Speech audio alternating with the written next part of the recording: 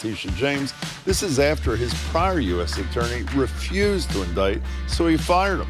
So we'll open the phone and text lines. How far will this administration go after its enemies, and is anyone safe? Plus, Marjorie, why haven't you and I been indicted yet? I'm fine, Jim. I'm fine the way I am. Thank you very much. It's our Friday media analysis segment, Press Play, with GBH's Adam Reilly and the Bay State Banner's Ron Mitchell on Pete Hegseth's effort to muzzle Pentagon press access, Trump's claim that flag burning no longer falls under First Amendment protected speech, and other media headlines. All ahead, 11 o'clock hour at BPR and GBH and NEPM, live from the Boston Public Library.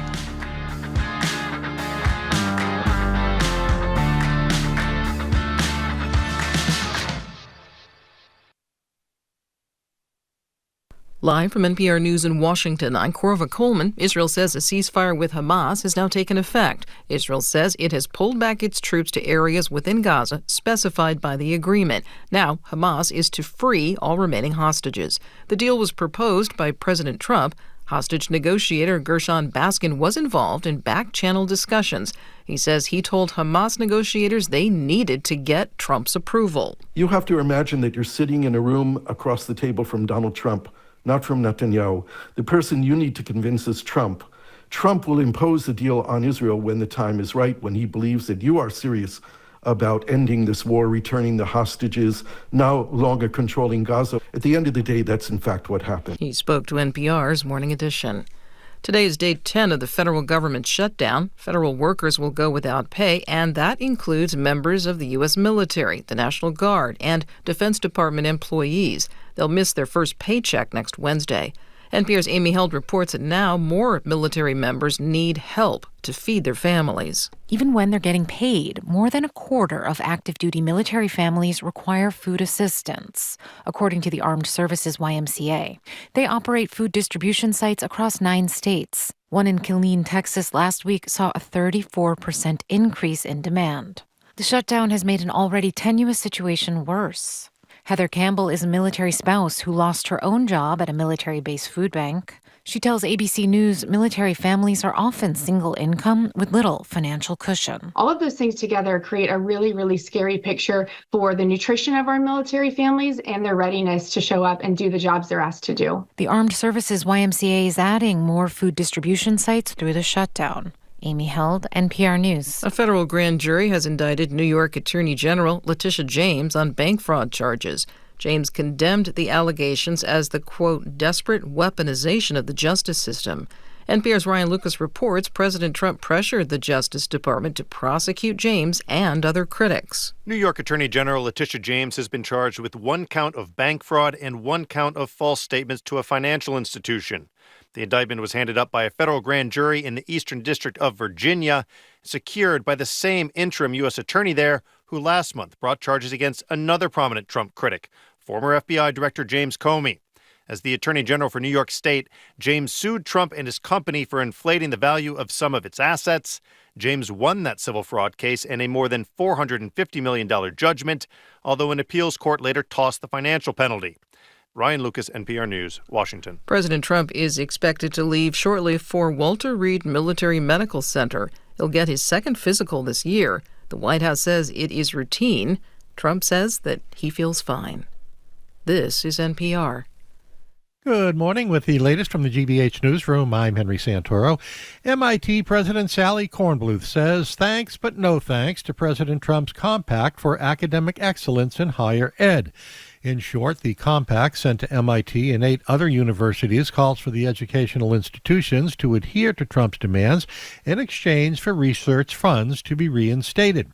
Kornbluth sent a letter to the MIT community today, along with the letter that she sent to U.S. Education Secretary Linda McMahon. It spelled out a number of issues dealing with MIT's mission of service and merit, with Kornbluth ending it by saying the school will not support the Trump administration's compact, adding that MIT values freedom of expression and that the premise of the compact is inconsistent with MIT's core belief that scientific funding should be based on scientific merit alone. In short, thanks, but no thanks. A nor'easter expected to hit parts of New England over the upcoming long weekend. It is predicted to bring lots of wind and lots of rain, few inches possible.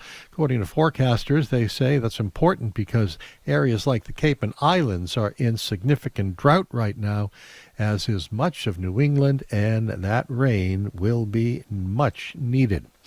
In sports, baseball playoffs, the Tigers at the Mariners tonight. Exhibition basketball, the Celtics are in Toronto for Game 2 of their exhibition series. In the forecast, sunny low 60s today, clear in the 40s overnight, increasing clouds mid-60s tomorrow, then showers and rain on Sunday and Monday. This is GBH News.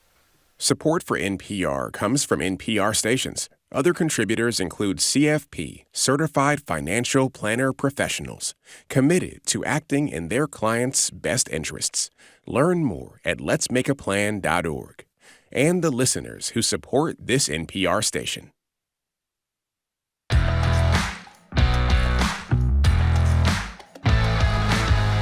Houston Browdy, I am Marjorie Egan. You're listening to BPR and GBH and NEPM. Thank you very much. We are broadcasting live from the Boston Public Library and streaming at youtube.com/GBH News. It is a federal holiday Monday. We're not going to be here at the library on Tuesday and Monday. I think we were playing a show. Were you playing a show on Monday? Yeah, we are. best Yeah, we of. were playing a best of on Monday. And then on Tuesday, we're not here. We have some other technical problems. Anyway, we're not here Tuesday. We're not here on Tuesday and Wednesday. It's a secret. It's a secret, correct. Okay. All right. But we will be here, we hope, on the October 28th. Michelle Wu will join us for another edition of Ask the Mayor from noon to 1. Hi, Jim. Before you start, I thought you want to comment on something we heard from Henry. I do. I shout out to Sally Kornbluth, who runs MIT. She's the president of MIT. People may know that the president sent out this compact that he wanted all these teachers to sign, which basically... Universities. Yes, universities to crack down on their freedom to operate the schools as they want to run them.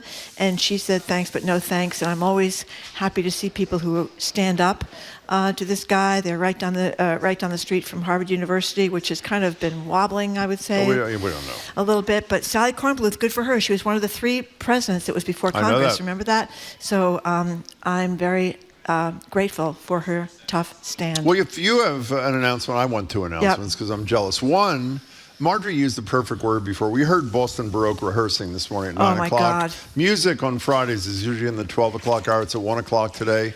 If you're not here, you should come on down. It is so beautiful and so soothing ahead of concerts this weekend. Boston Baroque at 1. And the other thing, which is the best news we're going to have all day, a lot of people were really worried that Marjorie would not be here today. I was too. And if she is here, what does it mean? It means Donald Trump did not win the Nobel Peace Prize. No, Congratulations. He did not I win. called them Swedes yesterday, the Norwegians. The Norwegians. Who decided to go to the opposition leader, this incredible woman in Venezuela. Yeah, she has been, Maria Corina Machado, she has been in hiding for many months now because of her standing up against increased authoritarianism. Remember that word, authoritarianism in Venezuela. She's stood up against the president there and Maduro, and she's paying a big price for it, and she's trying to keep their democratic values or bring them back, their democratic values. So it's an interesting juxtaposition. She's fighting for democratic values. Donald Trump, who is trying to get rid of a lot of our democratic values, we knew that. did not win. There is one change in policy, and we can talk about this later if you want. While Trump has been bombing those Venezuelan alleged drug cartels, he will now be bombing the opposition in Venezuela. For obvious reasons. Okay, we're done with that. We should point out we don't know if they are indeed Venezuelan drug cartel people I think on that boat that is correct. or not. In any case, it wasn't certain before yesterday's criminal indictment of New York Attorney General Leticia James, but now we know we are in an era where any prominent figure who upsets the vindictive Donald Trump should expect his personal army of sycophants to use every tool in their arsenal to indict you. Now, whether you've actually done anything illegal seems to be irrelevant to Trump and his henchmen and women. Nobody in his camp, administration or otherwise, seems to have any problem with the total perversion of our federal justice system to serve the interests of Trump himself. You upset the president, you are a target. If people don't recall, about a week or so ago, he sent a post that most people think was intended to be private to the Attorney General, referring to her as Pam, and basically complaining that Leticia James was not indicted. She has been. That James Comey had not been indicted. He now has been. And that Senator Schiff from California has not been indicted. I'm sure he will be. 2 out of 3 have happened. The number's 877-301-8970 to call or text. Do you have it in you to be outraged by the Justice Department being used and weaponized like this? There's never been anything like this in the history of the United States. And one last, I know this is a little bit selfish. I just said a minute ago, if you criticize Trump in a relentless, high-profile fashion, you are certain to be indicted. What public radio show criticizes Trump relentlessly in a fairly high-profile fashion? That's right. Why have we not been indicted? Well, I'm fine. I'm fine not being indicted. Isn't it embarrassing, actually? What is wrong with us? I'm not embarrassed at all. No, I'm not embarrassed at all. But if you want to be indicted, more power to you. In any case, 877-301-8970. What's your reaction to the indictment of now Comey and Leticia James? And if you want to throw in either on text or call what Marjorie and I have to do a little extra to get indicted, we'd appreciate that too.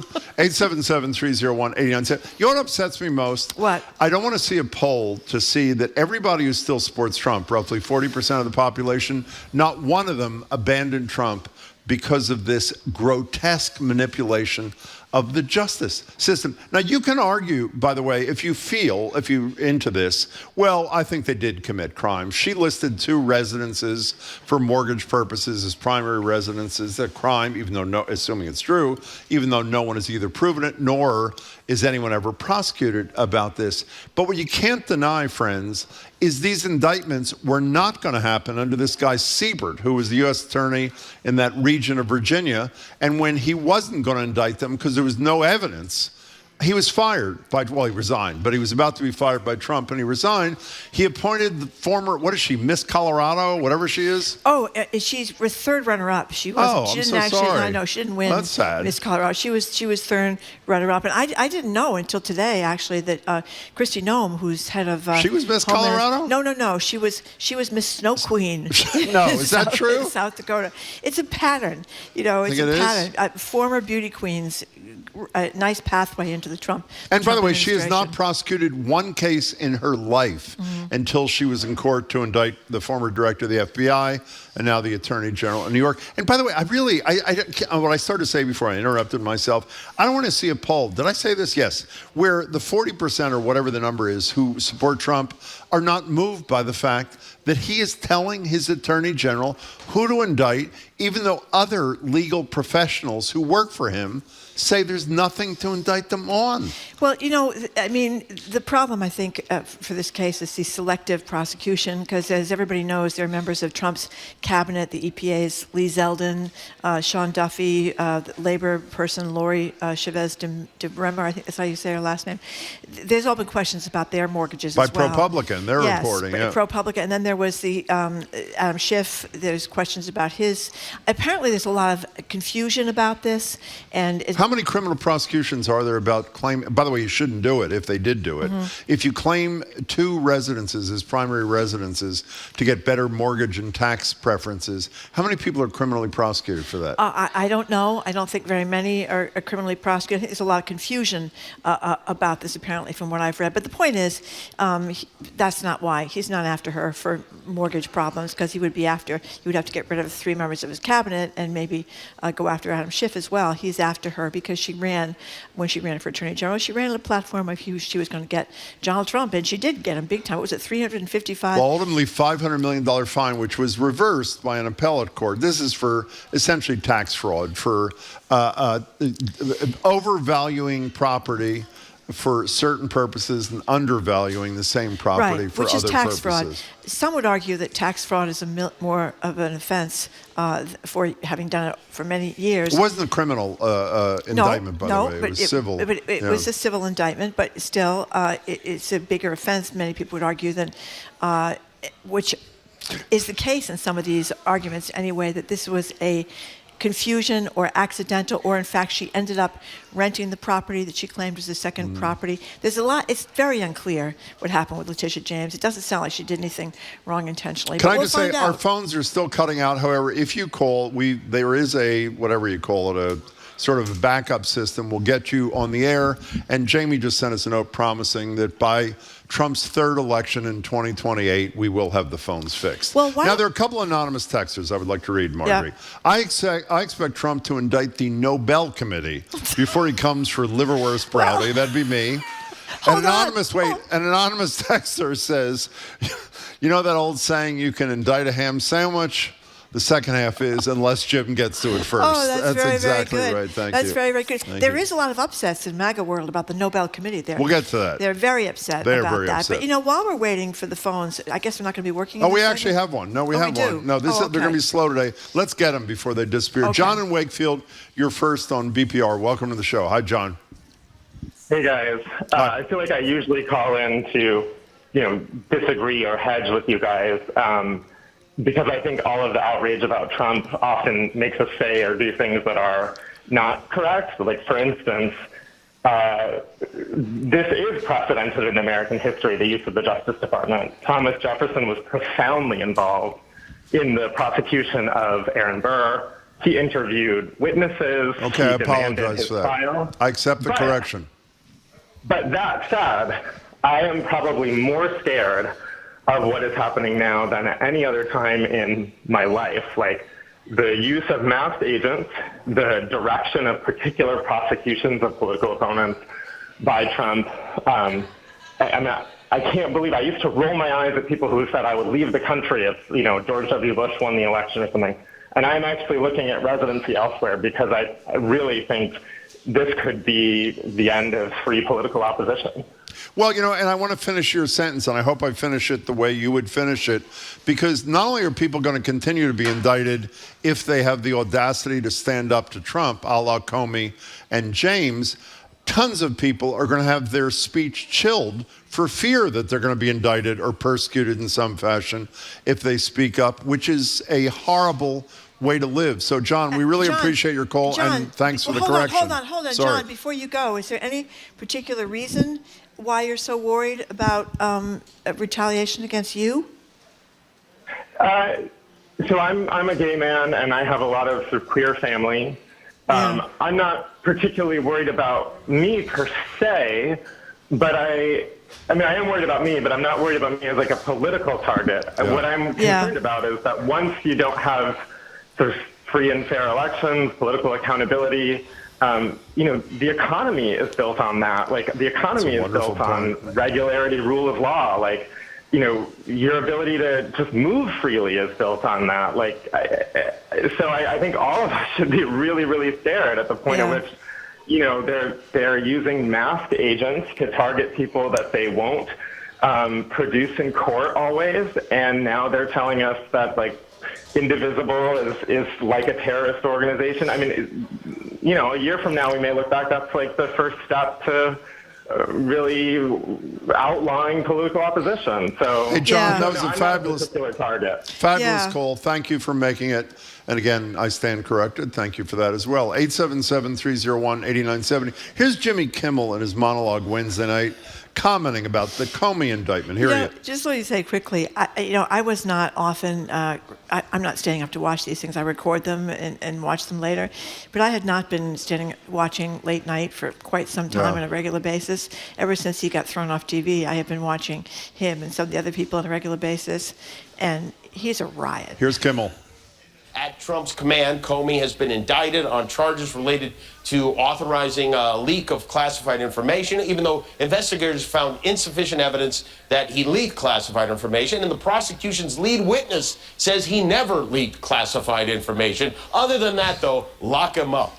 But the president using the Department of Justice to prosecute people he doesn't like is very concerning, especially if, personally speaking, you are one of the people he doesn't like.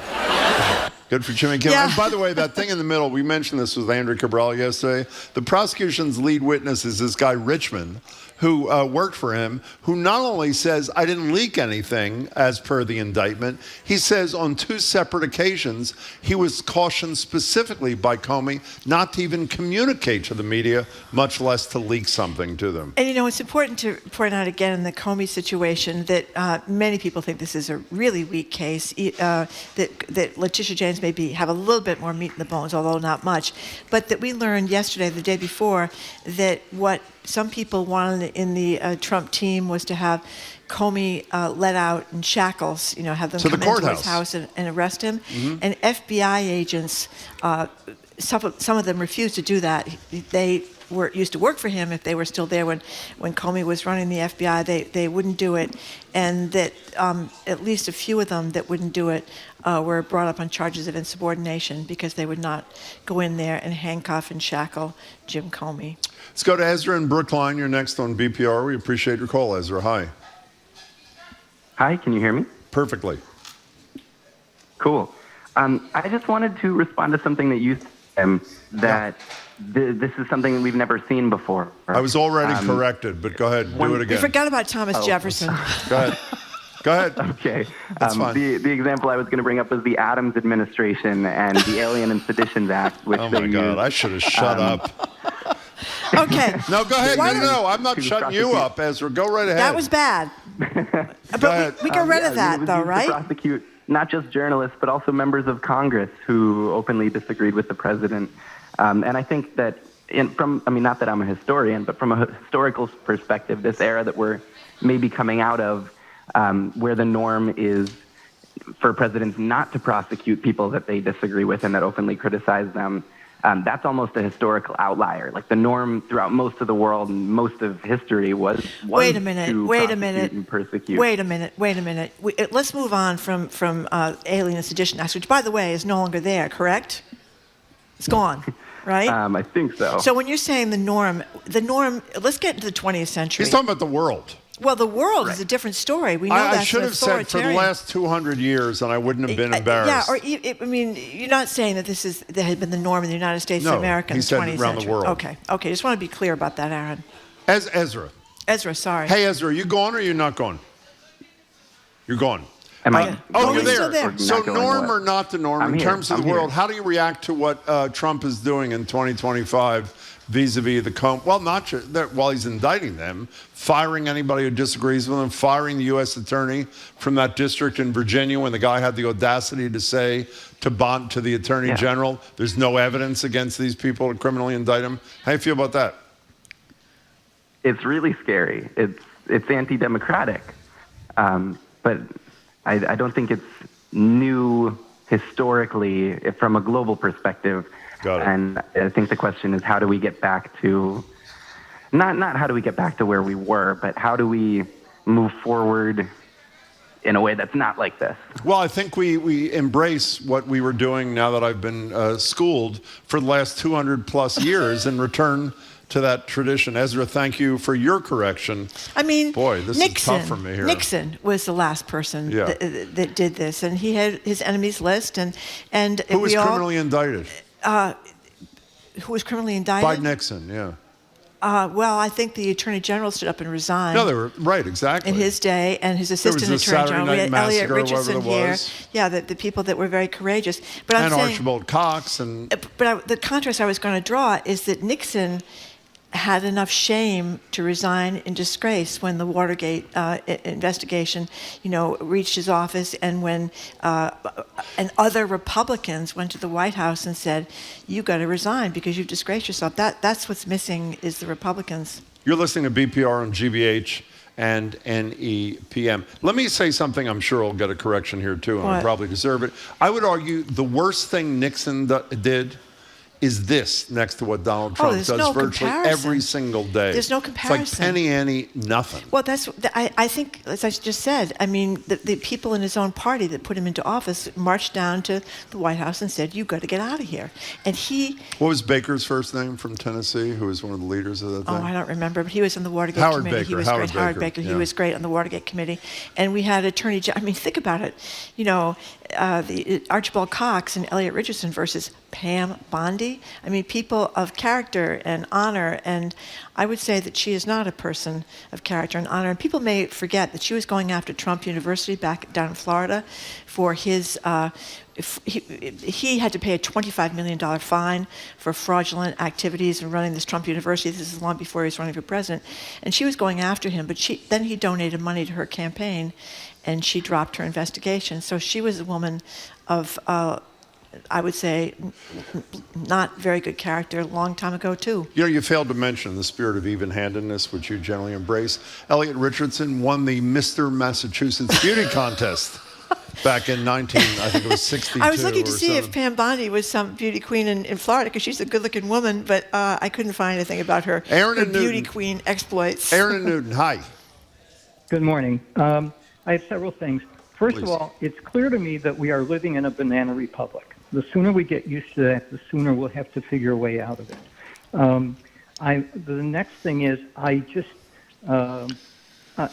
think that, you know, the saying is, if you find me a man, I'll find you the crime. And that's exactly what they're doing. They're just picking out people that they want to go after, and then they'll invent whatever they can. That's all because of, not all, but largely because of Pam Bondi. Her performance this past week before the Senate was despicable and really disqualifying. How do we get out of this? There should be three ways out. Number one is the Supreme Court, but we can't count on them for anything except supporting Donald Trump. Number two would be Congress, but we can't count on them for anything. So the only possibility is sustained huge demonstrations. I am so with you. It's the only way out. So what next week, the 18th, going to be started at 10 o'clock here in Boston Common. No kings. Okay. Yeah, go ahead, Aaron. Let me just, 30 seconds. Let me just say one. Sure. Okay. Yeah, I was in the library last week waiting to get on with you. I happened to be in one of the reading rooms. One of the books right next to me was Doris Kearns Goodwin's Team of Rivals. Right under that was the book Lucky Loser, how Donald Trump squandered his father's fortune and created the illusion of success. That's all you need to know about America right now. Aaron, thank you. Thank you. That was a great call. The meek American population has got to stand up. I am with Well, Aaron. I'm hoping for great things a week from tomorrow. Anyway, I'm Marjorie Egan, Houston Proud. You listen to BPR and GBH and NEPM, that is, live from the Boston Public Library and streaming at youtube.com/GBH News.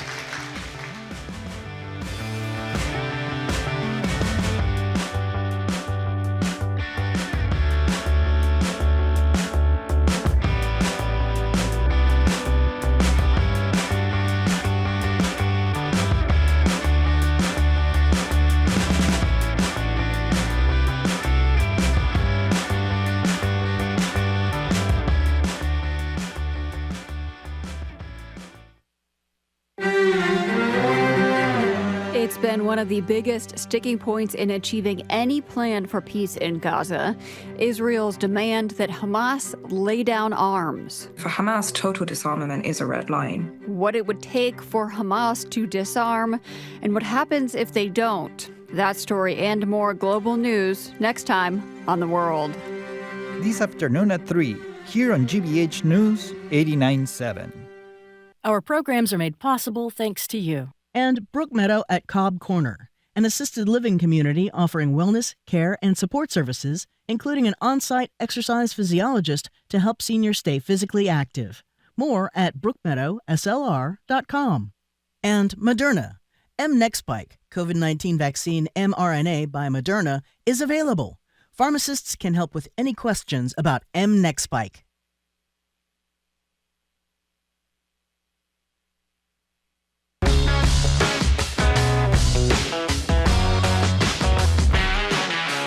Welcome back to BPR and GBH and NEPM. Marjorie Egan, Jim Browdy, thank you all live from the library, streaming at youtube.com/GBH News. Federal holiday Monday, so we're not here, and we will not be at the library Tuesday and Wednesday. We'll share with you why a little bit later.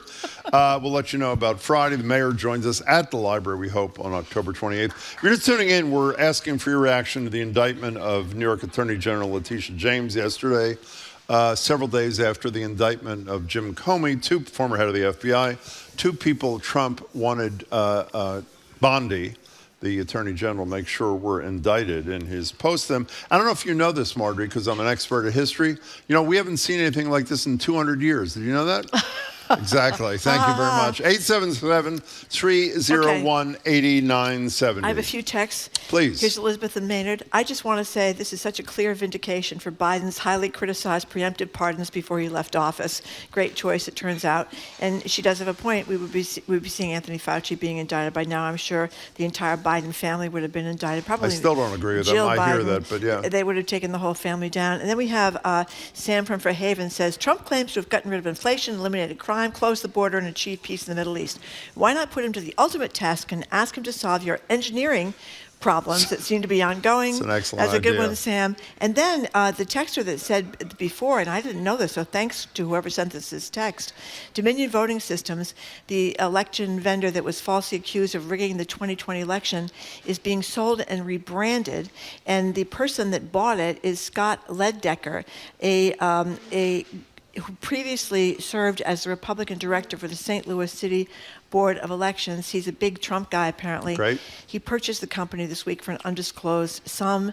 So that's a little nerve-wracking because it makes you think that there could be some shenanigans going on with the voting machines in the next election if they find a way to do it. They're the deal. They're the firm which I'm sure you recall were paid almost $1 billion by Fox News, and they've settled with other people who accused them wrongfully of having rigged the election, just sort of like the Nobel Peace Prize thing was rigged. Yeah. Shelley in Boston, you are next on BPR. Hi. Hi. Hi. Listening in, and I think we should return to the paper ballots, and I'm not joking. It's we do primarily use paper use in ballots. Europe. We primarily do use paper ballots, by the way. I mean, I know. Yeah. I mean, for counting, they use that in Germany and other Well, places. part of the problem, Shelley, is, and Marjorie says this almost every day, is with Trump's increased use of the military, the fear is that the next place he's going to send the military, not next, but a place he will send the military is to election places in November of 2026. And then the issue is not going to be paper or electronic ballot. The issue is going to be, are people fearful of going to the polls to begin with because of the intimidation factor? So I think, we're getting ahead of ourselves. But I'm with you. Whatever we can to protect the vote and encourage the vote in 2026, we got to do. Thank you, Shelley. Somebody just texted about Merrick Garland. Too bad he hadn't acted faster to prosecute Trump's alleged criminality. Horrible. And you just think that these people, you got to give them credit, man. They have worked like lightning. This whole vote guy and Project 2025. Because they're not constrained by the law. But I mean, they have really got a roadmap, and I think I'm not convinced that Chuck Schumer and Jeffries have the roadmap for the Democrats. You're listening to BPR on GBH and NEPM. 877-301-8970 is the number. I know we only have a random sample this morning. It seems like people are as upset about this as you and I are. And I know whenever I try to rank the outrages, this may be near the top of the list. The notion that people have to fear being indicted if they speak out and they have prominent positions, unless it's us, of course. And secondly, what? Did you see the anonymous texter? No. You too have not gone unnoticed. Every time you say Trump, the phones go out. Pretty sure that actually is you have true. been dogged. No, but also, as I said to the earlier caller, the other purpose is not just to indict your political enemies. The purpose is to indict your political enemies and chill the speech of others who don't want to. And by the way, for those who say, we get a lot of texts about this, which we should mention. Well, there's no case against Comey. He's clearly going to be, he will clearly be acquitted if there's a trial. The trial will be in 3 years after he spent, what, $1 million? That isn't $2 million on Patrick Fitzgerald and had his life totally destroyed. I mean, as a million people have said, this isn't about getting convictions. It's about humiliation. That's exactly it's about right. costing them a ton of money. Because some of these people, I don't know what Comey's finances are. He's probably a well-off guy. He's written books and stuff. But not everybody's in that situation. That Chris Krebs guy that was talking about the fairness of the machine, I don't think he's a millionaire. You'd have to sell your house or sell everything you own or bankrupt yourself to defend yourself because you're going against the President of the United States. Martha and Randolph. Martha, hi.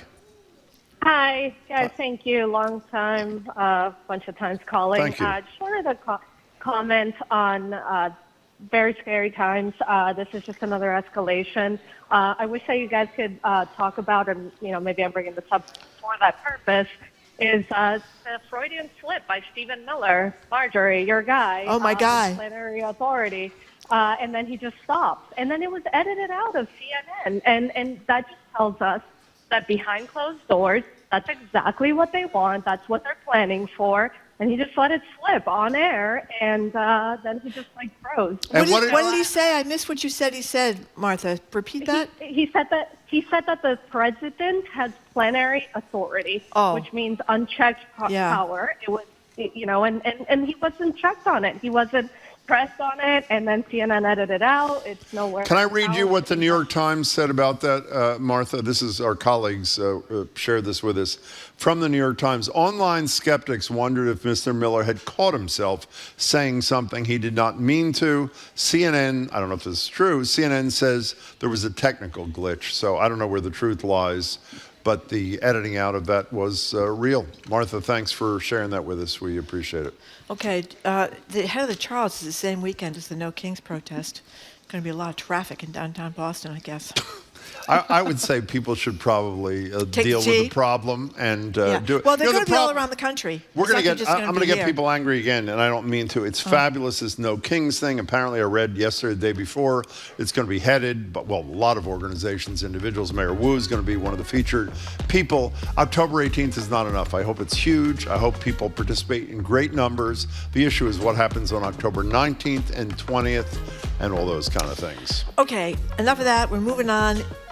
After a quick break, it's our Friday media analysis segment, Press Play, with GBH's Adam Reilly and Ron Mitchell from the Bay State Banner. You're listening to GBH on any PM, Boston Public Radio. I'm Marjorie Egan, he's Jim Browdy. We're broadcasting live from the Boston Public Library and streaming at youtube.com/GBH News.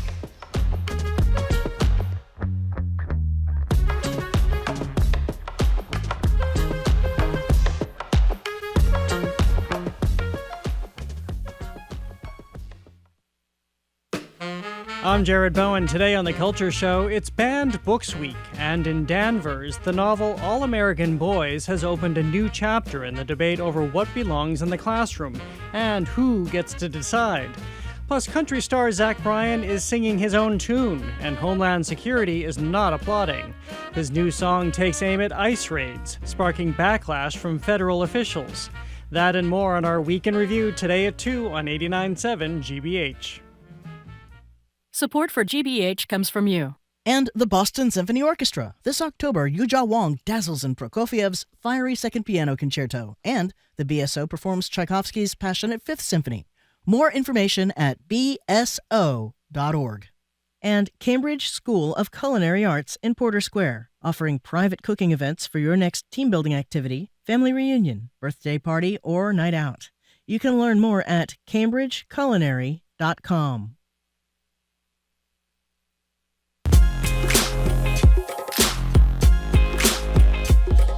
Welcome back to BPR and GBH and NEPM. Marjorie Egan, Jim Browdy, thank you all.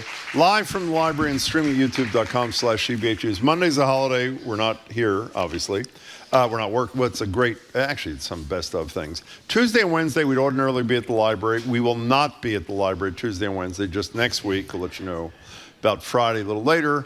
The Mayor Wu, will join us October 28th, we hope, here from noon to 1. We'll give you the October dates for the Governor and the Attorney General as soon as we get them. And a reminder that 1 o'clock today, some stunningly beautiful music from Boston Baroque. We heard them rehearsing this morning at 9, and it was just really powerful and great. Time for our Friday media analysis segment, Press Play, with GBH politics reporter Adam Reilly. Hello, Adam. Nice to see you. Howdy. Ron Mitchell is editor and publisher of the Bay State Banner, celebrating 60 years as a news organization. Happy anniversary. Good to see you, Ron. Good to see you, Jim. Thank you so much. Our pleasure to have you. So let's start with you, Adam.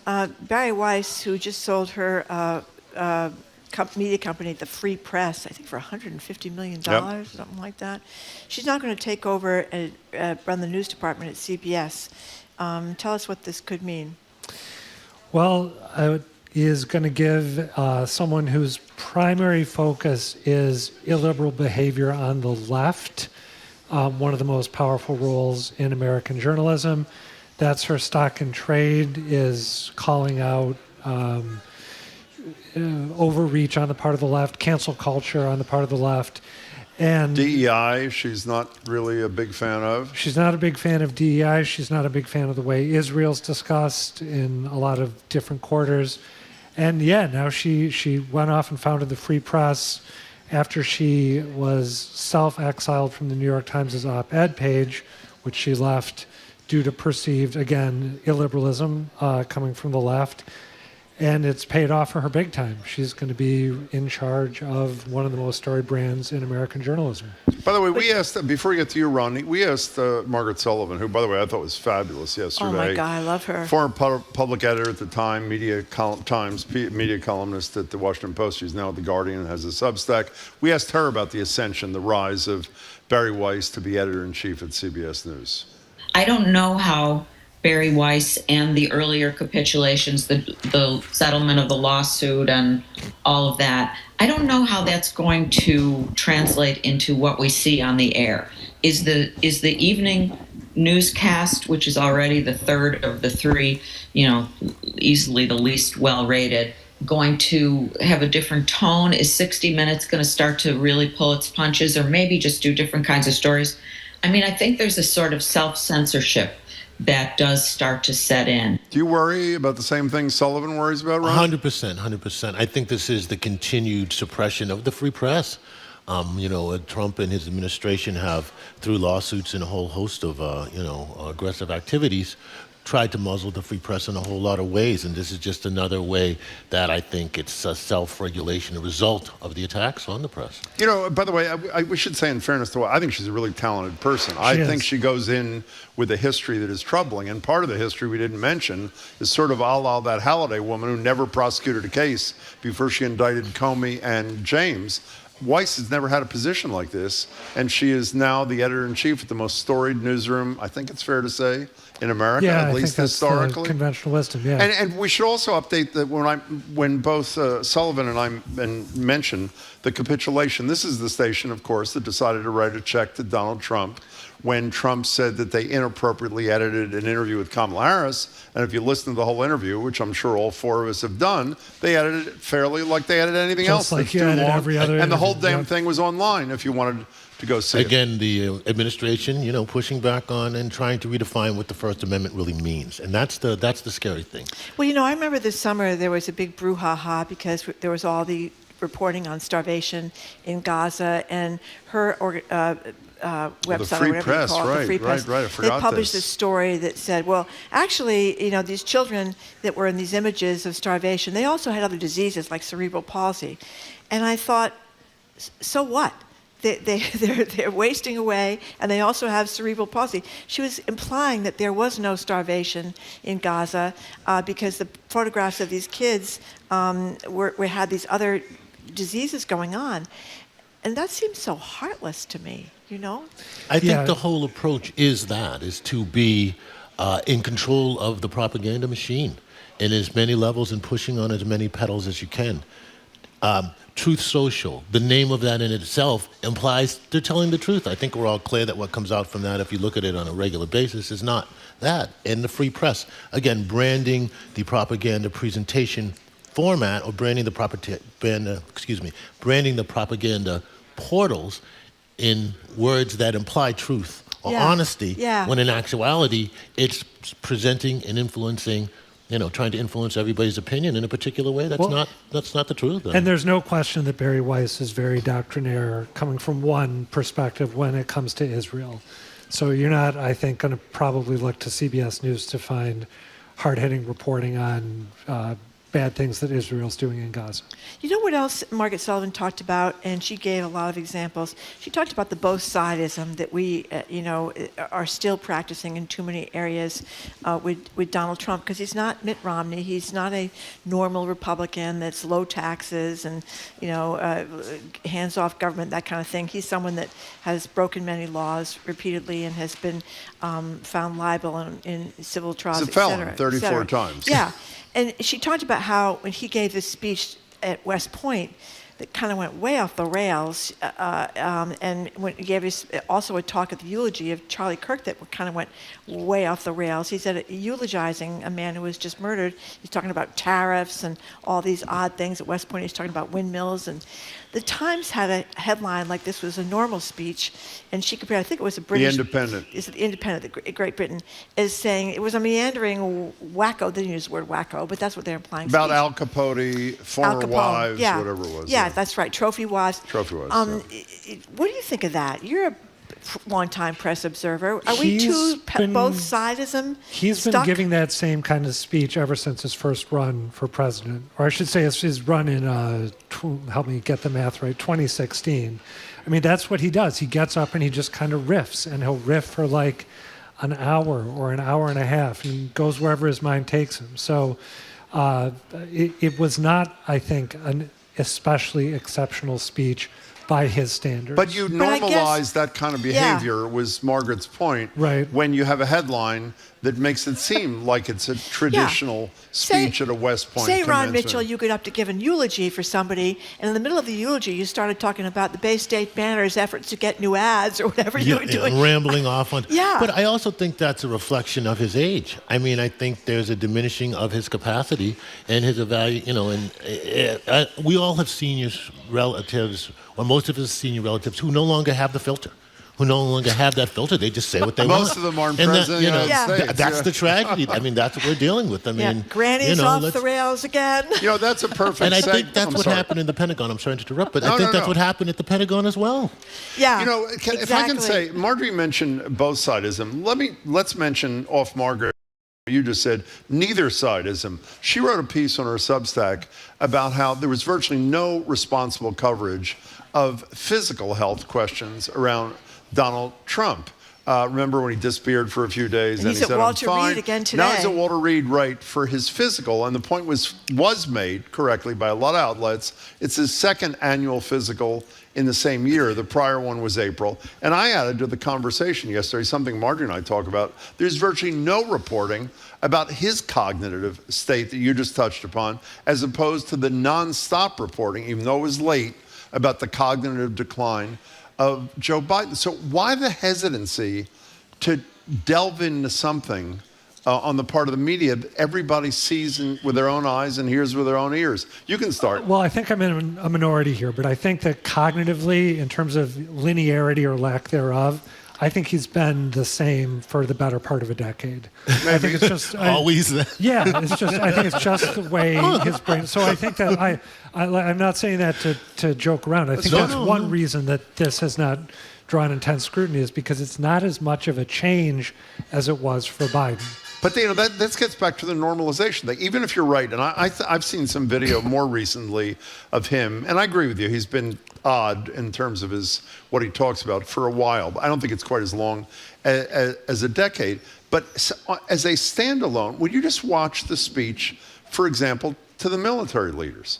Or the thing, what did he do? Oh, the speech at the UN as a standalone. The notion that the leader of a major country in the world is giving this kind of lunatic, rambling speech, even if it's not atypical, it seems to me bears significant mention. And by the way, maybe the mention is he's been in cognitive decline since he ran the first time, as some people say about Joe Biden. I'm sorry. No, I do agree as well that his everyman presentation approach and rambling has always been part of his brand, and I think it was by design, be it intentional or not, from the very beginning. But I think if you look at what he actually says now, the filter's gone. You know, he tells you, and he always was honest about what he was doing. He didn't really try to hide it. But now, be it emboldened or his age, it's just on, just like beyond. At Kirk's funeral again, after his widow got up and gave this people were crying about how, she was going to forgive the shooter. And then he gets up there and he says, I hate my enemies and I'm going to go after them. I mean, it was, I thought, totally bizarre. Before you respond, can I read a text? Chris from Shrewsbury is referencing something I said on yesterday's show. No offense, but this No Trump Friday that Jim promised is not going well. I didn't say it was going to be today. I said we were going to think about doing it next week. We're not quite ready for that. We're talking to Ron Mitchell from the Bay State Banner and our colleague, Adam Reilly. Okay, so this made me very happy as a Catholic. Pope Leo takes on the press's side over in Vatican City, talking about the press has to stand firm as a bulwark against the ancient art of lying, and he credits all these courageous journalists that have reported from Ukraine and Gaza and other places. I thought this was great. Yeah, well, I mean, we need all the help we can get. Right? Listen, when the pontiff points out, journalism versus influencism, I'm happy.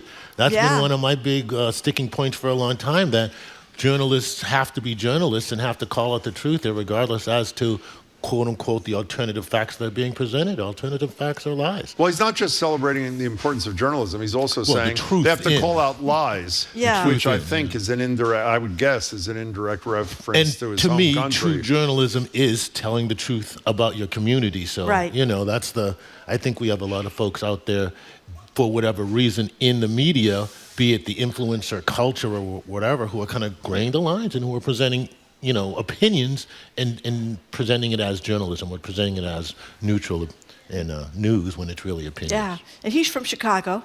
People that don't forget that. He's an White Sox, he's an not American. Cubs, even though the Cubs tried to claim him. He's an American. Doesn't that, I always wonder. He might be the first black pope, too, by the way. That's right. Oh, that's right. That is right. Yeah, it was his grandfather or grandmother, somebody like that. Puerto Rico or some connection. Yeah. One drop, that's the rule. One drop, that's right. We didn't make it. Adam, we often talk with the Revs about the Pope or prior popes, and we've started talking about this Pope and how much it matters what he says. How much does this matter? Both of us were really impressed. I didn't know where this came from. I didn't know it mattered to him that much. Who does it matter to that the Pope says what he says about the importance of journalism and monitoring and making sure there's truth telling? Who cares about that except hopefully the four of us? I don't know if it matters to as many people as, for example, it mattered when Pope Francis said, "Who am I to judge about same-sex relationships?" On the plane, Yeah, I think in this case, as feel-good a story as it is, I think the Pope might be preaching to the choir a little bit here. I'm not sure that there's going to be people. No. You don't think so? No, I tell you why it matters. I tell you why it matters, because I think if you talk to a lot of liberal Catholics, they think half of the United States Council of Bishops is a bunch of Trumpsters. And there were people getting up in the pulpit and saying, vote for Donald Trump on the issue of abortion. Obviously, the church is against abortion. However, as many people have talked about in this recent moment, the Catholic Church should be more outspoken about Medicaid care, cuts for the poor, issues around poverty. Well, and he's done that, right? I mean, he's said you can't really be pro-life if you're backing the way that immigrants are being treated in the United States right now. Exactly. So, that matters. That front, I think that matters a lot. So these bishops, I'd like to hear more from the guy that's replaced Law. We all remember Cardinal Law, who was obviously horrible on the sex abuse crisis, marching down on Boston Common when they were trying to take money away testifying regularly at the legislature from welfare. Like to see this guy Henning do more of that and preach more of that. And I think he's a very, very effective pope in growing the younger Catholic following. Yep. I think that he has a lot of power within that base and with the rise in young Catholics coming up. And I think it's an important thing for him to say, listen, it's not about being Catholic isn't about being a Trumpster. It's about true faith in God. It's about the love of your neighbor, the belief of your brother, and the caring for your brother and caring for those who have less. And that is not what a lot of the current administration has preached. So I think it's a big stand, and I think that he will actually make a difference. I think the youth in our country have always been the catalyst to demand change over time, be it in the civil rights movement or just generally overall. So I think that this could really be powerful as you look in the growth within the Catholic community among young Catholics. You know who also said not just limiting it to young Catholics? When Michael Sandel was here a couple days ago, before he gave the lecture last night at GBH, when we were asking him about hope, he said it's all in the young kids, the kids in my class. He was great last night, by the way, too. Was he? He was fabulous. Oh, my God. I thought he's That was the Lowell lecture at You know, the other people he's speaking to is, I think, Adam, I'm thinking about what you said a minute ago, and unfortunately I tend to agree with you about this. I think he's also, it's important to journalists who are under siege. I mean, we're operating here in the luxury of the library, but look at the number of journalists who've been murdered in Gaza, and the stress and danger that people are in Ukraine and around the world. I agree with you. The fact that this figure is doing it really matters, I think, you know? I hope so. In any case, we only have a couple minutes left. Could you explain, because I don't understand it at all, We do know that when Mr. Botox, that would be Hegseth, the Secretary of War, when the Secretary of War said rules about how the press would operate within the Pentagon, there was wide upset, as there should be. If you can describe that, and then try to describe, if you can, as best you can, what the revisions are, and if we should be less upset than we are. And before you do that, you're listening to BPR and GBH and NEPM. Can you explain either of them? I've found this exceedingly difficult to wrap my brain around, so I'm going to ask Rob. Oh, you want me to start? I don't think any of us I think they blinked. I think they blinked. They, the Pentagon. I think the Pentagon blinked. They said, listen, you're not going to release anything we don't pre-approve, da-da-da-da. Right, and that was the initial That was the stance. initial thing, and the press corps said, no, we're not going to do that, the First Amendment.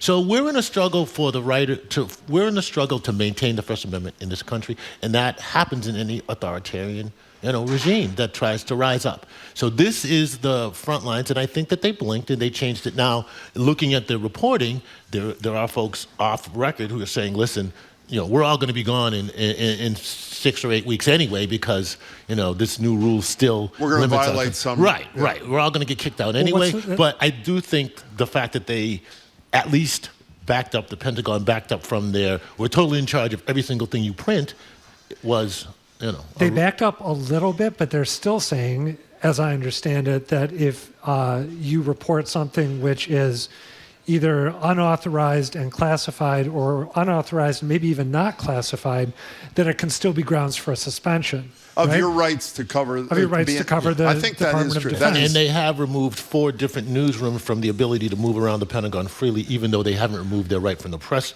conferences.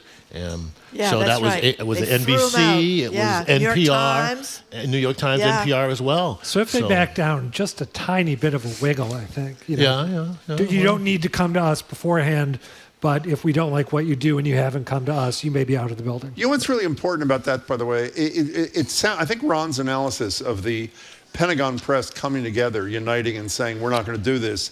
Remember we talked to Chuck Todd when what was the name of the outlet that was banned from the press pool? Who was banned about a month or two ago? The Associated Press. Associated Press. Yeah, for the and Gulf we said, of why America didn't everybody say we're not going to cover your things? And Chuck said he was one of the leaders when NBC said we're not going to cover when Obama ruled Fox News out. Before we go, we're told you're not just a guest here. Occasionally, you're a colleague. That's right. Doing a show here at the library. The Ron Mitchell Show. What are you doing?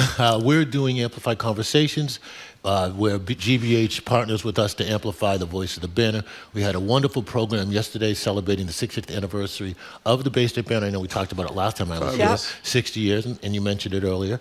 And we had a lot of the old staff in, and it was great. And it's available on the GBH website, on the GBH YouTube channel, as well as on our YouTube channel. Is this going to be regular, right? Yeah, I'm going to be often? here once a month. Once a month on Thursdays, we'll be filming a public affairs show. Our next program is just after the election.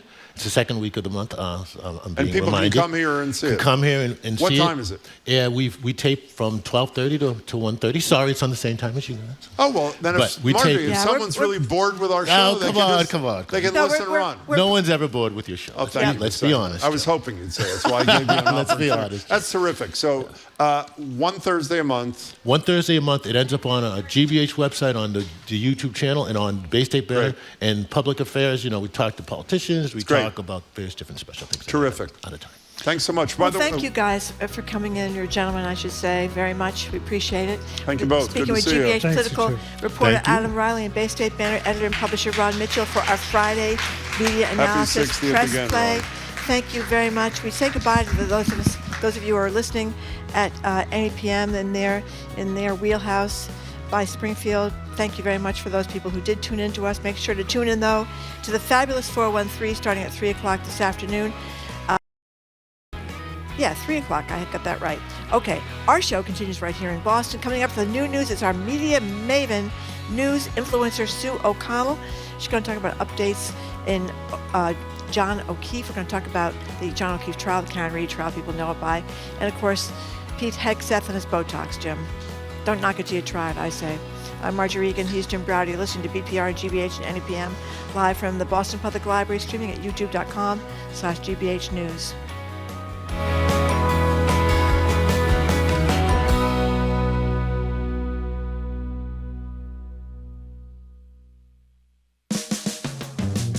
You're listening to Boston Public Radio with Jim Braude and Marjorie Egan. Just ahead, more smart conversation about what's going on in our community. Stay with us here on GBH 89.7. Funding for our programs comes from you and the Office of the Massachusetts State Treasurer. The Unclaimed Property Division is holding unclaimed funds. New properties are added often. To see if you have unclaimed money, you can visit findmassmoney.gov. From James Brown to bluegrass, experience the incredible story of King Records, the underdog label that shaped American music and culture. Watch King of Them All, the story of King Records, tonight at 9 on GBH2. You're listening to 89.7 WGBH HD1 Boston.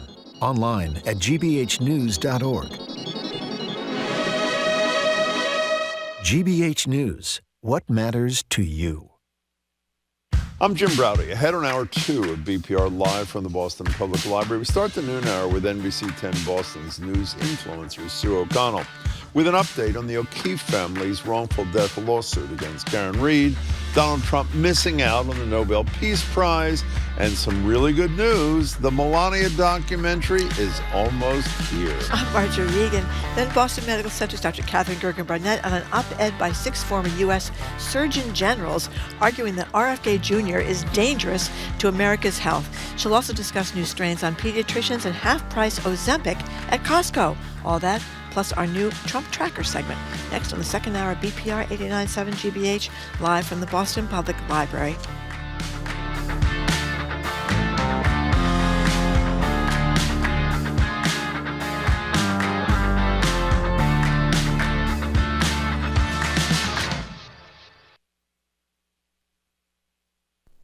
Live from NPR News in Washington, I'm Janine Herbst.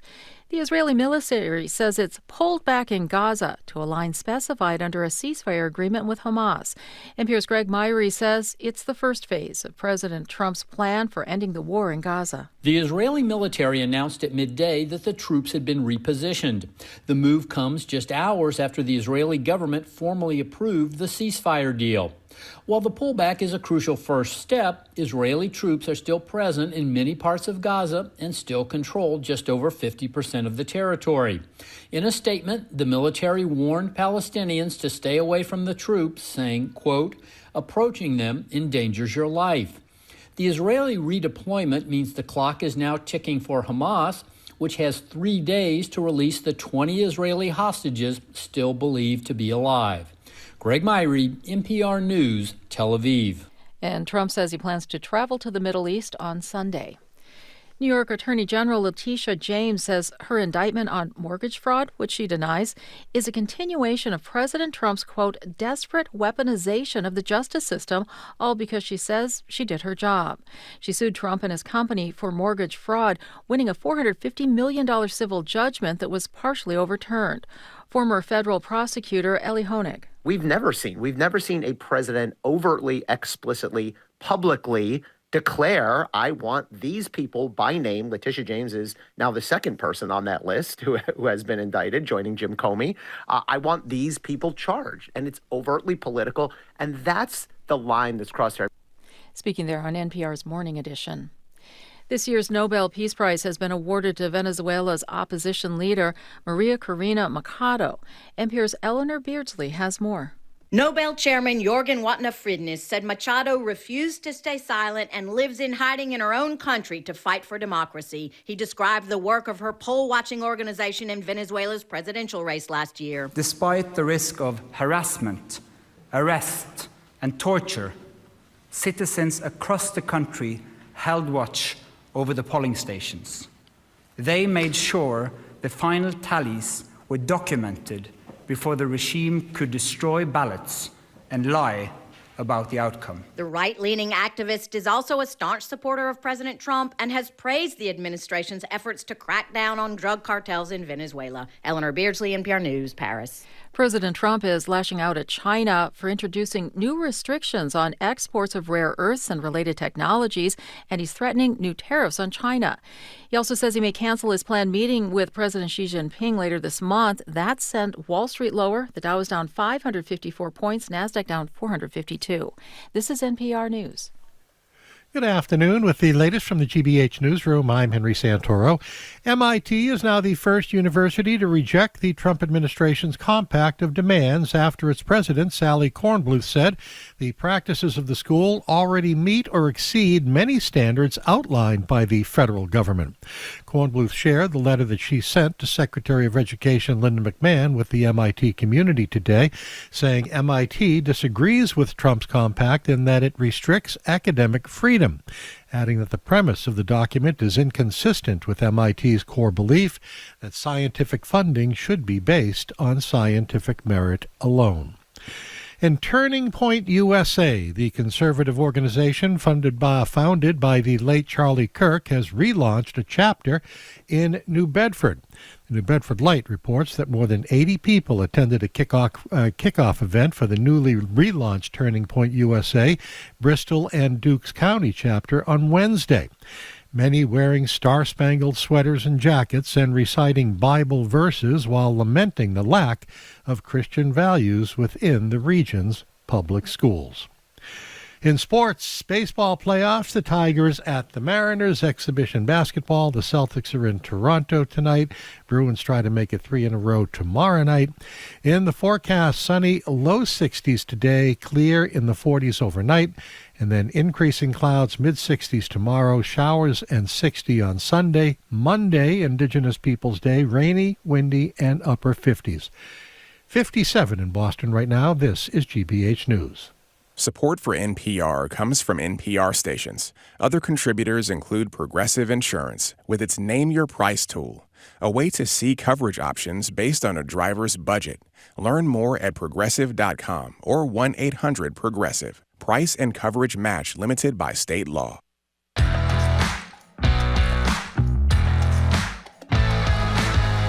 He's Jim Brady. I am Marjorie Egan. Welcome to hour number 2 of Boston Public Radio, 89.7 GBH. Thank you very much. We are broadcasting live from the Boston Public Library. We're not going to be here, unfortunately, next Tuesday or Wednesday, technical issues, but we'll be back, we hope, on Friday. We hope. Yes, and on the 28th, where we hope to be back here, we're going to be joined by the Mayor of Boston, Michelle Wu, for another edition of Ask the Mayor. Hello again, Jim. And let me just say, at 1 o'clock today, Boston Baroque is going to perform. They're brilliant, and if there ever was music for the... It was live. Is this Friday?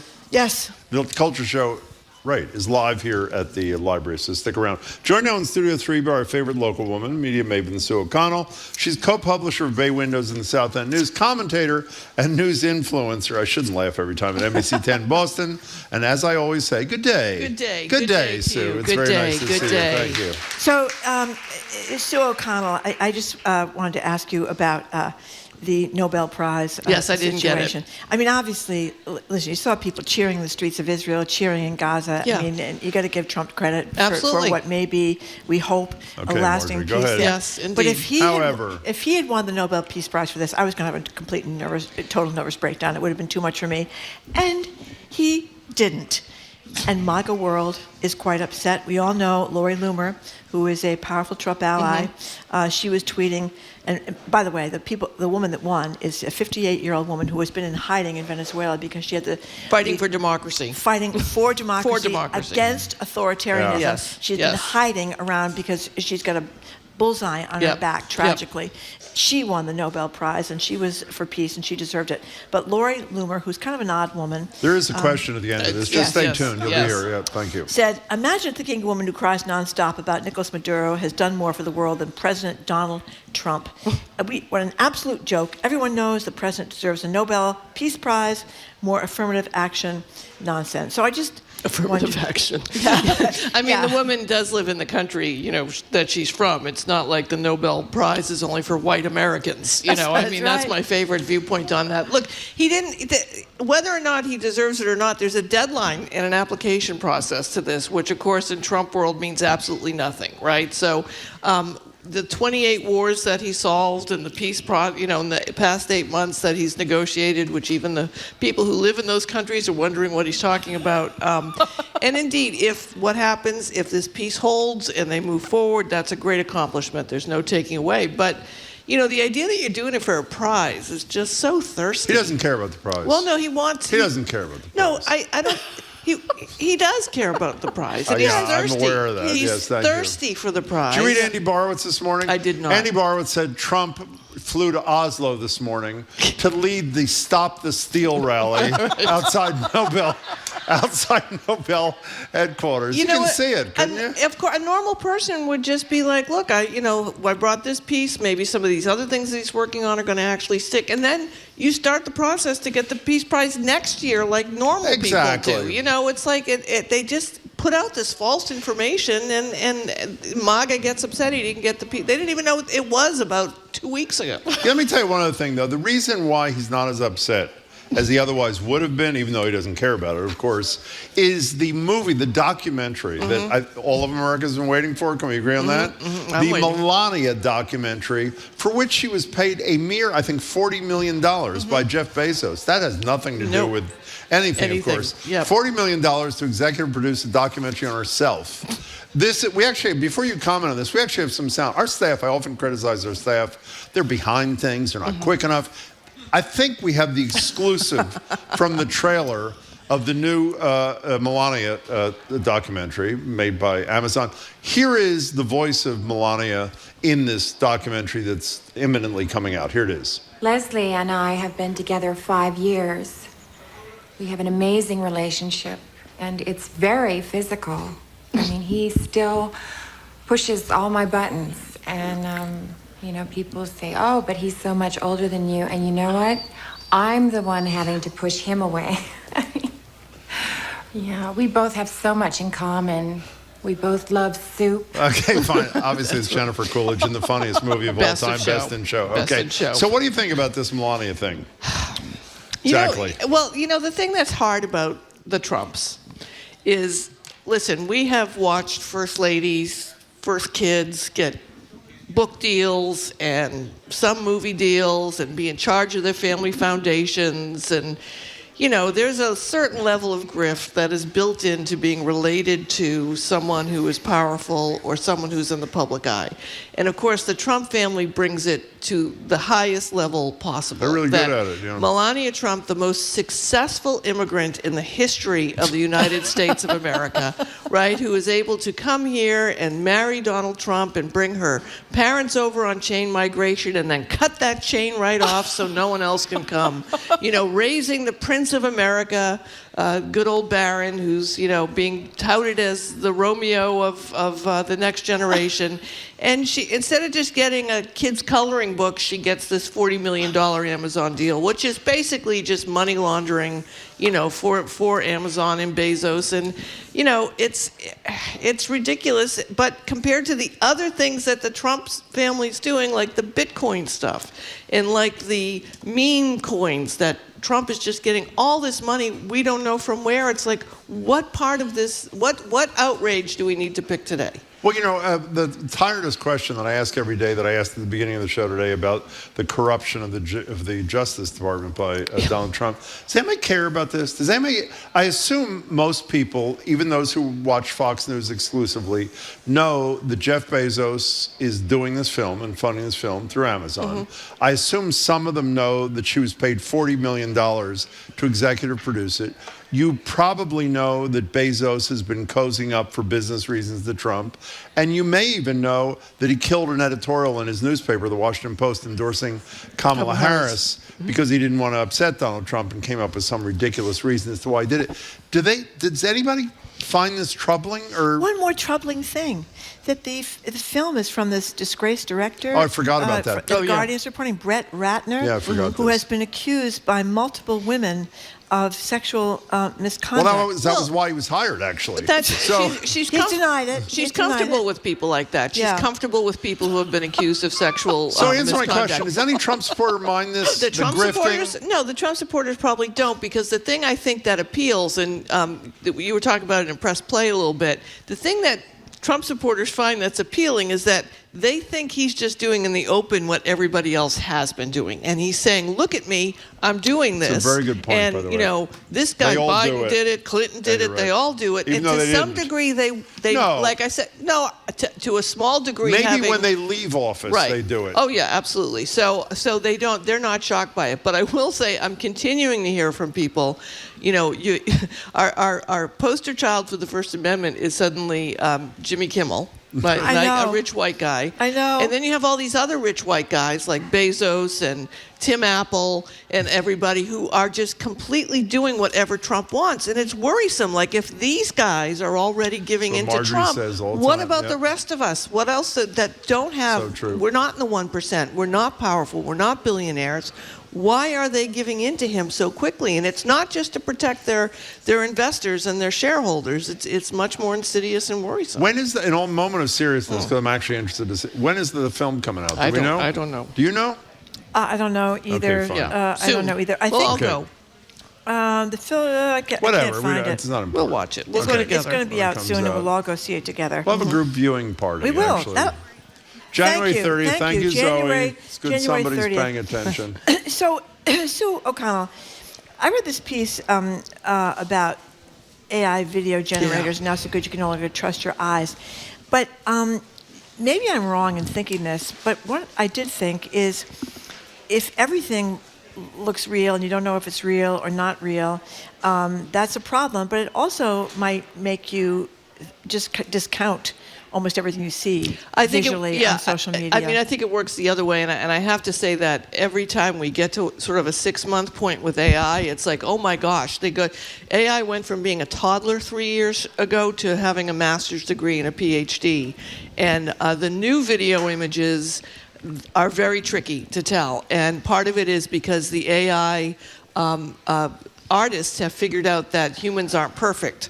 So don't make the AI image look perfect. Yeah. Like we watched a bunch of them in the newsroom at NBC the other day of the old lady feeding bears on her back deck that looked completely real. And it was not real at all. It was completely like a nice old lady who would go out and feed a grizzly bear a sandwich, and at first or second look, it looked real. And you have to think to yourself, it's unlikely that an old lady is feeding a grizzly a sandwich and getting away with it. So Have you seen the one where the cat scares off all the bears? Have you seen yeah, that one all real? of those. That's probably not real either. This and is that's heartbreaking. Yes. So to your point, though, I think it's a good thing if we are skeptical of everything that we see. Yeah. Not suspicious. There's a difference between being suspicious and skeptical. Be skeptical, ask questions, but I do think that there's so much of it, though, that now when you see one of your favorite celebrities or lawmakers doing something, you totally discount it. Yeah. And that I don't think is a bad thing, because I think that we should be critical of everything that they're doing. What's the name of the app? The reason we're talking about this is it's, a new app. What's it called? OpenAI's ChatGPT. No, the an app. video The app. It's an app. Yeah, I saw this. Sora. Sora, S-O-R-A. yeah, S-O-R-A. And the reason I bring that up is because Sora, what they're saying is that they have a watermark on every single one of the things, which was the saving grace. But when you read the story, they say people with like 7th grade skills can eliminate the watermark. So you have absolutely no idea. But you know, the thing is, I mean, you watch a lot of these I'm embarrassed. TikTok I watch thing, TikTok a lot. I do. The puppies rolling around, the animal things. Obviously, if they're not real, it takes a lot of the enjoyment out of watching those things. It does. And I also think that this may force eventually people to actually have to read something to get their information, as opposed to just watching videos which may be made up. Well, what TikTok and Instagram and other platforms are doing is trying to ask you, does this have AI in it? And they're being more strict about trying to evaluate what goes up so they can label it as AI. Yeah. I've been thrilled to find out that I write like AI, so I'll write something and then I get back, this has been written with AI, and I'm like, no, I actually wrote this. So. Well, how often do you Google something now and it tells you it's AI generating all the information? Yeah. That's almost everything you Google now. Have you noticed that? Well, and actually, it's pretty helpful, I should say. It is pretty helpful. Really, but as again, a starting often point. wrong. But As a again, starting point. you think again, well, I better double check this someplace else, because you should. I mean, you know, it's funny. You should be doing these things anyway. You should be looking at video that you see posted critically and skeptically, with a skeptical eye. You should images that or information you get when you're using Google Gemini is often wrong. So therefore, you should look deeper. So you know, I think we have turned into this, feed me the information, I don't want to do any work. Like, on X has been very famous for that. It's like, so you never said anything about this. I'm like, oh, so you've watched me for 20 years? You know everything that I said? Yeah. Well, it's not on X. I'm like, okay, then live on X, knock yourself out. I'm not going to feed you the information. I'm not your parent. But I guess the big fear was that, President Trump would get on television and say the Martians have landed, everybody would panic. Well, because it looked like it was real. I think this is going to make that less likely. I guess that's the overall point. Right, considering that what he's doing in real life feels like the Martians have landed. And every day it's like, in all seriousness, I don't agree with you at all. You don't? I think that's an intellectual. I've told you this story before, and I'll tell it again. I like to think I'm a fairly skeptical consumer of information. I like to think when I have time, I do what Sue said we shall do. I told you, when AI appeared in my car, because if you have a Tesla now, because obviously Twitter and Grok are owned by the same people who own Tesla, you automatically have AI in your car. And when I started asking the AI questions, I literally, knowing what I know, which is what you know, started responding to the damn thing like it's real. And so, again, if people pause, maybe you're right. It's new. I think in the North, but let me say another thing. New. When did ChatGPT come out? Like 2 years ago? 4 years ago. 4 years ago. 4 years ago. Okay, here's where we are in 4 years, where this app that people are saying is as close to reality as possible. Fast forward 6 months, 8 months, a year, 2026 November elections. We just saw that Trump thing about, what was it called, MedBed or whatever that the med phony thing was. I think he thought it was real, too. I'm not kidding. With Laura I think Trump he thought he was. as the newscaster on Fox News, which was not real, his daughter-in-law, him talking about MedBed, you're all going to get a card, you're going to get free care in these fabulous beds. And the actor beds. looks real that we've seen all over the last few weeks. So the point I'm trying to make is it is so high quality now that I hope you're right, but I fear that the exact opposite. We're going to believe everything, and almost nothing is real. By the way, here is this. The AI video? Explain this, what it is right now. Our staff just posted a picture of Donald Trump with his hands raised, this massive Nobel Peace Prize around his neck, placed there by Benjamin Netanyahu. Yeah, I think that came from Benjamin Netanyahu, by the way, too. It did. It was posted, by Netanyahu. This is where we are. We have world leaders making up AI images about each other and posting them on social media. So can you, as our Karen Reed whisperer, the plaintiffs, the O'Keefe Civil family, case. who are suing Reed for wrongful death, and I assume people know, even though she was acquitted of everything except DUI, the threshold to prove your case in a civil wrongful death versus criminal prosecution is lower. Has just hired some crack California. They're also plaintiff's lawyer. suing the restaurant CF McCarthy's and the Waterfall Grill. They hired B.B. Fell, who is a lawyer out of San Diego, I believe, who is well known on the West Coast for her wrongful death and accident litigation. Big settlements. She's gotten some really big ones. I mean, look, the reality of this case, the civil case, is that it is probably going to be one of the most complicated civil cases that we have seen in this region in a long time. You've got the O'Keefe family suing Karen Reed, as well as the bars and the restaurant. You've got Karen, who says she is going to sue two of the witnesses that were testified against her, as well as most likely the state police. And I'm sure that the O'Keefe family knew that they were going to need some extra firepower here on their legal team to deal with this. Alan Jackson, David Giannetti is not on the civil case, but Alan Jackson is. And he's who was her lead lawyer in the criminal case. Criminal attorney who has got a million cases going on right now. He's coming to town every month to work on this case with her. So it's going to be a very complicated case. As many people know, civil cases, 90% of them settle. 90% of them do not go to trial. I imagine that for the establishments, they have insurance companies who are, because they're being charged, alleged that they overserve Karen and John O'Keefe. Isn't that supposed to be against the law in Massachusetts? Aren't bartenders liable in Massachusetts? Well, they can be, but they have to be able to tell if you were drunk or not. You know, and they went to different bars, so it's hard to tell. You know, I mean, that's going to be. I went to Waterfall with my daughter. I told you the story though. I told you this when she had a car stored out there in Canton, and we went to the Waterfall after just to get a sense of the feel of the place. And I ordered. What did she drink there?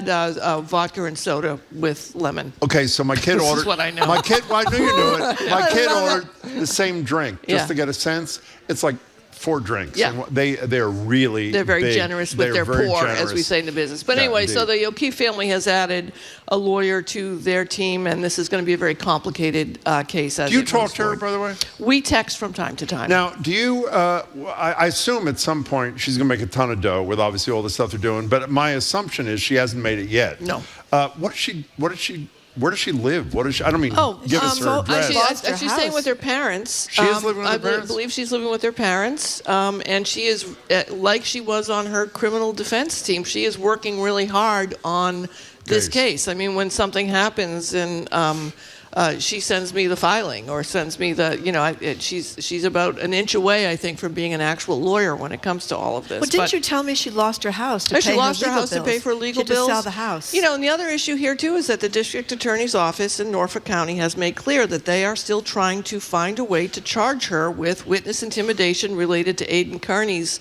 charges, Turtle Boy's charges. They have her cell phone. She had 2 of her cell phones are still in their possession. They will not return them to her. They are seeking, in the hearing that happened Monday, permission from the judge, the district attorney, to go through her cell phones to see if there's any evidence that she was involved in the witness intimidation that Carney has been charged with. Her lawyers say that's a complete fishing expedition and that they should give the phones back. I'm of the mind that they are going to just keep grand jury shopping. She was found no bill for the witness intimidation last year in front of a grand jury, and I just think they are going to be vengefully looking for a way to charge her with that, going from grand jury place to grand jury. Why this over-the-top effort? Listen, because they were humiliated. I mean, isn't that? Well, you could dig your ditch even deeper. Well, they are. I mean, I think if I were D.A. Morrissey, Michael Morrissey, the last thing I would be doing is continuing to try to bring charges that a grand jury has rejected against Karen Reed and keep this going. Especially you've got the Walsh case sheriff that's coming in up. Norfolk County's in a little hot water. Yeah, Norfolk too, County right? is a mess right now. Yeah. In terms By of. the way, can I say what's obvious? Because I know we're going to get text. Marjorie and I are not here arguing innocence, guilt. She's been found not guilty of the major charges. That's what the courts, the judicial system found. That's a reality. Yeah, and if you're mad about that she was found not guilty, take it up with the police department that didn't secure the crime scene. Take it up with the state police who didn't have a secure chain of custody evidence. Every single juror I talked to said that was the issue that really kept them from being able to see consider if any of the evidence led to her striking him and being responsible for his death. So if you're mad that Karen Reed was found not guilty, do something about it by auditing your police departments. Okay, we only have a minute. She mentioned the Norfolk County Sheriff got in trouble allegedly tapping taxpayer-funded office for thousands of dollars. That has nothing to do with online. this. Well, it has to do with a Norfolk general, cloud over Norfolk County. Okay, so you spend a lot of time in bars, as we know. No, it's Marjorie who does. I'm sorry. Did you read the story of the Sean Murphy fine print thing? Yes. About the 64 and 70-year-old thrown out of this Bowery joint? Yes. Because they didn't have proper ID. Do you need to be didn't get to carded drink. when you're 70 years old? So tried here's to the deal. sneak a drink. Here's the deal. All right. At 70, you can sneak a drink. Well, the guys, they were watching them. They were from Ireland, I believe. Apparently in Europe you can use your digital ID because they're so far ahead of us here in the United States. So they left. They went to this place to see this concert. They didn't bring their passport because they had you just go to the concert with your passport. They had all of their information on their phone, like they assumed you could do in America, as they do in Europe. As someone who ran a nightclub for a little while, 6 months, kind of like Jim's, I did not know that. Man Ray campus, 6 months. Really? In Cambridge? Yeah.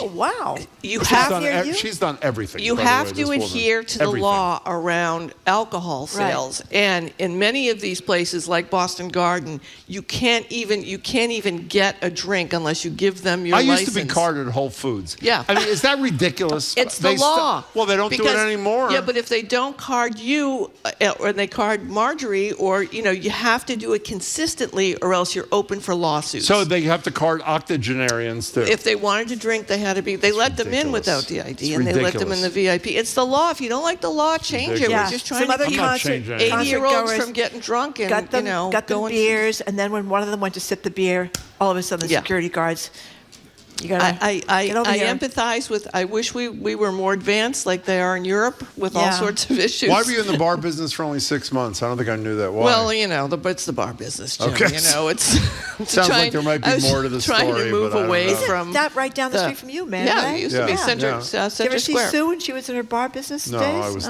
I wasn't hanging out in bars in those He was days. probably trying to enforce the milk license that you need in order to serve alcohol in Cambridge, because you know You how do? Jim. Is that true? Yeah, you needed a milk license. God forbid. What is a milk license? A license to serve dairy products. You had to have it because if you had milk in your Kahlua or something, you had to have a license for it. You know how Cambridge is. Of course you are. He likes all the white laws. Russian at the end of the evening. Okay, that's it. Bye. Bye. Nice Thanks to for see you. having That would me. be Sue Thank you, O'Connell. Sue Thank you O'Connell. very much, Sue. It's wonderful to see you. We've been speaking with media maven Sue O'Connell, co-publisher of Bay Windows and South End News, commentator at News Influencer, NBC Sports. No, you're not Sports Boston. No, you're that's at a the different News person. Boston, NBC This is News Sue, Boston. this one. Trenny's a sports Okay, person. fine. Sue is the media maven, real news person, and news influencer, of Bar course. owner, former And bar owner. I mean, she's done everything. Former disc jockey. Disc jockey, WBCN. I mean, No. weren't you at BCN? Kiss one away. Kiss one away. Close Whoops. enough. Close Sorry. 1 in 10. Okay, kiss one away. Were you 1 in 10? I was, yes. You were 1 in 10. I was okay. 1 of 10, yes. 1 in 10. Yes. That was a great show. Okay, Okay. coming up after this quick break, Boston Medical Center's Dr. Katherine Barnett joins us. I'm Marjorie Egan. He's Jim Browder. You're listening to Boston Public Radio 89.7 GBH, live from the Boston Public Library and streaming at youtube.com/GBH News.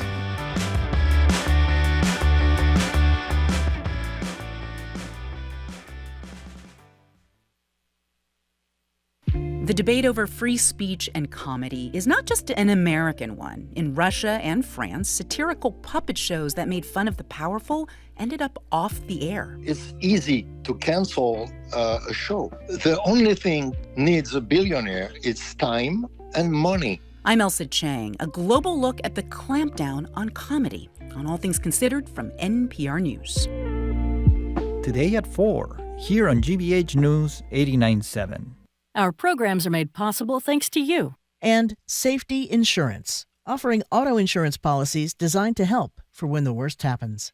You can ask an independent agent about safety insurance. Safety Insurance will help you manage life's storms. And Moderna. mNEXSpike COVID-19 vaccine, mRNA, by Moderna is available. More information about mNEXSpike is available from pharmacists and medical providers.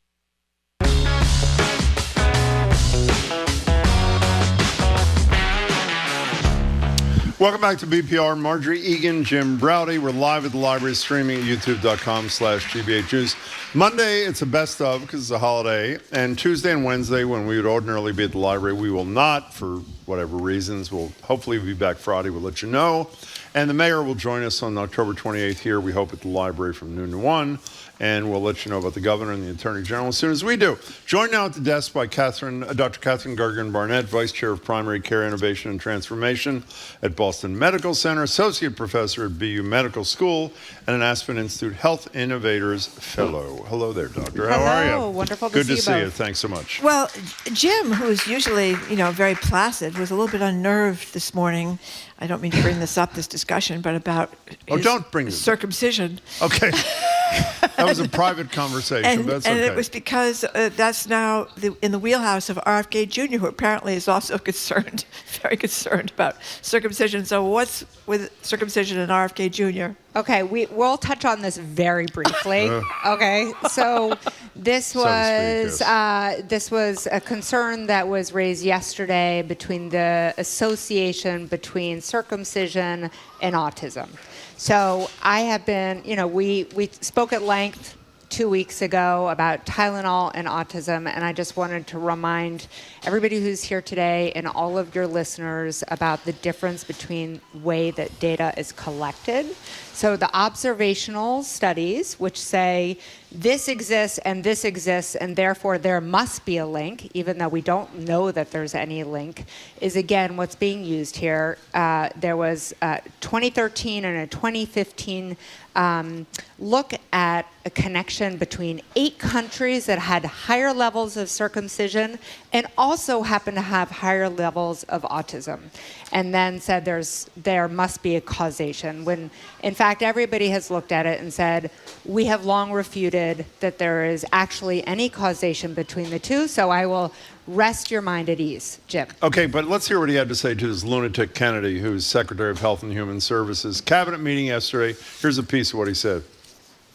Any mother who is taking this stuff during pregnancy just to get back at Donald Trump is doing something that is pathological. There's 2 studies that show children who are circumcised early have double the rate of autism. And it's highly likely because they're given Tylenol. You know, by the way, in addition to the horrible and dangerous advice, because as we talked to you, mothers with a fever should be taking Tylenol when they're pregnant. For those who are just trying to get back at Donald Trump or doing something that is pathological,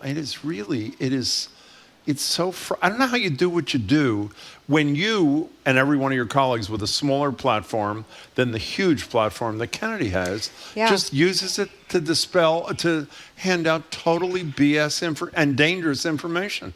Yeah, I think, look, we are living in dangerous times. It behooves us as scientists, and kind of going to the op-ed that 6 of the Surgeon Generals wrote. Tell the people about that. And which I'll speak about now. But it behooves us in science and as citizens to continue to turn to science and look to see how is a study done, what actually is the evidence, and how can you speak to a trusted provider, somebody who's trained in medicine, to give you the data. So 6 Surgeon Generals wrote an op-ed really decrying what is happening right now as dangerous, and very much speaking about the importance of bringing trust back into medicine, into health. And, I think that for me is something that keeps me up at night, and I think many of my colleagues. And how do we continue to bring and instill trust? Can I add something? It's not just 6 Surgeon Generals. It's every Surgeon General, serving Republican or Democrat, including serving Trump in his first term. That is correct. Since George W. Bush. Every single one of them the aisle. Signed this very strong, not mild-mannered piece trashing Kennedy and how dangerous he is. But not just trashing, a real call to action. Exactly, you're right. Yes. You're right. I just wonder, because you see patients, obviously, you're a physician. There was a really sad story the other day about a grown child who was on the autism spectrum, calling his mother to ask her if she'd ever taken Tylenol. Of course, the mother felt terrible. Do you get a sense that people are discounting this RFK Jr. stuff, or they're believing him? Did you hear from people at the hospital or other clients or patients or other physicians that people are believing this guy? Well, I think there is, of course, I can't speak for every person. Right. I think it's very powerful narrative, especially for any person who's ever been pregnant. We tend to take in a lot of things, concerns that we did something wrong or blame ourselves. And constantly. Again, this really kind of builds upon that narrative, right? So just to remind listeners that Tylenol is actually the only medication that is recommended for women who are pregnant who have a fever.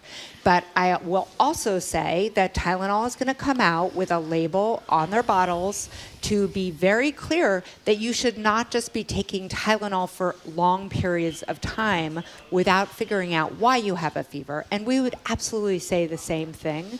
And so I think there's going to be a lot of untangling of guilt and shame and misinformation that will be happening over the next Is that all the label is going to say? It's not going to go so far as to say, make the autism connection My that RFK Jr. is understanding making. is that it's going to give a very clear warning that women who are pregnant should not be taking this for long periods of time, which is what we would have said anyways. Speaking of vaccinations, one of the other things that was pretty troubling to read, you always think about the trickle-down impacts, which is really what Marjorie was asking about, in terms of these pronouncements from people who are out of their minds and are dangerous individuals like Kennedy, like Trump, that sort of thing. I wasn't aware how difficult in terms of accessing and meeting a bottom line for pediatricians providing vaccinations were. And you should share that with people because it was sure as hell new to me. And how much more difficult this makes it because of the concern of so many people when they hear Kennedy talking about this, and that pediatrician is not even sure as he or she or they were in the past about what a constant flow of parents with kid getting vaccinated would be. So describe the issue. Yeah, so first I'll speak about, the difficulty of deciding whether you're a pediatrician or myself, a family medicine doctor, where you have, you need to figure out how many vaccines are you going to need over a season, right? And so offices tend to pay about 50% out of their own pocket and tend to get about 50% federal funding for vaccines. And you only get paid as an office once you administer the vaccine. So you have to front the money. So you have to front the money, and it's only with the administration and then making sure it will be reimbursed by the payer that you will get paid as a practice. So now we have a situation, and just kind of to go into what's happening with CDC, where, as people may remember, 2 weeks ago, the CDC Advisory Committee on Immunization Practices, so the ACIP, which you've probably seen a lot about, came out with some recommendations about COVID-19, flu, RSV, and other vaccines, which we'll talk about. Only on Monday did the CDC then say, okay, now we're moving forward. And as people in public health like myself will say, this is good news. We are moving forward. We've been able to order the vaccines. You're going to be able, if you're a parent looking for a vaccine for your child, you will be able to get these vaccines now. But part of what they did is, first for COVID-19, they said, you can only get COVID-19 vaccine if you have a shared decision making. Okay, so first of all, people are going to say, what does that mean? Does that mean I can't go? It's going to make it harder to get the vaccine. It just very simply means that you're going to have a conversation with your provider, a physician, or somebody who works at CVS or Walgreens to say, these are the pros, these are the cons, sign off. CVS has actually said, we're not even going to do that. People can come in, they get their vaccine. They want it, they can get it. So CVS has already declared that. Good for them. And actually, so CDC came out earlier this week and said, finally, people will have a choice around COVID-19. They've always had a choice. We have never forced people. I know in the very beginning there were some requirements for people for COVID-19, but there's always been the conversation about what are the risks, what are the benefits. So that's one thing. So there's a lot of confusion. The other big thing, and I think something our listeners need to know, is the recommendation now for measles, mumps, rubella to all be separate vaccines. This is what the CDC has said, even though public health experts have said for 50 years, we've known there's been a combined vaccine for MMR. I'm sure you all have heard of it. And that's the only thing we have. That's the only thing that's available in the United States. So for the idea for us to have to now make separate measles, mumps, and rubella, and then have families come in for separate vaccines for each of those things, to your point, makes it much more difficult as a practice to know how much we should order. Did we get it right? Did we actually give everything the way it should have been given? So it's a lot more stress. It also means that if you have those patients, they're going to be coming in more, right? So think about, what's your access going to be? Right? So, and the poor kids. And then the poor kids are never going to want to ever see you, because they're going to hear the crinkle of that paper on the table and they're going to run away. Here it comes. So it's very complicated. Marjorie was talking, she and I were talking this morning about dividing up the MMR things into three. Do you have to make 3 separate visits, or is it three separate visits? Yeah. So the point you were making is it's even less likely that they're going to get all the vaccines, because they're not going to keep going back. And we all remember bringing our kids in for vaccines. Of course, no matter how skilled you are, it's a little prick, and the kid gets upset. So you're going to upset the kid 3 times instead of 1 time. Yeah. Yeah. So going back to how much strain it's putting on the system, again, it's creating so much confusion, and it goes back to who are you trusting, who are you listening to, and how can we make sure we get the data out and we teach each other about what is public health. Okay, so Costco, where I spend a decent amount of time, is about to have Ozempic, the GLP-1 things for roughly half the price that other places do, $500 a month rather than $1,000. And I was reading a couple stories, and some were critical. And maybe they're critical because it's so not much insurance is covering this unless there's a diabetes thing or whatever else it is, rather than it seems to me you should cover it because if you're not obese, you're probably going to have far fewer health conditions down the line. But is there any downside to this discounting, even though it's still expensive, of these weight loss drugs? There's no... Well, they're not just weight loss drugs, but you know what I mean. Yeah, no, so just to, kind of orient all the listeners. So Costco just came out saying they made a kind of negotiation with Novo Nordisk, who does some of the GLP-1s, specifically Ozempic and Wegovy. So now folks can get their medications from Costco for the low price of $499 a month, which, by the way, GoodRx already does. So, you don't even need coverage by insurance to go through GoodRx to do this. But you need $500 a month. But you need $500 a month. And you'll still need a prescription for all of these things. My only concern, I just want to make sure, and the article actually does a really nice job also bringing this up, that we continue to remember that people will need counseling as they take these medications. They need to be monitored. We need to be checking other blood tests. And this shouldn't just be, do a telehealth and you're one and done and get the medication and never see anybody. So I think there's now commercialization around Costco where you can actually get a provider that's specific for Costco and these medications. So just want to remind people that, again, you need a trusted relationship with somebody who can walk you through this. But arguably, the physician is not going to give a prescription unless they lay out in advance to go take this and save some money, but unless you do all the other things. Obviously, you're not required to do them, but you should do them, right? That is absolutely correct. But again, there is a company, and I'm sure there will be more, called Sesame, where you can just, I actually looked it up because I was like, I'm very curious. What is it? You go online and you can just say whatever medication you want, you press the button, and then you can get a prescription from somebody who works at this company who may or may not ever so you theoretically fill out a form, and theoretically a doctor who works for that company reviews your record. But there's no relationship, there's no continuity, there's no observing. And so there are some dangers with that. So this story in USA Today, and I'm dying to know what you think about it, about how even a can of soda a day, whether it's regular soda or non-sweetened soda, can result in some kind of liver disease. I thought, it's a wonder half of America doesn't have liver disease. Well, actually, half of America does have liver disease. No. Too? Not half.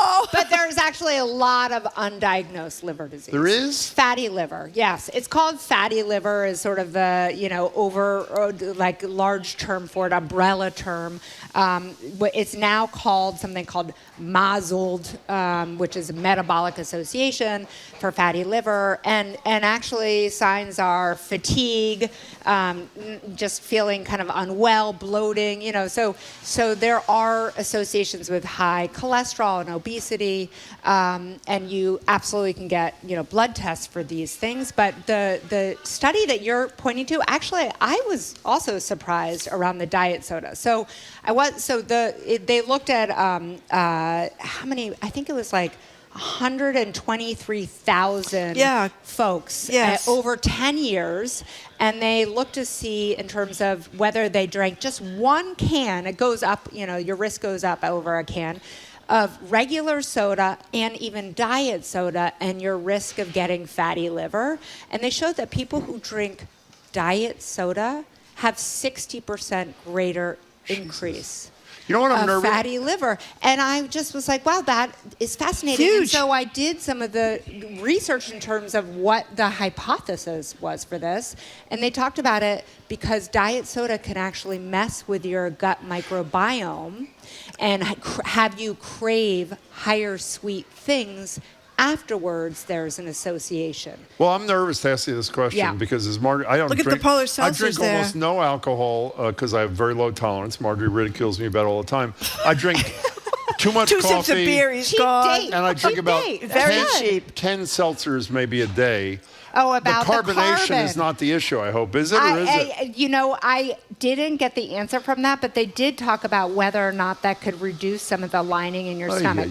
So I don't want to be bad news bears. Reach for a seltzer over a diet soda, certainly, but I love seltzer myself, so I'm really hoping there's not good data on that. Well, you know what I wonder about? But that's not part of this This is study. not part of this study. Okay. This is not on our list today. I don't even know if anybody's ever studied it, but I hadn't heard of electrolytes 10 years ago. Sure. Now we're drinking electrolytes constantly. I'm waiting for the studies. We?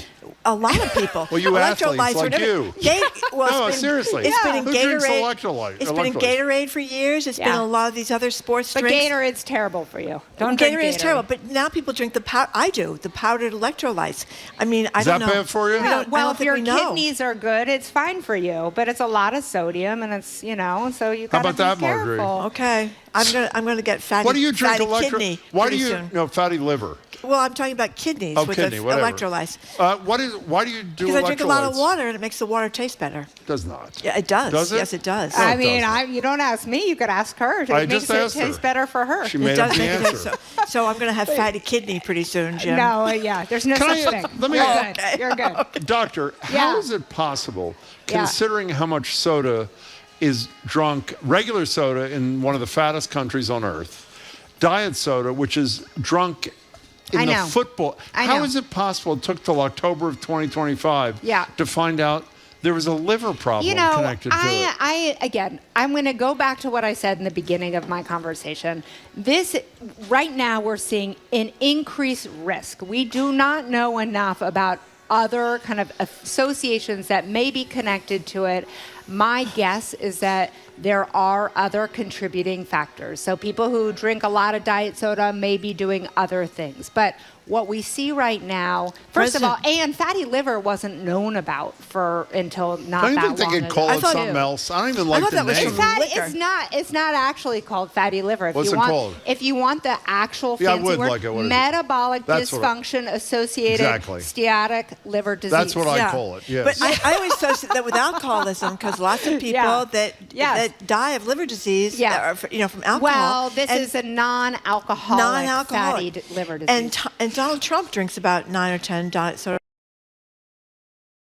He's a big Do Diet not Coke say guy. it, Marjorie. I'm not saying anything. We're I'm in just enough saying trouble already. you should read the study so he can be more cautious. It definitely raised flags for me, and it made me more curious. Okay, to read more. There goes my ginger ale out the window. Electrolytes will be next. So I'll have nothing to drink anymore. It's a very sad story.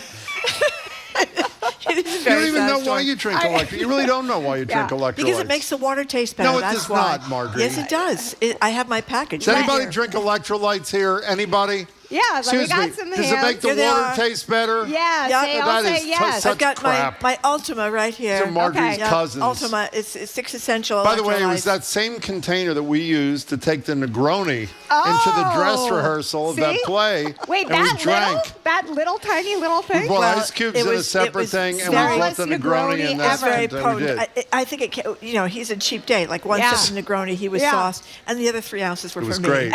From Bully Boy. Good job. That's right. why you need the electrolytes. That's right. It's all the Negroni. Hey, Doctor, it's great to see you. Dr. Great Katherine seeing you. Gergen Barnett. Thank you very much, Doctor, for coming in. Love to talk to you.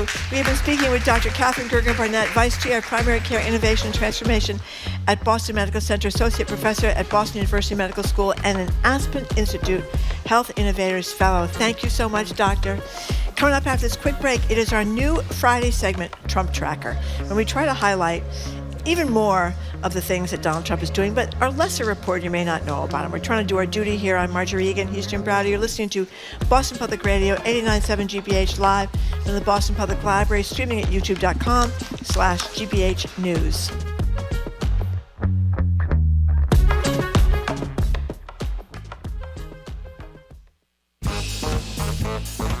This week on Under the Radar with Kelly Crossley, New England's first affordable senior living community aimed at LGBTQ+ elders opened last summer. Private, city, state, and federal funding made it happen. Now a GBH News documentary captures the experience of some of the Pride's first residents. That's Under the Radar with me, Callie Crossley, Sunday night at 6 here on 89.7 GBH and the GBH app. Support for our programs comes from you. And Historic Beverly. 250 years ago, a revolution began. The American Revolution, a story of war in 28 paintings, explores the defining moment and features works highlighted in Ken Burns' upcoming documentary, HistoricBeverly.net. And Celebrity Series of Boston, presenting Nordic Roots trio Dreamers Circus in a performance featuring vibrant arrangements and original compositions. October 26th at NEC's Jordan Hall. More at celebrityseries.org.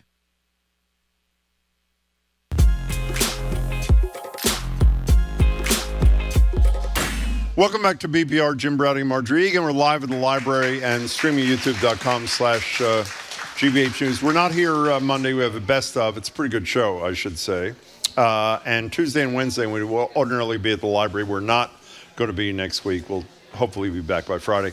So as Marjorie said, welcome to the second installment of our new Friday thing, Trump Tracker. And that's where we spend a couple of minutes trying to catch you up on maybe the underreported things coming out of the flood the zone Trump administration that we think should matter to you. Marjorie's going to start. Go ahead, Marjorie. Okay, that would be the president has a plan that would limit disability benefits for older Americans, make it harder for older Americans to qualify for Social Security disability payments, part of an overhaul of this federal safety net. It's part of this whole big, beautiful bill. It's going to take a lot of things away from people who are not very wealthy, poor, older, and disabled people. But let me just say, it hasn't happened yet. This is a proposal, so people shouldn't get nervous. But the way they're going to do this is by age. In terms of a work requirement, they consider age to be a limiting factor. Either the age level is going to be raised or eliminated, which would make it much more difficult for people with disabilities who are older to get Social Security disability, which is just horrible. Mine actually relates indirectly to health care. We have not enough money for Medicaid, nor do we have enough money for the subsidized Obamacare premiums. But Donald Trump has found $36 million of our money to invest in an Alaska mining company. That's our tax dollars, an Alaska mining company. And what stands out about that company? Do you happen to know? Is the one that's going through the wilderness? The major investor is a huge supporter of Donald Trump. Oh, okay. So he's, again, investing $36 million we don't have for health care for low and moderate income people in an Alaskan mining company where the major investor happens to be a huge financial supporter of his. And I did want to add that it goes through that 211 miles, I think it is, for the Alaskan wilderness. Yeah. I mean, that's kind of creepy. He's approving a road to get there. By the way, Okay. the heading of that thing that really stuck with you, the thing about the 36 million, what do they call it, Republican socialism? Republican socialism. Well, people always say how they don't want socialism, and they're calling things like Obamacare socialism, which it is not. Socialism is the government owning the means of production, as it were, and Trump is owning partly some of these companies, which is kind of Republican socialism. Trump, the government under Trump. Yeah, he's using federal Intel, tax dollars. This other, NVIDIA, this company. It is, when the government inserts itself into these situations. So when you think about it, the person that's the biggest socialist right now in a big-time way is the president himself. It's not Obamacare or Social Security. So the next one on my list is their analyses being done to show that in the firings that Donald Trump is doing, not surprisingly, there are a disproportionate number of black people. And while those numbers aren't hard yet, it's pretty hard to do since there's so few black people. An analysis was done of the 98 highest ranking Senate confirmed appointees by Donald Trump. 98. How many of the 98 were black? Do you know? I would imagine a majority. No. Of his appointees? Oh, the people that he fired. No. This is of people he nominated who were confirmed by the Senate. I don't know. 98. I don't know. 2 black people. Oh. 2 out of 98. Okay. Which, and for those, I assume most people know, roughly 15% of the population in America is black. Your turn. Okay. There's been Supreme Court cases about this during protests, and people have burned the American flag, and the Supreme Court decided that was part of people's, they don't like it, they may be upset about it, don't like to see it happen, but it is part of our First Amendment freedom of speech rights in the United States of America. Well, he's talking about taking away the freedom of speech of burning the flag. So he did an executive order saying it's not protected by the First Amendment, even though it is. He wants to go after flag burners. That's the thing. Sort of like... what I want to mention, though, before we go? Go ahead. It's not exactly Donald Trump, but it's part of his administration. Sure. The Homeland Security head, Christine Day, the one who shot her dog, Cricket, the little puppy. Cricket was his name? Cricket. Oh, okay, got Cricket. it. Cricket's dead. Yep. Anyway, there's this video now at the airports that's going to blame Democrats for lapses for the shutdown of the government. It's going to be on screens at the airport. It's going to say, it is TSA's top priority to make sure you have the most pleasant and efficient airport experience as possible. However, Democrats in Congress refuse to fund the federal government. And because of this, TSA employers are working without pay. It's outrageous. You know what she's also going to explain in that video? What habeas corpus is. She's going to do that as well. So that's our Trump tracker for the week. Okay. Okay, we are yourself. done. Coming up after the 1 o'clock news, it is time for Live Music Friday. This week is going to be Boston Baroque. Wait till you hear this gorgeous, gorgeous music. I'm Marjorie Egan. He's Jim Browder. You're listening to BPR 89.7 GBH, live from the Boston Public Library, streaming at youtube.com/GBH News.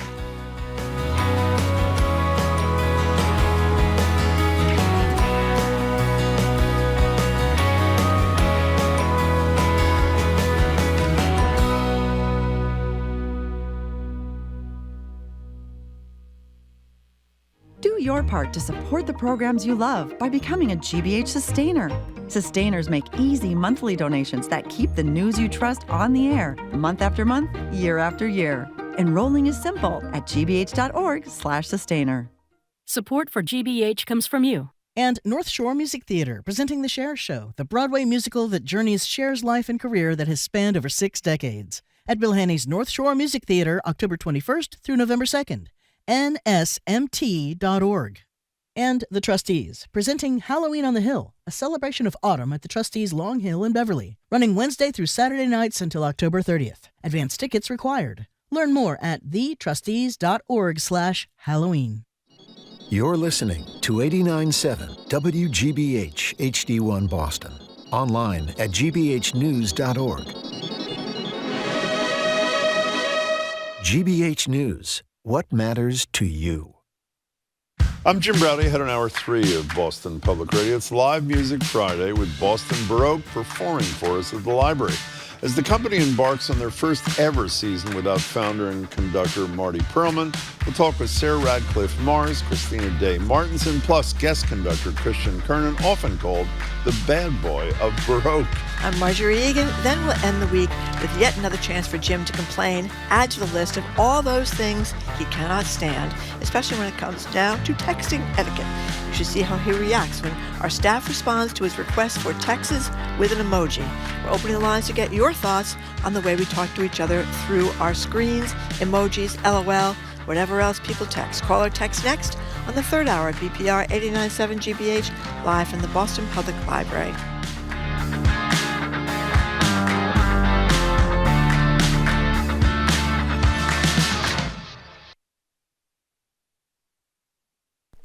Live from NPR News in Washington, I'm Janine Herbst. In Gaza, thousands of Palestinians are walking north back to their homes as the first phase of a peace plan from President Trump is underway. NPR's Aya Batrawi reports beyond the release of Palestinian detainees by Israel and hostages by Hamas, there's a lot of uncertainty over how this will unfold over the next 72 hours. We are also looking to see whether Egypt's border with Gaza opens for heavy machinery to enter. That is going to be needed for Hamas to retrieve some of the bodies of hostages it holds that are buried, I believe, in different parts of Gaza. It's also needed to recover Palestinians from under the rubble of Israeli airstrikes, including one last night just before this deal was signed that struck a residential building in Gaza City. At least 40 people are missing under the rubble of that Israeli airstrike, rescue crews say. NPR's Aya Batrawi. Meanwhile, Israel is expected to allow hundreds of trucks of UN aid into Gaza soon to reverse severe malnutrition and starvation, and Trump is expected in Egypt and Israel on Sunday. The Trump administration claims that assaults on ICE officers are up 1,000%. But they haven't provided any data or proof of this. Colorado Public Radio's Allison Sherry says a review of federal court filings also doesn't show proof. The administration has not only claimed an eye-popping increase on assaults on federal immigration officers, but they've also assured the public that anyone who assaults an officer will be prosecuted to the fullest extent of the law.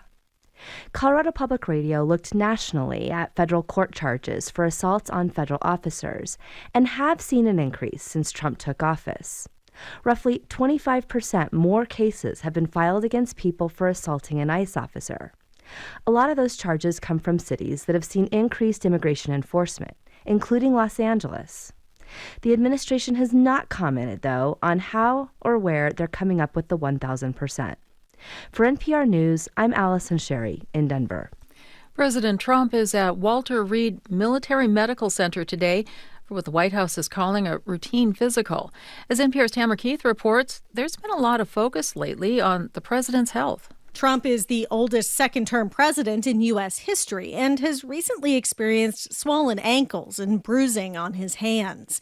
Today's visit comes 6 months after Trump's last annual physical. He told reporters this week he's feeling fine. Physically, I feel very good. Mentally, I feel very good. You know, I did about 6-7 months ago, I do physicals. I like to, when I'm around, I like to check always early, always be early. It's a lesson for a lot of people. In July, the White House said Trump had a common circulatory condition known as chronic venous insufficiency, but remains in excellent health. Tamara Keith, NPR News. Wall Street's trading lower at this hour. The Dow is down 627 points. You're listening to NPR News. Good afternoon. With the latest from the GBH Newsroom, I'm Henry Santoro. The MBTA is installing a new safety system on the Green Line that it says will prevent collisions. It's called the Green Line Train Protection System, and workers are now installing it in the first batch of trolleys.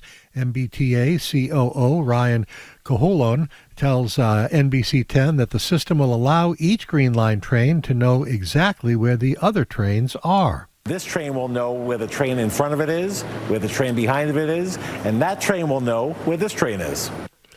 Caholon says the system will automatically brake if trains are getting too close to each other. The new system comes after recent incidents on Green Line, including derailments in Cambridge last year, blamed on excessive speed in a February collision in Somerville that left 5 people injured.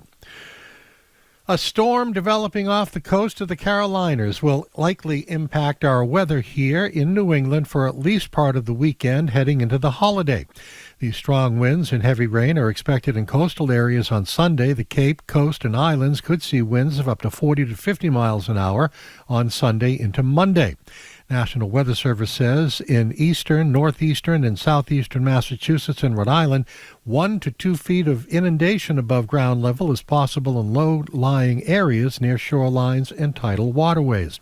Low-lying areas and roads, including Easy Street and Nantucket, may experience pockets of shallow flooding of about a foot of water.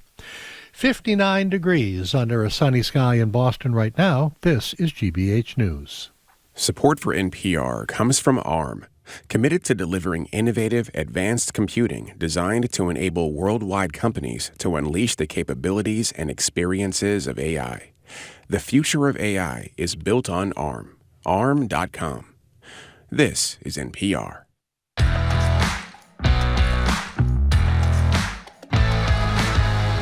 Welcome to hour number 3 of Boston Public Radio. Jim Brady and Marjorie Egan. We are broadcasting live. Thank you from the Boston Public Library and streaming at youtube.com/GBH News. It is a holiday on Monday. We're going to play a repeat on Monday. And because of technical issues, you won't be here, I'm sorry, at the Boston Public Library either next Tuesday or Wednesday. We hope to be back on Friday. The mayor of Boston, Michelle Wu, will be with us on the 28th. From noon to 1 at the library. Hello again, Jim. Hey, and it's a great crowd today. Thank you all for coming. Stick around at 2 o'clock. The Culture Show is here live, and it's a lot of fun, and we love it. So welcome to Live Music Friday. For 52 years, conductor Martin Perlman was Boston Baroque. the founder and sole music director for one of Boston's premier classical institutions, not just Boston's, the country's.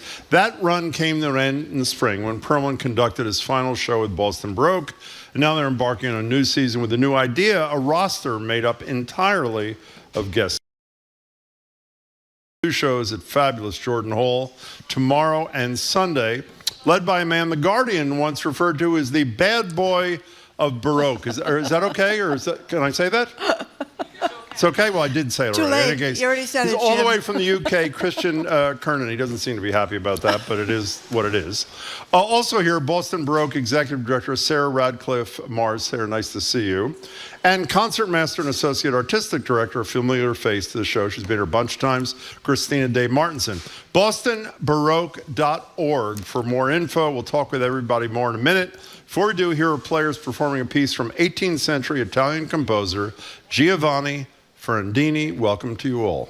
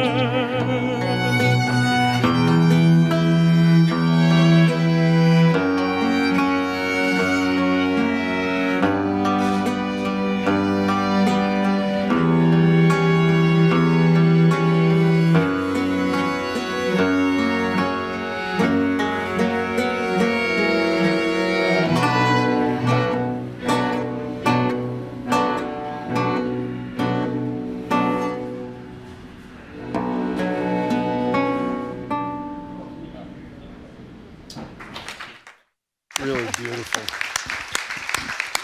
Wow. That was absolutely gorgeous. We're going to be joined by one of the performers. Sarah, tell us a little bit more about what we just heard and who's in the ensemble. Yeah, so we just heard the second movement of this beautiful solo cantata by Ferrandini. The title of the cantata is Il Pianto di Maria. It's really it's focused on Mary and her sorrows as she faces, obviously, the worst situation for a mother could possibly imagine. And it was written by Ferrandini, although for a long time we thought it was written by Handel, who obviously is much better known than Ferrandini. And I think for a long time people performed it on that basis, and it was only relatively recently that we learned that it was in fact not by Handel. So we were really lucky today to be joined by Meridian Prahl, who is our wonderful mezzo-soprano soloist. Yes. She's making her debut with us this weekend, so we're really, really delighted to have her and grateful that she was able to join us. And then the principal string players of Boston Baroque. We've got Sarah Darling on violin, Jason Fisher on viola, Michael Unterman on cello, and Michael Leopold, who's been playing theorbo. And of course, Christina's here with us as well. It was fabulous. It was really fun. Sarah, can you explain, for those who are not familiar with Boston Baroque, what's the concept of Boston Baroque? Christina. Yeah, sure. I'm sorry, Christina. No problem. Well, it's a period instrument ensemble, meaning we play on instruments that are trying to replicate what the instruments that they played back in the 17th and 18th centuries. So some of us play on modern instruments that are built in that style, some actually on these old instruments that are 200-300 years old. And we play with gut strings, a very different bow, so it's a very different language and different sonority. You can hear it sort of a bit more raw, and there's some nuances that we can do with these instruments that you can't so much with modern instruments. So, well, it's not just that. In terms of how genuine it is, I didn't know this. Marjorie, of course, did when I was preparing last night. That in so much of what we hear of Bach, we hear a piano, and it didn't even exist when he was doing his composing. Harpsichord. So it's really fabulous. So how the hell did you get involved? Me? You, yeah. The bad boy. The bad boy. I can't. How'd you get? I know you don't like that, but it is what it is. We read all about you. How'd you get involved here? I was very lucky enough to be phoned up by Sarah and asked, and I thought, why not? It's a really good opportunity to work with a fantastic orchestra, visit Boston, which I've never visited before. Oh, really? Yeah, never been here before. So, good gig. Okay, well, one of the reasons you're known as the bad boy, and we read this story in The Guardian that talked about your bad boyism, called one of the performances that you oversaw a gutsy smorgasbord of cross-dressing love and lust and simulated sex and swear words and all this kind of thing. But maybe that's what we need to get more interest in classical music, because a lot of people worry that classical music is gone by the boys. I think we get into that, and also the modern clothing. So tell us. Well, actually, that was all in my house rather than At your house. Yeah. No, it's great. I'm very fond of productions that are set in today's world. It gets rid of a sort of, I always say we have the National Trust in Britain, and sometimes the productions that are put on look like a National Trust tea towel. Exactly. And I think basically putting on things in a modern dress makes it more immediate. It's nothing wrong with doing things in period style, and it can be very affecting, but just personally, modern is what interests me. Yeah, but I think that's really true, to see things performed in the clothing that we'd all wear in 2025, as opposed to some of those odd outfits that you saw back in... Sarah, did anybody do this before Boston Baroque started doing this 52 years ago? That's a great question, and especially in the US, not very much. It was more common, I think, at that point in Europe, but Marty was really a pioneer in that regard over here. And I think he would tell you that he started out because he had this interest, and he thought the music is so great, the instruments are so great, there are players who can do this so beautifully, but no one's doing it. And why are you doing this guest conductor season like you're doing, starting with your colleague there? Yeah, well, because we will need a new music director eventually.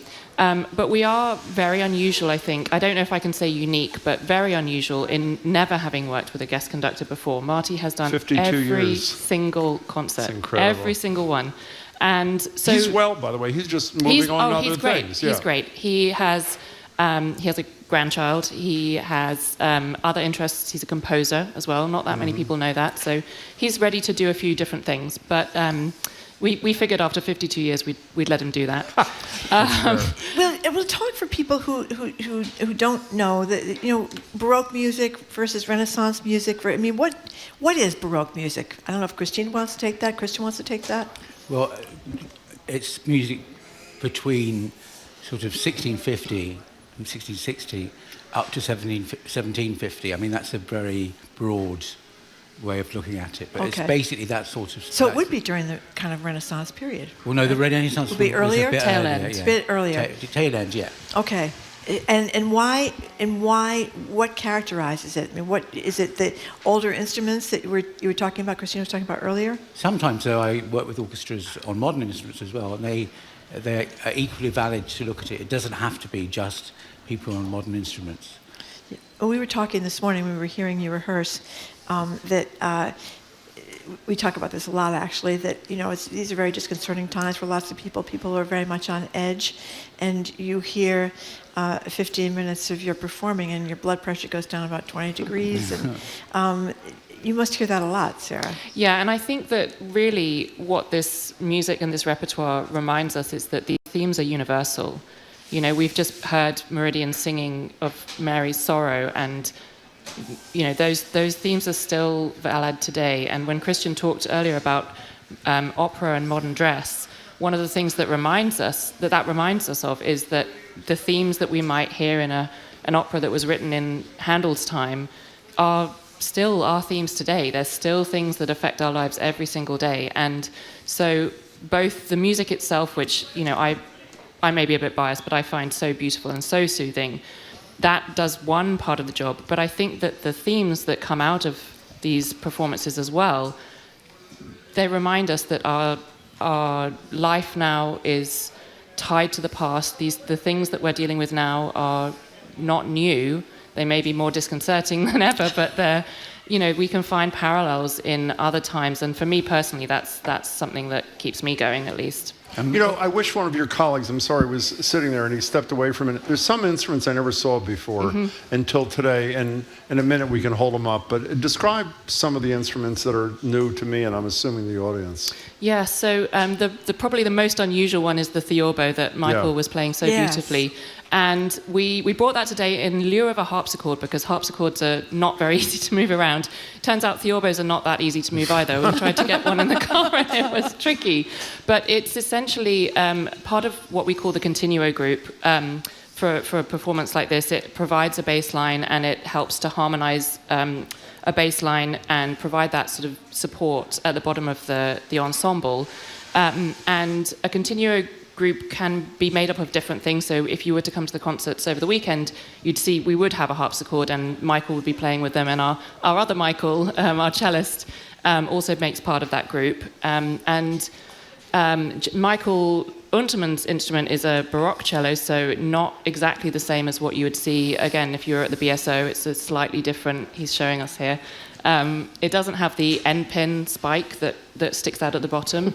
So he holds it slightly differently than you would see on stage for a modern performance, for instance. We're talking to leaders, a conductor, and players from the great Boston Baroque. And to get info or tickets, they're for the premier concerts this season or tomorrow on Sunday, bostonbaroque.org. I'm sorry, Marjorie. Christina, you were playing the violin. So we always hear about these 300-year-old violins, the Stradivarius and all that kind of stuff. How long has the violin been with us? Piano is relatively new in the history of music, but not so the violin?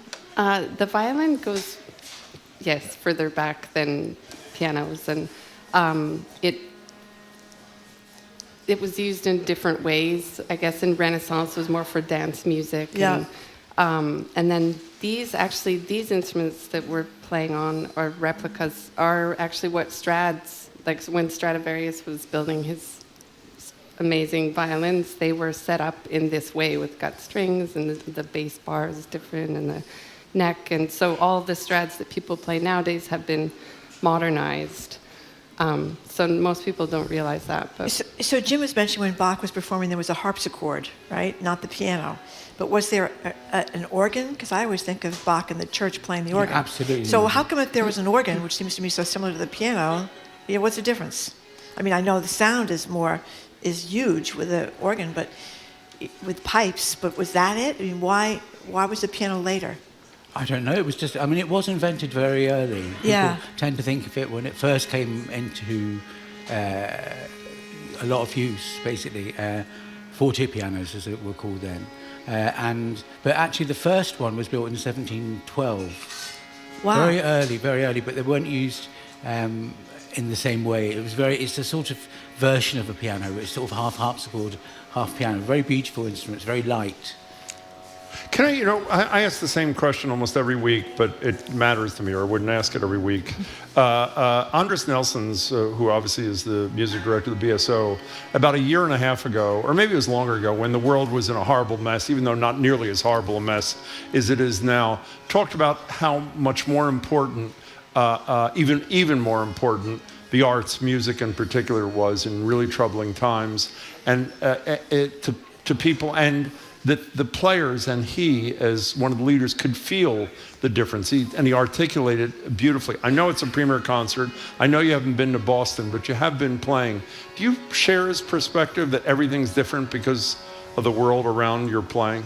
I think so. And I do think that as human beings, we seek out these moments of connection, and music is absolutely one of those. And I think it's both a reminder that there's nothing more different in some ways than all these people on the stage playing individually. Each one on the stage in an orchestra is responsible for what they are doing individually, but they're also part of a greater whole. Mm-hmm. You are absolutely reliant on the person next to you, the person behind you, and of course the person in front of you, and that is a type of community. I can't believe Mark Monday guest was Robert Putnam, who wrote Bowling Alone, and he was Bowling Alone, for the few who don't know, came out in 2000, talking about how isolation was killing our country, and he said the isolation is even worse in 2020, and I had never thought that's part of the deal. He said we should all join a choir. Well, they are, but they have joined a choir. They have joined. Yeah. It's a variation on a theme. It's people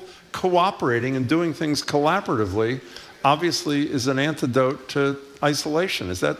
Yeah, for sure. And music is so healing, right? And it's even more powerful when we come together with other people that we can connect with and share something that's bigger than ourselves.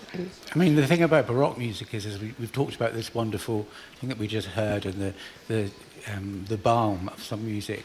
But actually, Baroque music is particularly energetic, exciting, again, because of these instruments. Yeah. You'll see down there that we've got the Baroque guitar has appeared, which is that's the, Yeah, that is beautiful. It's very beautiful. Yeah, it's beautiful.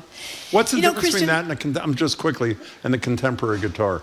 Unfortunately, we can't get a mic there. No, exactly. But the contemporary guitar is much bigger, has fewer strings, but they're basically very similar instruments. It's beautiful. Christian, you talked about in one of these pieces I read that music is obviously very important, but music and staging. So what do you mean by that? What do you mean by the staging? Basically, the way that the director does the production on stage. So, again, on modern costumes. I think you listen differently if you're seeing something which is different. Yeah. You mean if it's differently arranged on the stage? Yeah, exactly. If you have somebody, as we said, in costumes of your time, I think you don't. We talked about that before. Yeah, exactly. But how are you going to incorporate the Stratocaster guitars in this whole thing? That's what I won't. But that was one-off. One-off. But it was a great one-off. Do you have to join your colleagues to play again? Why don't you put your headset down while we talk to your... First of all, quick, how many days have you been in Boston, Christian? I was very kindly allowed to arrive a bit early because I suffered from jet lag really badly. Oh. So have you gotten any feel of this place or no? Not really. I've been sleeping a lot. Okay. Yeah. So and we've been working him hard as well. You was at the Royal Ballet, though. I thought that sounded pretty cool, the Royal Ballet. Yeah, well, I was in the Royal Opera. I didn't, as you can see, I'm not a ballet dancer. We did see. But in the sweetest way. What are they playing? Now we're going to hear the Gigue from Bach's D major orchestral suite. Boston Baroque, yet again, please welcome them.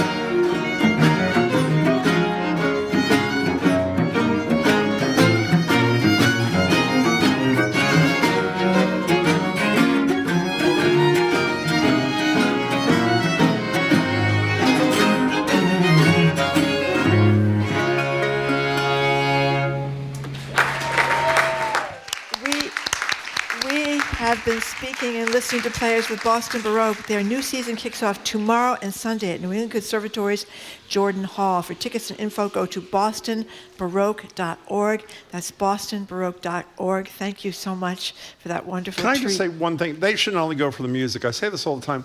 Watching the players perform I know. is as exciting as listening to what they do. It's beautiful. You guys did a just beautiful job. And thank you so much. And congratulations and welcome to you. It's great to have you all. Thank you very much. Thanks so much.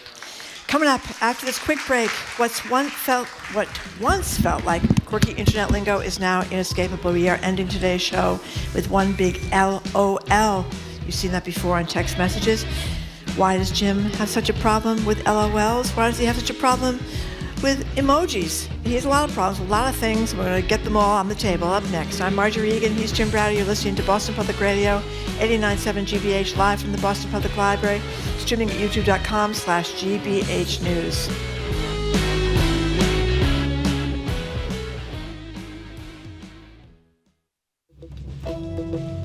I'm Arun Rolfe. Coming up on GBH's All Things Considered, President Trump's opposition to offshore wind is forcing Salem to reconsider plans for a major port development. And this week on the Joy Beat, meet the Boston teens turning big ideas into real change thanks to a groundbreaking pilot program putting funding and the future in their hands. Those stories and all the day's news starting at 4 on GBH 89.7. Our programs are made possible thanks to you. And Burton's Grill and Bar, serving weekend brunch with dishes like cast iron French toast, chicken and waffles, and short rib hash. A gluten-free menu is available, with 8 locations in Greater Boston. burtonsgrill.com. And the DeMoore McKim School of Business at Northeastern University, where MBA and master's degree students can build vital business skills through experience. Learn more at northeastern.edu/business.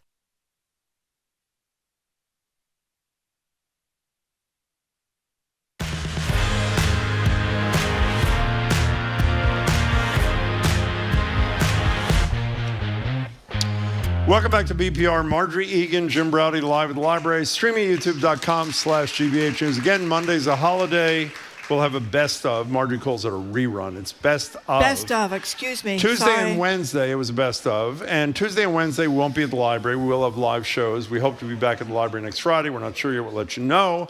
Mayor Wu joins us at the library, we hope, on October 28th, noon to 1. And I'd also like to say in 29 minutes, the culture show starts. So if you're here, don't leave. And if you love the culture show and you're not here, show up. So we'll end the week on our phones and talking about texting. There's a wonderful piece in The Guardian by a 30-something millennial columnist where she confronts her overuse of LOL in text messages, attempting to go cold turkey, even meeting with a therapist about the use of LOL. Got Marjorie and me to thinking about our own texting crutches, about proper texting etiquette, and in the interest of going low, all of our personal grievances with how other people text us. Our number is 877-301-8970 to call or text. How much does it bother you, for example, when a grown adult sends you a text or an email riddled with emojis? It bothers me a lot. Or when some letter K. Or how rude is it when your work colleagues, this really drives me nuts, flat out ignore your anxious 5 a.m. texts until some late hour like 6:30 in the morning. The number is 877-301-8970. Texting, let's call it protocols and peeves at 877-301-8970. Can I say a few things? Go right ahead, Jim. Thank you. 1, ask me how many times I've ever typed LOL into a text message in my whole life. Never, as far as I know. Not once in my whole life. I've gotten a lot of texts. How many times have I ever used an emoji in a text? I don't believe. Unless I was using it in response to ridicule the original texter. Often, but I don't think ever. Ever. How do you feel about a grown adult sending you an emoji in a text? Doesn't bother me at all, Jim. How'd you feel about Mike Walls and Hegseth when they were on Signalgate, when they were doing clenched fist emojis, fire emojis? How'd you feel about that? That was bad. Okay, fine. That was bad. That was the Signalgate when they might have endangered American pilots because they were talking about this attack on the Houthis before, or as it happened. I think it was as it happened or before it happened. 53 people were killed, and they're sending emojis. Yeah, no, it was bad. That was bad. It was bad. Now, But do you lots have of any positions on this? Well, you know what drives me crazy? No, I don't. And sometimes you find this. This is one that drives me nuts. What's that? If you get a text from someone and there's like 10 other people on the text, Yeah. you know, you get these group texts, Yeah. and somebody's having an event, and so they say that you get invited somewhere. They send you out a group text with 10 people, and then one person responds, and you have to see that. Then the next person responds. I kind of like the individual. I get it because they're sending a message out to 10 people, but You're bowling alone, essentially. yeah, you just feel like you're constantly Fine. getting updates of who's going and who's not going and why they're going and all these kind of things. I would just like the old-fashioned, send me an email, invite me something, Wow. and I'll come or not come. How You're a what do you think traditional about kind that? of gal. I'm I'll a tell you, you traditional really kind of are. gal. You know, you Yeah. can also not respond. Do you know that? Yeah, Jamie's saying that. Send me an email. Oh, ha ha, then I won't find it. Well, Okay. that's true. Jamie also, was it you texted or posted moms love emojis? Who wrote that? Zoe, I mean, what does that mean, that moms love? Her mother loves to send emojis. Well, I mean, lots of people send little it's things. childish. Sometimes they're kind of fun. You know, you say happy birthday, and you have a little birthday cake emoji at the end. That's kind of cute. No, it's not. Or, It's not. It's childish. Or let's go for a drink, and then somebody sends you a little emoji of a martini. You know, One of our common good friends sends me emojis and text for one reason and one reason only. annoy you? To annoy me. Oh, yeah? I know, because they make no sense. They have nothing to do, and they don't emphasize Yeah. anything. How By the you way, there are feel a lot about- of adults here. How many of you put an emoji in a text? Tell the truth. Children. Oh, there it's you like go. old children. Well, you're at the wrong, library obviously, here. because they're not children; they're grown-ups.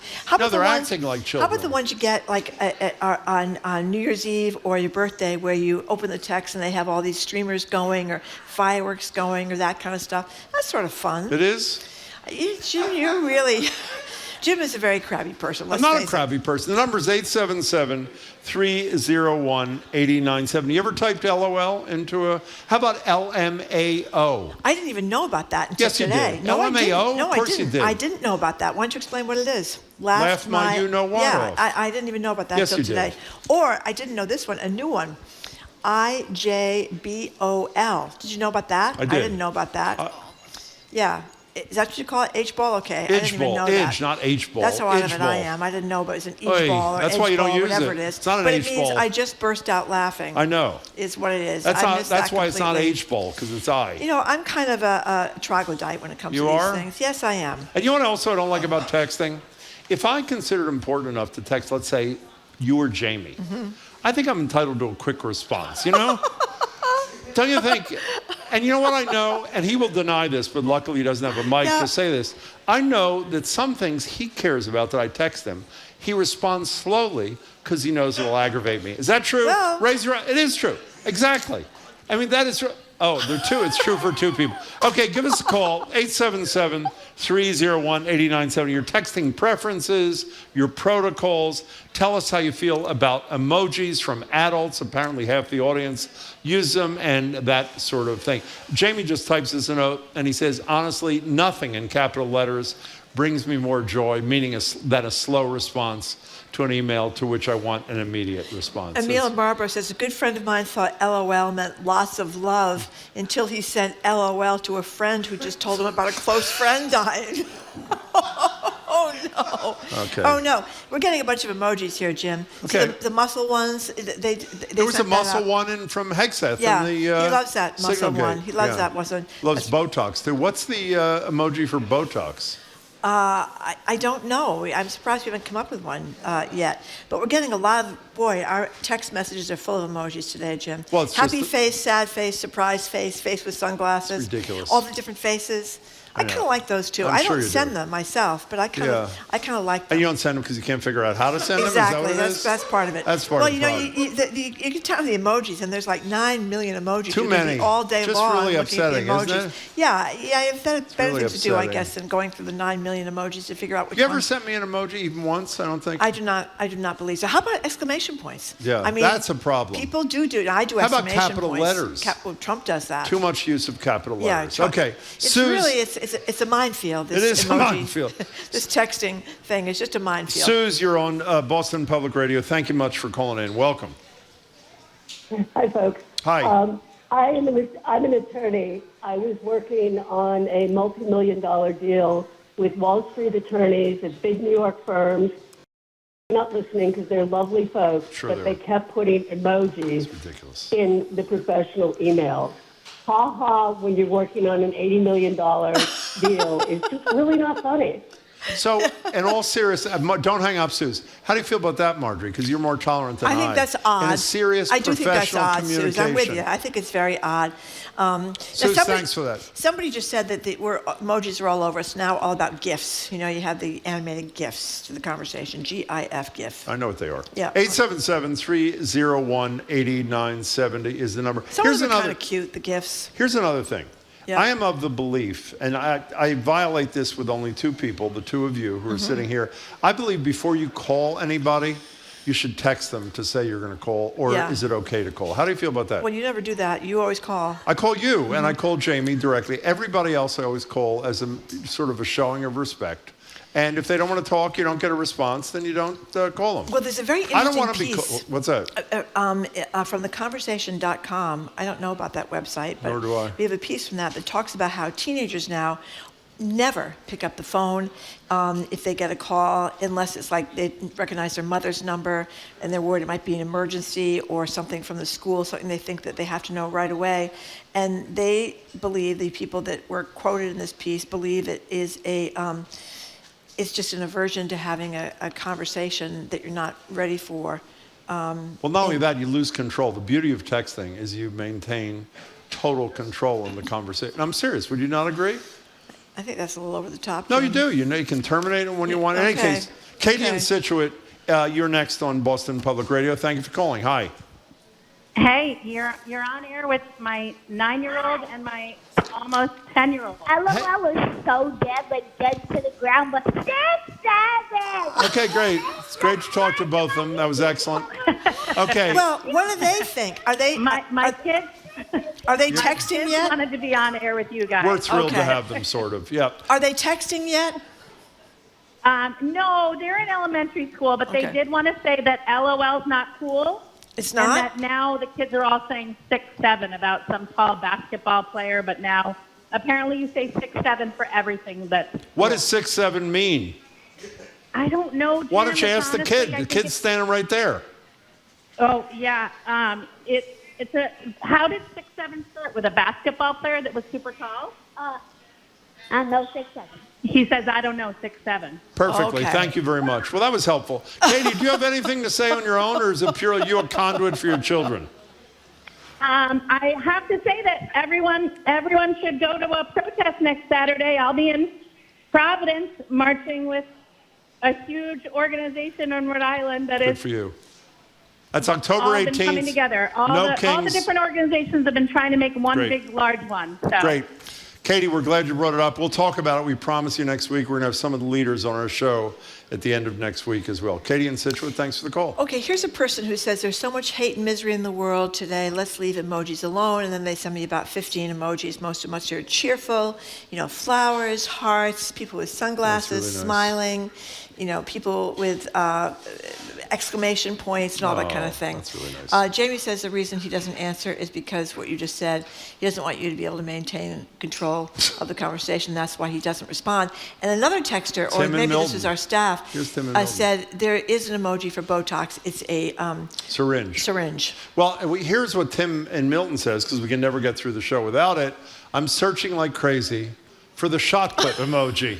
Yeah, that's right. Don't explain it. Really don't Jim's explain girlfriend. it. People don't know. She's shot putter. Her name is Harriet Heinemann. No, it's not. Yep. Okay, Renee, you are on BPR. Welcome to the show. Hi. Hey, Jim. How are you doing? I'm well. I love you guys. Well, you're very nice to say that. Hi. Well, love to both you and Marjorie. Heart. Oh, there you go, Renee. That was horrible. Thank you. So are you a sender of hearts with your texts? So I would send hearts with the text. Yes, I would. I do send emojis sparingly. Yeah. Why is that? Why is that, Renee? With everything. Why do you send them sparingly? Well, because I don't think they have to have them all the time. When you're trying to express an emotion, that's different. Can I say one thing to you, Renee? Renee, it's one thing I want to say to you. 6'7". What does that mean? What's that? Well, I hope Yeah. By the I have way, no idea. What if it's something That horrible? isn't that It just isn't occurred to me. tall for a basketball No, player. it's not. Remember we had the So- Celtics. Oh, Renee's not done. I'm sorry. Oh, go Hi, ahead, what Renee. up, Renee. No, so I'm not up on all the emojis. No, neither are we. But sparingly, Sparingly. the hearts, Yeah. the thumbs up, Yeah. that kind of Hey, thing is fine. by the way, And I I'm forgot- calling people emojing Let me me. just say, the emoji that I hate more than any other, and I hate it in real life too, is the thumbs up. And let me be clear, I hated it long before Donald Trump Okay. did the double thumbs up. But in any case, that was an excellent call. Thank you, Jim, Renee. Be you well. might want to ask yourself, or perhaps Thank your you. therapist, I'm not going to ask myself. how you can work up that much emotion to hate an emoji. I shouldn't say hate. That's a bad. All right. You're right. It's a bad word. You dislike. I dislike. You find them They distasteful. trouble. They trouble. They me. trouble you. Meredith from Ashland says 6'7" means I'm okay, so, not great. I'm in a 6'7". On a 1 to 10, I'm in the 6'7" range. Oh, I sort of like that. That's what actually. Meredith says. I hope she's correct. Well, that's not really an emoji, is it?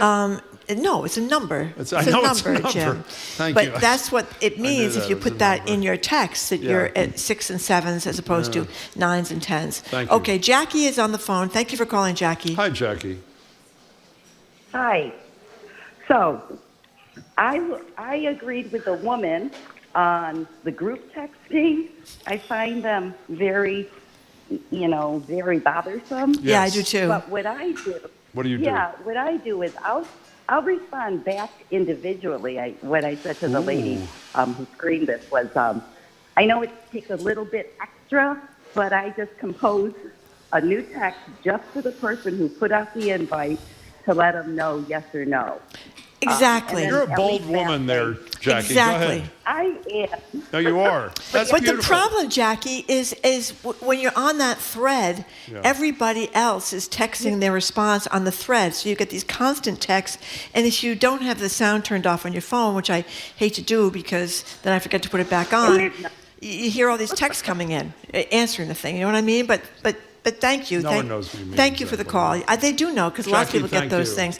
A texter just says, and I think this captures the spirit here, Jim, that what you really like is the middle finger emoji. No, I don't. That's not funny. I don't. I don't like it, and I wouldn't. I don't like that in real life either. Joel in Connecticut says, Jim, people who. This is so true. People who send a different text for each sentence drive me nuts in capital letters. And an anonymous texter says, I'm 23 years old, and whenever I call a friend, because it's quicker, they answer me saying, hello? They're confused why I'd call like something must be wrong. I'm totally there. Do you not get nervous, except when I call, when somebody calls you? I'd probably get nervous when I call, too. Well, I always answer the phone. If my kids are calling me, I always answer the phone. You do? Yes, I do. I mean, Why would you do that? Because when you don't answer the phone, when you know it's a scam call, and you get so many of those now, that's really annoying. Yeah, it's really but annoying. when you know that when a friend is calling or one of your children is calling, what are you talking about? You get all these phones all the time from your kids. You're answering the phone. Maybe I do. Well, there you go. Maybe I so do, there are maybe I don't. exceptions. There are exceptions to the rule. Here's the secret story here. Jim has not cleared his mailbox for about 7 years. So every time you call him, it goes right to voicemail. It tells you the mailbox is full. It works, doesn't it? But that's the signal. That's what I do. I call him so he knows to call me back because he doesn't. You can't leave any messages. And you know what you do, by the way, when you can't leave a me message? messages. I do leave you a message. Yes. By the way, the reason for those, this is not our topic, That's but true. since you brought It is. you brought it up. No, he's talking about. No, let me butt dial excuse me. Jamie No, constantly. no, beyond butt dialing. It's bad. If you are looking, I'm saying this to everybody in the audience, either at home or here, if you are looking for a really moving, I don't know, like 9-minute voicemail, hook up with Marjorie. Yeah. There is nobody that leaves an endless voicemail. And by the way, because you don't have any idea if anything important is ever going to happen in the 9 Jim, minutes, you have to listen to the whole damn thing. I have not been able to send you a voicemail since 2011. Exactly, because you have not exactly, cleaned up the voicemail. Marjorie. So you don't have to worry about I it believe anymore. that's my point. You don't have to hate the voicemail. I don't hate that. I'm not using that word anymore. You find them what? Distasteful? I find them abhorrent. Abhorrent. We're talking no, about. That's not what you find them. You find them appalling. I do find them appalling. Thank you. Now, by the way, we are theoretically talking about texting Marie's on the protocol line. She's I on know, the but I'm line. just trying to tell people what we're doing here. Okay. And if you want to talk about voicemail too, and Marjorie's endless voicemails, you can do that too. Susan Marie, hold on. Susan Framingham says I can remove myself from a group text. How do you do that? I don't know. Do you Jamie know how to must do that? know. He's going to tell me. You know what you do? You type in 6-7, actually, and that does it. Let's go to Marie. I think you're on the line or something. Hi, Marie. I just wanted to, a funny situation caravanning back from Virginia. Yeah. Somebody texted me, the AI on the phone, when you listen to it out loud, interpreted the clapping hands emoji as clapping hands, Yeah. pale skin emoji. And I think that was from the iPhone, and somebody else responded with the same emoji, and it just came up with clapping hands. So the rest of the trip, we're doing emojis back and forth and listening to how the AI in the car interpreted them. It was a fun game. Wait a second. How'd you get AI into this this emoji exchange? Oh, sorry. Where the phone, like through the speaker in the car, when you tell it to read it out loud, it interprets the emojis for you. Oh, well, I like that. I like that. It was fun. And it has to interpret the emoji. That's great. Marie, that was an excellent contribution. Thank you. We have to make a correction here, Thank perhaps. you. Yeah. Will from Natick says 6-7 is not really about your mood. It's a sort of inside joke with a rap song by someone named Skrilla. It's kind of like 420 with the Grateful Dead. Oh. And 420 was about marijuana. Yeah. And 420 is supposed to be April 20th, and people are celebrating marijuana. Could you look So up 6-7 and we make don't yourself know. We don't know useful, what the Jamie, real- and find the out and real let us know story what's is. going on? By the way, an anonymous texter, just to be an a-hole, says, Jim, this is a great segment, and like 40 thumbs up. I am telling you, do you have a visceral reaction? I do. I'm going to use a word I said I wasn't going to use. I hate the thumbs up. I have a visceral reaction to a thumbs up or, Jamie, not only on emoji, how do you feel when you're talking to someone? Excuse me, hello? I just write down your adjectives. Okay, fine. When you're talking to someone in real life, Marjorie, and you say, oh, great news, I just got a reservation at a great restaurant. How does that make you feel? Even if there was no Donald Trump, how does that make you feel? I kind of, as Mel Robbins, who just has become a millionaire, writing this former book, colleague, let it go. Yeah, you let go. You let nothing go, by the way. I let nothing go. Well, I may let nothing go. That's a topic we will not talk about on the air, ever. Ellen in Westport, you're next. Hi there. How are you? Hello. Hi, Ellen. Hello. How are you? We're this excellent. I hope this makes you laugh. I hope so, too. I just recently purchased a regular phone, not a flip top. Yeah, not a flip top. I hate texting and I hate phones, but I do text. And I also found out through a friend that you can change the color of my skin with an emoji and a heart. So I just do that to friends and family, but I think they're cool. Wait a second, Ellen. You can do it with a hat? Is that true? What's that? Can you do it with a heart? What do you do with a heart? Well, you can change. I love my phone because I have a selection of emojis. Excellent. And one of them is a bunch of faces other And a than hat. the round smiley face. Yeah. And you can change the color She of likes the it. face. Of the face. So you can tell that I'm not an AI when I send you an No, emoji. I think your tech skills are excellent. Your flip-top phone sounds like it's serving you very, very well. Ellen, you're one of my favorite callers, actually. It's not a phone anymore. Jim, it's not a flip-top phone anymore I'm using. What are you using now? I'm using a regular iPhone. No, you are not. Yes, I am. And why did you make the switch? I think a lot of people here want to know. I can tell by looking their faces. Under pressure. I was under From whom? pressure. From whom? Them? Friends and family. From family and friends. Yeah. Everyone. People used to laugh. I used to hide my phone. Sure. Yeah. No, I admire you in a lot of ways, Ellen. Ellen, that was an excellent call. I can tell by the face of people in the library that loved it. Call us Thank you for again calling. anytime soon. John from Westford says texting is hurting society. Nobody can talk to each other. Kids' grammar and sentence structure. That's your thing. That's your thing. Well, I think it's a lot about avoiding having to have that Thing. interaction. Yeah. I mean, that's what this story says about teenagers. Does? It has to do with interaction. Yes. Okay. Claire from Maine is on the line. Hello, Claire. Hi. I have the perfect definition of 6-7. Please. It's a viral, nonsensical internet slang term, particularly among teens and young adults that often have no specific meaning, but can also imply so-so or act as a dismissive go-away when paired with a hand gesture, which probably would be an emoji, Its popularity comes from its ambiguous nature, originating from the rap song by Skrilla. Okay. And it references basketball player LaMelo Ball type 6'7". Okay, So, Claire, this Claire, is chat, this is Claire, chat you sound a little GPT, bit like I an think. AI. Are you? Yeah. You're a human, correct? I am human. No, I'm just asking. I don't mean that to insult you. That was so useful. By the way, Jamie is paid to do that and did nothing. You call in and bring. I'm serious, and bring us up to speed on your flip top. Thank you, Claire, for the call. So 6'7" means both those things. I guess it means the original so-so kind of thing too. Multi-meetings. Here's Matt from Narragansett. You want to read that? That may be useful to you. Well, I do know this actually. No, you obviously don't know it. Yes, you can send audio messages in a text, so you can bypass why don't you say that? Jim's defunct voicemail box. It's not defunct. It's full. You know what's upsetting though is when you realize that your phone is recording what you're saying in the text message slot. Very upsetting. Very upsetting. That happens to me quite a bit. Where I'm talking to someone else and suddenly I realize I've sent like a 4-page text message. You know, you have to be very careful about that and erase it very carefully. Jared knows all about that. By the way, can I say something? Because I often criticize you. No one has perfected the butt call quite as well. Marjorie is so good. Is so good. When she calls you like 12 times in 11 minutes. I know. Okay, enough of this. So are you... I'm a troglodyte, Jim. I've never seen an emoji in a text from you. Do you not use them with me, or you don't use them with anybody? No, I don't use them with you because I know this about you. Okay, fine. And I use them sparingly. I feel like they're like swear words. You just have to use them for punctuation, but sparingly. But you don't use the thumbs up, I hope, do you? Sometimes. Oh, my God. But my thumbs up has a different meaning. What does it mean? If I don't want to talk to you, I'm just giving you a thumbs up. Wow. Oh, wow. Okay. That is the That's real brush off. I don't know why I just exposed that about myself, because now everybody's going to... I'll have to find a new one. I know I love Marjorie's butt texts when she's saying it. My furnace is still broken. How else can I get Jared to keep me at his house for all this time? That's right.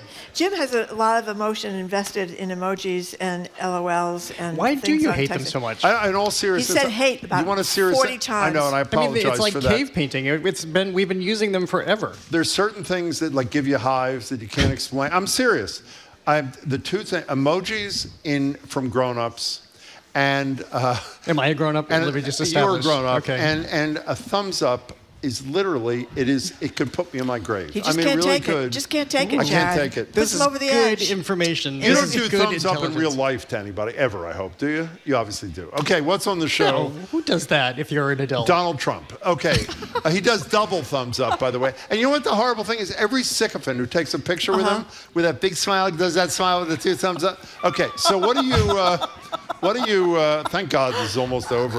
What do you... Peak radio, our staff said. Peak radio. Actually, they were being sarcastic. Speaking of the culture show, you know where there are thumbs up? In the new James Bond posters. There are? Did you hear about this? No. I don't even know who the new... They took the guns out of the James Bond, going all the way back to Sean Connery. So now you just have somebody standing there with their thumb up because there's no gun in it. So we're going to be talking about Sean Connery, the greatest James Bond ever, who in an interview with Barbara Walters defended his position of hitting a woman from time to time to keep her in place. That was it for me. He's another troglodyte. Okay, I'm sorry. What are you doing on the show there? And then I don't know if you know that there's this huge tradition about pudding right now. Pudding? This trend about pudding. There is? It's eating pudding. I love pudding. With a fork. Why? I don't know. So it We're going goes to talk through the about fork? this. There are masses of people all over the place eating pudding You can't get with a fork. bottom of the pudding. Can I just say one thing? If Zoe was criticizing us for, quote, peak radio, that is peak radio. Let me tell you right there. Hey, it's going to be an enlightening discussion. Is that No, you don't want to No, we do have other that. things to talk about. We're going to be talking about the book controversy in Danvers, where they're debating Great. a book with equity issues and real life issues. Great. So, yes, we're across the board today. Sounds like a great show. We'll see you in exactly 2.5 minutes. Thank you, Jared Bowen. Thank you very much, Jared Bowen. Okay, thank you very much, people that listened to us today. Thanks to people that came down to the Boston Public Library. Thank you. I hope You've actually people been a enjoyed great that audience fantastic today. Thank you a lot. music. You can keep up with us 24/7 by way of our podcast or check out out our TikTok page at Boston Public Radio. On Monday, we're bringing you some of our favorites, our best of, basically, because we have the day off. Former U.S. Labor Secretary Robert Reich, actor Chris Cooper for that wonderful movie, The History of Sound, and Academy Award winner for so many other. He was in so many great movies. Author Ben Shattuck wrote the book on which their film is based.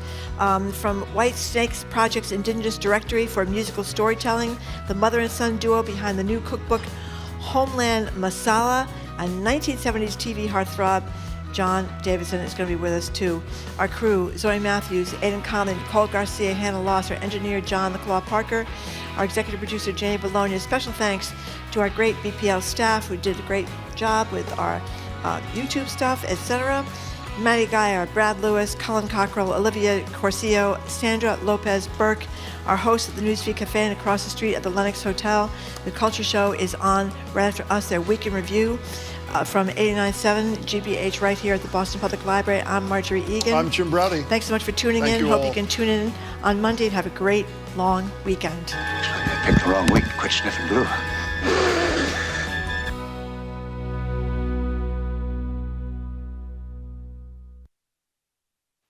What's trending? What's interesting? What's going on around town? We're talking all things arts and culture on The Culture Show, next on GBH 89.7. Funding for our programs comes from you. And the Boston Speakers Series, continuing its season at Symphony Hall with 7 evenings, featuring Ken Burns, Outliers author Malcolm Gladwell, and freed Russian political prisoner Vladimir Karamurza. BostonSpeakers.org. Why is cast iron still king? Can pasta save the planet? Is the freezer an unsung hero? Well, get all the answers and delicious recipes on Kitchen Curious with Vivian Howard. Tomorrow at 4 on GBH2. You're listening to 89.7 WGBH HD1 Boston. Online at gbhnews.org.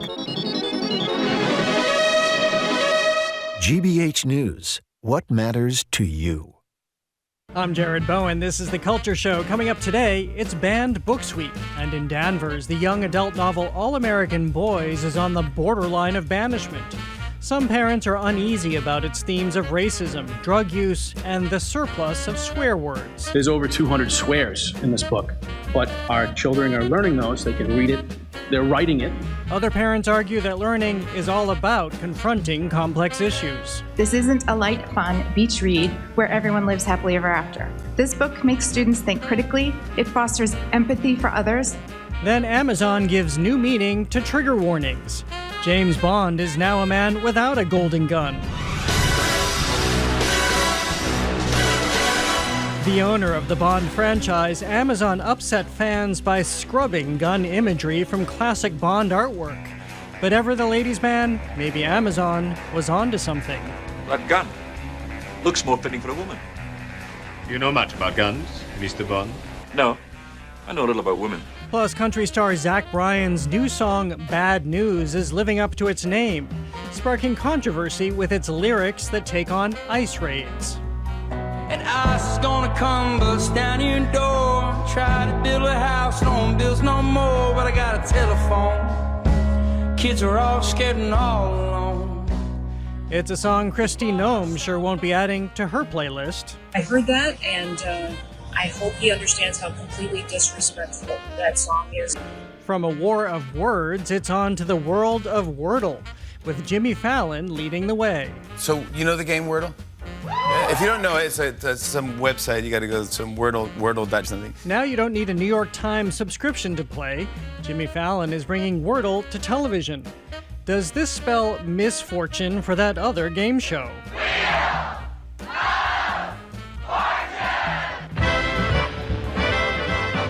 Amid federal funding cuts to public media, it's the evangelist of happy trees to the rescue. Maybe there's a happy tree, evergreen tree. He lives right there. Start with just touching the canvas. Use just the corner of the brush. 30 paintings created by PBS icon Bob Ross will be auctioned to help fund public television stations. We don't make mistakes, you know. We have happy accidents. We take on that and more right now on our Arts and Culture Week in Review. The Culture Show is made possible in part by a generous contribution from the Fiducia Fund, proud to support this station's art and culture programming. Okay, now the fun part. Let's wash the old brush. Here we wash our brush with odorless thinner. Shake off the excess. And just beat the devil out of it. That's the most fun part of this whole technique. Welcome to the Culture Show, live from the Boston Public Library. I'm Jared Bowen. I'm Joyce Kilhaywick. And I'm Edgar B. Herwick III. We're going over the week's top arts and culture headlines, starting in Danvers, where a young adult novel is sparking debate as it's being assigned in 8th grade classrooms. All American Boys tells the story of two teens, one black and one white, whose lives collide after a violent encounter with police. Some parents have raised objections to the content and its use of profanity, but other parents and teachers argue its themes of race, justice, and accountability are exactly what students should be reading. We should point out that this is the National Book Ban Week. This is a moment that reminds us where we stand in this country, and actually the good news is that the number of books challenged is down considerably from 2024, surprisingly, given the free speech conversations we've had recently. But to go back to Danvers, the school is adamant about saying this is not about banning the book, but this is a discussion about the book. And again, parents are concerned with the violence some parents, I should say, are concerned with the violence they see portrayed here, the drug use, the use of the word crack, for instance, and profanity in the book. So there are the facts. Let's start to review, Joyce. Okay, This book is written by two authors, one black, Jason Reynolds, and one white, Brendan Kiley, I think he says his name is. He's Irish and blonde. Jason is black. They came together to write this book as a way to kind of unify people. So I think there's two issues here. One is the right of parental choice, and I think that the Danvers public school system came down on the correct side of that, allowing parents to make a choice about what they want their kids to read instead of just banning the book outright, which would have been incredibly ignorant. But the second issue for me is that there's a big difference between education and indoctrination. To allow kids to understand different communities and what the experiences that they may have in those communities where there might be racial profiling and police brutality and all kinds of issues that they wouldn't experience, to deny them this opportunity to know about that and all of the attendant, phraseology and expressions in the darker part of the world and what can happen, to me is to censor their education and to short circuit an opportunity for compassion and problem solving. Yeah, I mean, presumably, you could look at this and say, this is exactly where you would want a discussion about this to happen, right? These are themes that students, whether you want them to or not, are going to come across in the world in some form or fashion.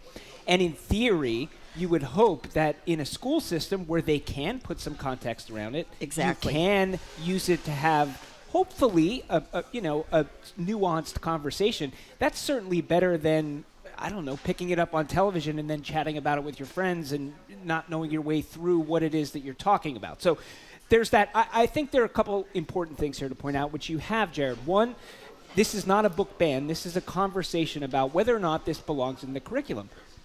And actually, for me, in this, I look at this and I feel like most of this is good.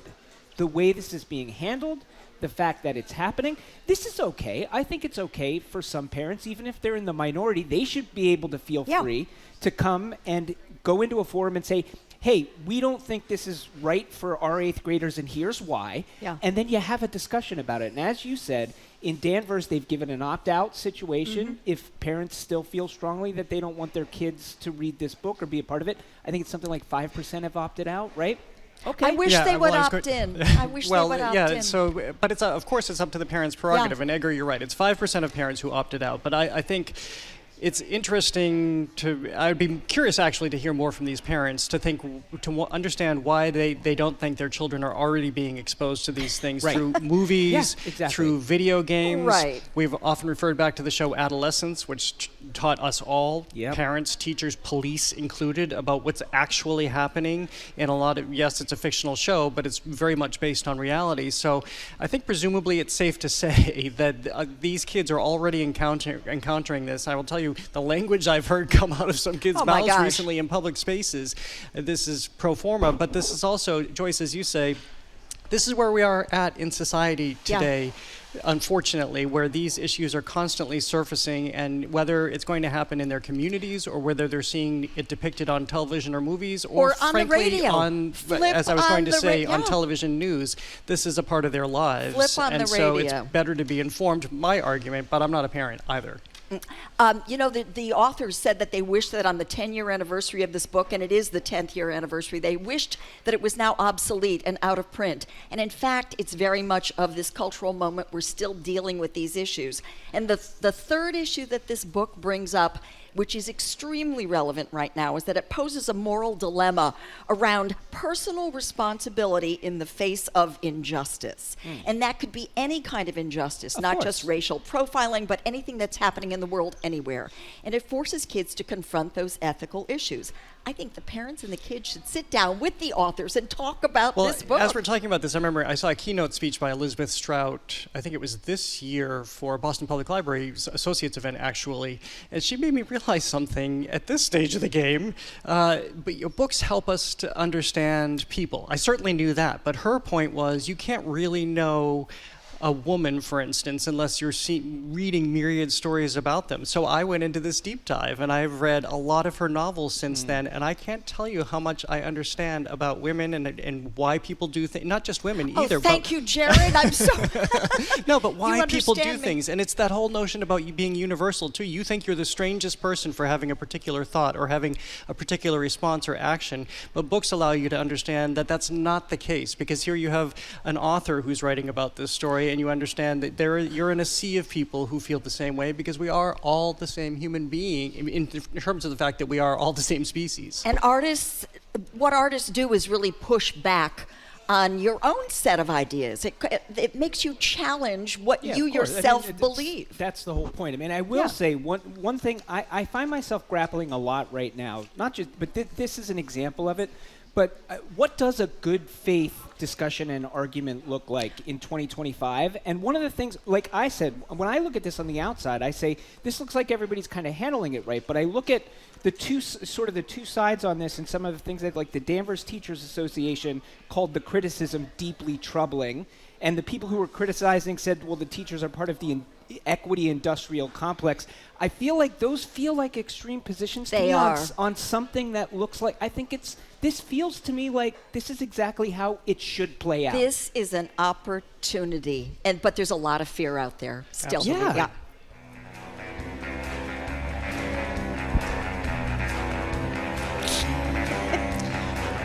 Well, next, Amazon is giving new meaning to trigger warnings. The tech giant, which recently acquired creative control of the James Bond franchise, scrubbed images of guns from classic James Bond artwork, editing out 007's signature weapon. The edits have sparked backlash from fans who say the world's most famous spy has been stripped of his license to kill. Well, we don't have an explanation from Amazon for this. So just to remind people, as I just said, Amazon took over the franchise, huge billion-plus dollar deal, so they have control of not only the movies and the casting going forward, which is the fun stuff that we typically talk about on this show, but they also have the whole back catalog, which apparently means they own all the imagery as well. So we're talking about posters, and if you're streaming on our GBH News YouTube channel, we're here at the library, we're putting them up on the monitors right now, but you can see going all the way back to Dr. No, they took Sean Connery's gun out of his hand, so now he's just really kind of showing off his arm muscles. He's clutching himself. Yeah. But yeah, to me, this seems so absurd, yet nobody is a proponent of gun violence, but to erase the gun from James Bond's history is ludicrous. This is so stupid. It's really remarkable, and it's what opens people up to ridicule. I mean, on serious positions like common sense gun safety laws. You don't do that by taking the gun out of the hands of a sexy global super spy who needs his gun to kill the bad guys. I mean, you do that by passing legislation, but so easy to conflate Where these two. Where does sexy come into this? Oh, come on, all of the James Bond is sexy? I don't know. Call me crazy. Call me crazy. I just hope whoever did this artwork is not the same person who did the rebrand on Cracker Barrel, because if it is, they're having a bad time. No, I mean, I don't know. This doesn't bother me that much. Really? Yeah, honestly. Like, listen, I'm generally a James Bond fan, but I'm not like a James Bond fanatic. So I can imagine like people who really feel ownership over the James Bond franchise, like you make a move like this and it's really going to be like upsetting. So here I feel like, I don't know, I look at this and this it's sort of a little bit of a cynical viewpoint, but it's like if Amazon is going to buy this, right? What is Amazon buying this to do? Make more money. How do you make more money? You expand your audience beyond your core. And how do you do that? You kind of take a look at this and you say, somebody says, you know what might happen? We take the gun out. Like, I'm not saying it's a good idea. I'm just saying I see maybe what they're trying to do. But then they go and they watch the movie and they find there's guns all over. in the first second. So it's false advertising. It's bait and switch. But it goes way. Do you need to have a gun in the actual poster? Absolutely. I mean, that's what he's got a license to kill. No, listen, it goes much farther than James Bond. I mean, it has to do with trying to rewrite history. James Bond. Does it? And they're not changing the movie. It's literally just a thumbnail. What he is. He's changing what he was about.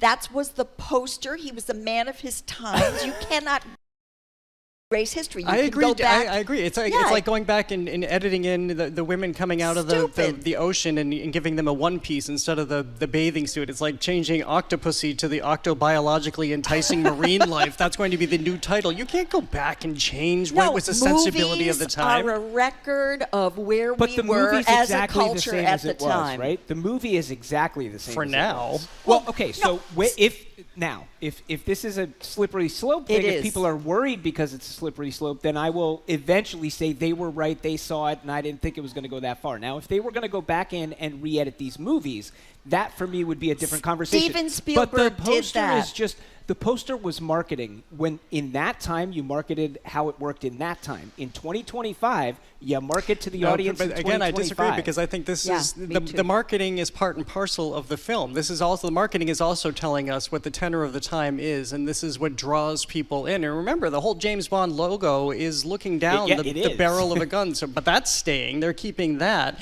And Joyce, I think you were just about to make the E.T. point in Steven Spielberg, which was Spielberg took the guns out of the hands of some people who were pursuing E.T. and he substituted in walkie-talkies. And then I guess later he went back in and he put the guns in because he and I agree on this, that it's a historical record and it's worth knowing who we were, where we came from, and how things have changed. I think you can go back and not recalibrate history, but you can reconsider it and recontextualize. And I think the advertising is absolutely part of that. So let's not fiddle around with what was. Let's just look forward. I don't know. I mean, again, it's literally like the thumbnail on the streaming service. It doesn't bother me that much. Well, the last thing I have to say about this is I think that it is also...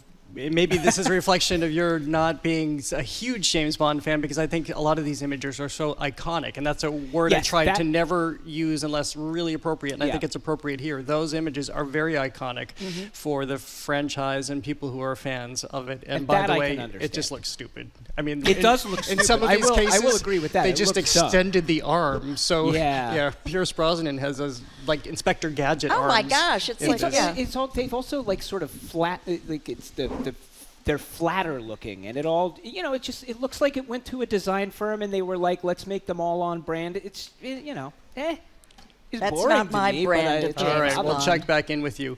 Well, next, country star Zack Bryan has stirred controversy with a teaser for his unreleased song Bad News, featuring lyrics about ICE raids and the fear they sow. And ice is gonna come bust down your door. Try to build a house, no one builds no more, but I got a telephone. Kids are all scared and all alone. The bar stopped bumping, the rock stopped rolling, my middle finger's rising and I won't stop showing. Got some bad news, the fading of a red, white, and blue. Well, Homeland Security Secretary Kristi Noem called the song completely disrespectful, her words, and the agency fired back online, posting a video of ICE arrests. This is people infiltrating a building, breaking down doors, all set to Bryan's 2020 track Revival. Probably, I think we can assume, without his permission to do that. An interesting moment because Zack Bryan describes himself as a libertarian, but he is a huge country music star, which is by and large, right-leaning. A lot of the fans, maybe not. We'll see how this bears out. But he is also somebody who describes himself as a libertarian and feels like he can espouse his views and should responsibly espouse his views. And I think the last tantalizing part of this is that he has said that this is only a part of the song and people are judging prematurely because they don't have the full context. I think they have enough context, though, to understand that as an artist, what he's doing is, I think, appeal to people somewhere past politics. He's trying to drill down to something that he feels all of us can share as Americans in the middle, which is basic, common human dignity and decency, which I think he feels have been violated on the left and the right. He himself has said this was a call for unity. And of course, Christy Noem has taken this as somebody throwing down the gauntlet. I mean, it was a very defensive response. Well, before we get to you, Edgar, let's play that. Here's Homeland Security Secretary Christy Noem on the Benny Johnson show responding to Zack Bryan's song, Bad News. I heard that and listened to a little bit of it and extremely disappointed and disheartened, and actually I hope he understands how completely disrespectful that song is, not just to law enforcement, but to this country, to every single individual that has ever stood up and fought for our freedoms. He just compromised it all by putting out a product such as that. I think we're all overreacting all the time. Doesn't it start and I have found myself multiple times over the last few years being like, this is going to have to end at some point. We can't be at this level of fever all of the time. We can't continue to overreact the way we have, and we do. It keeps going and going and going. I mean, this is a snippet of a song. This is a snippet of a song that goes out on the internet. The song's not even finished. You have politicians grabbing it and throwing it back and out there and using it. I mean, it's kind of nutty. It's important, though, because he's a huge artist, and I think he actually just sold out, he sold out the largest ticketed concert in the United States, right in the middle of the country in Michigan. Which is so interesting, because I always thought that would have been Taylor Swift, but no, it's Zack Bryan. No, it's actually Zack Bryan. He's an enormous star. He's an enormous star, but he's also an artist, and it's not just a snippet of a song. What artists do is make commentary on the culture. He's also a Navy veteran. Yes. So he has been in the service of our country. So Christy Noem has missed this completely, and she's got him pegged as somebody who is holding views that he does not hold. And she's attached meaning to this that doesn't exist. He himself said he was embarrassed and kind of scared as a result of the backlash and the division that it started to channel. Also, I mean, I find myself thinking about, and we talk in the lead up to this show, we were talking with some of our producers about this. I mean, there is a long tradition in country music of this outlaw, single person who has their own code of justice, who kind of goes and does it the right way, their own way. And in that case, a lot of times, law enforcement is the quote-unquote bad guy in those songs. Think about Poncho. I mean, think about the Dukes of Hazzard. The bad guys in the Dukes of Hazzard is the sheriff and the deputy, right? And Bo and Luke, they're out there they have their code of justice and they're doing it their way. And how would Johnny Cash going to perform in a prison play today? I mean, this is the other part of this, but it's funny that you say that, Edgar, about being ratcheted up and being at a fever pitch, which we certainly are, but I think I look at this now and think, I already know the ending to this story. The album will come out and it'll do really, really well, because what if we just learned from people who are testing their own, not testing, they're exercising their free speech, and what happens? Jimmy Kimmel gets back on the air and other institutions cave, and we're seeing that ultimately the fans bear out, and the studios, the record labels, the artists are relying on their constituency who are going to show up for them no matter what, and then that becomes a reflection realistically of where the country is politically. Exactly, and I think when you use the term constituency, the question is, who is his constituency? I think it's the great middle, which is everybody can see. And always has been. Exactly, that it's not okay to, wear black masks and pull people in off the street or rappel down a building and yank people out of their beds in the middle of the night with their children crying. That's a legitimate, objective observation that he has put in this song. And to pick up on your idea about being an outlaw, I would agree. Outside the law, outside politics, greatly individual. And this is a huge part of what the American personality is all about. Yeah. Individualism, rebellion, going your own way. Well, and last point on that, remember the last time we talked about Zack Bryan on the show was because he just bought the church in Lowell to help the Jack Kerouac Society because he is a huge fan of Jack Kerouac and what he stood for about his views of America being on the road and how he saw this country. So this should come as no surprise, especially to people who've been listening to the Culture Show as we've been talking about I just want to say one last thing about this, which is that I think also important here is to remember that, the idea that there are sort of two sides in America is also a false division. And when you see somebody who's kind of like saying some stuff that you agree with, but saying other things that you don't agree with, that's okay. That's life. That's healthy. That's good. All right, well, coming up, Telly.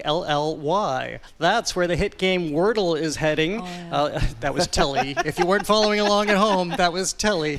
It'll soon be on a primetime game show on NBC. That and more is next on the Culture Show's Week in Review. Stay with us.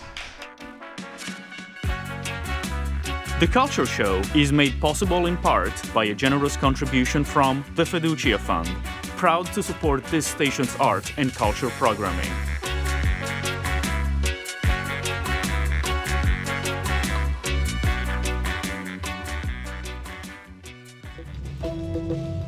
I'm Arun Rolfe. Coming up on GBH's All Things Considered, President Trump's opposition to offshore wind is forcing Salem to reconsider plans for a major port development. And this week on the Joy Beat, meet the Boston teens turning big ideas into real change thanks to a groundbreaking pilot program putting funding and the future in their hands. Those stories and all the day's news starting at 4 on GBH 89.7. Funding for our programs comes from you. And North Shore Music Theater, presenting The Cher Show, the Broadway musical that journeys Cher's life and career that has spanned over 6 decades. At Bill Haney's North Shore Music Theater, October 21st through November 2nd. nsmt.org.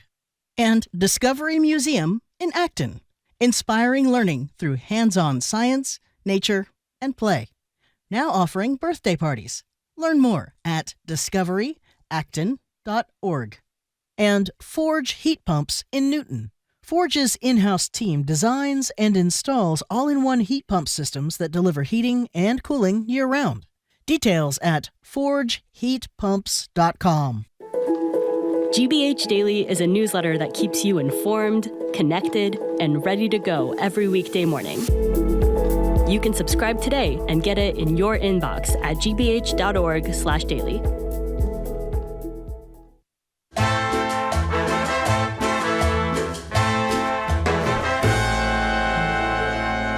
Welcome back to The Culture Show. I'm Jared Bowen, live from our GBH studio at the Boston Public Library. I'm joined by co-host Edgar B. Horick III, an arts and entertainment critic and mistress of the website Joyce's Choices, Joyce Kulhaywick. If you're just tuning in, it's our Arts and Culture Week in Review, which includes Bob Ross. For years, the PBS fixture invited viewers to paint along as he transformed blank canvases into misty mountains, serene lakes, and, of course, happy little trees.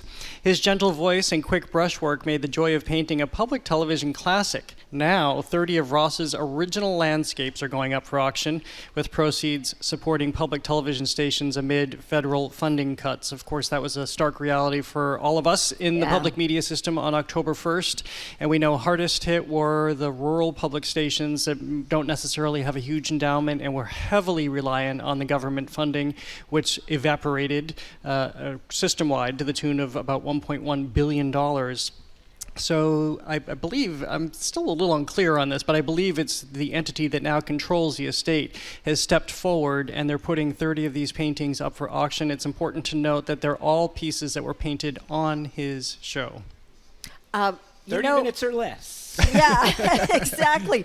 I'm obviously in favor of anything that's going to help support PBS, even the selling of Bob Ross's paintings, which actually, I have two reactions to them. One, they demystify the act of painting, but not the art of painting, if you will. I mean, these are lovely wish fulfillment canvases with bucolic fantasies of pastoral life. You're not going to see vultures eviscerating carcasses or anything like that. And if you need a reminder, they're on our GBH YouTube channel right now. It's lovely, but what they did do was he invited people in to kind of figure out if they could paint and showed them some hacks, if you will, some ways into a canvas.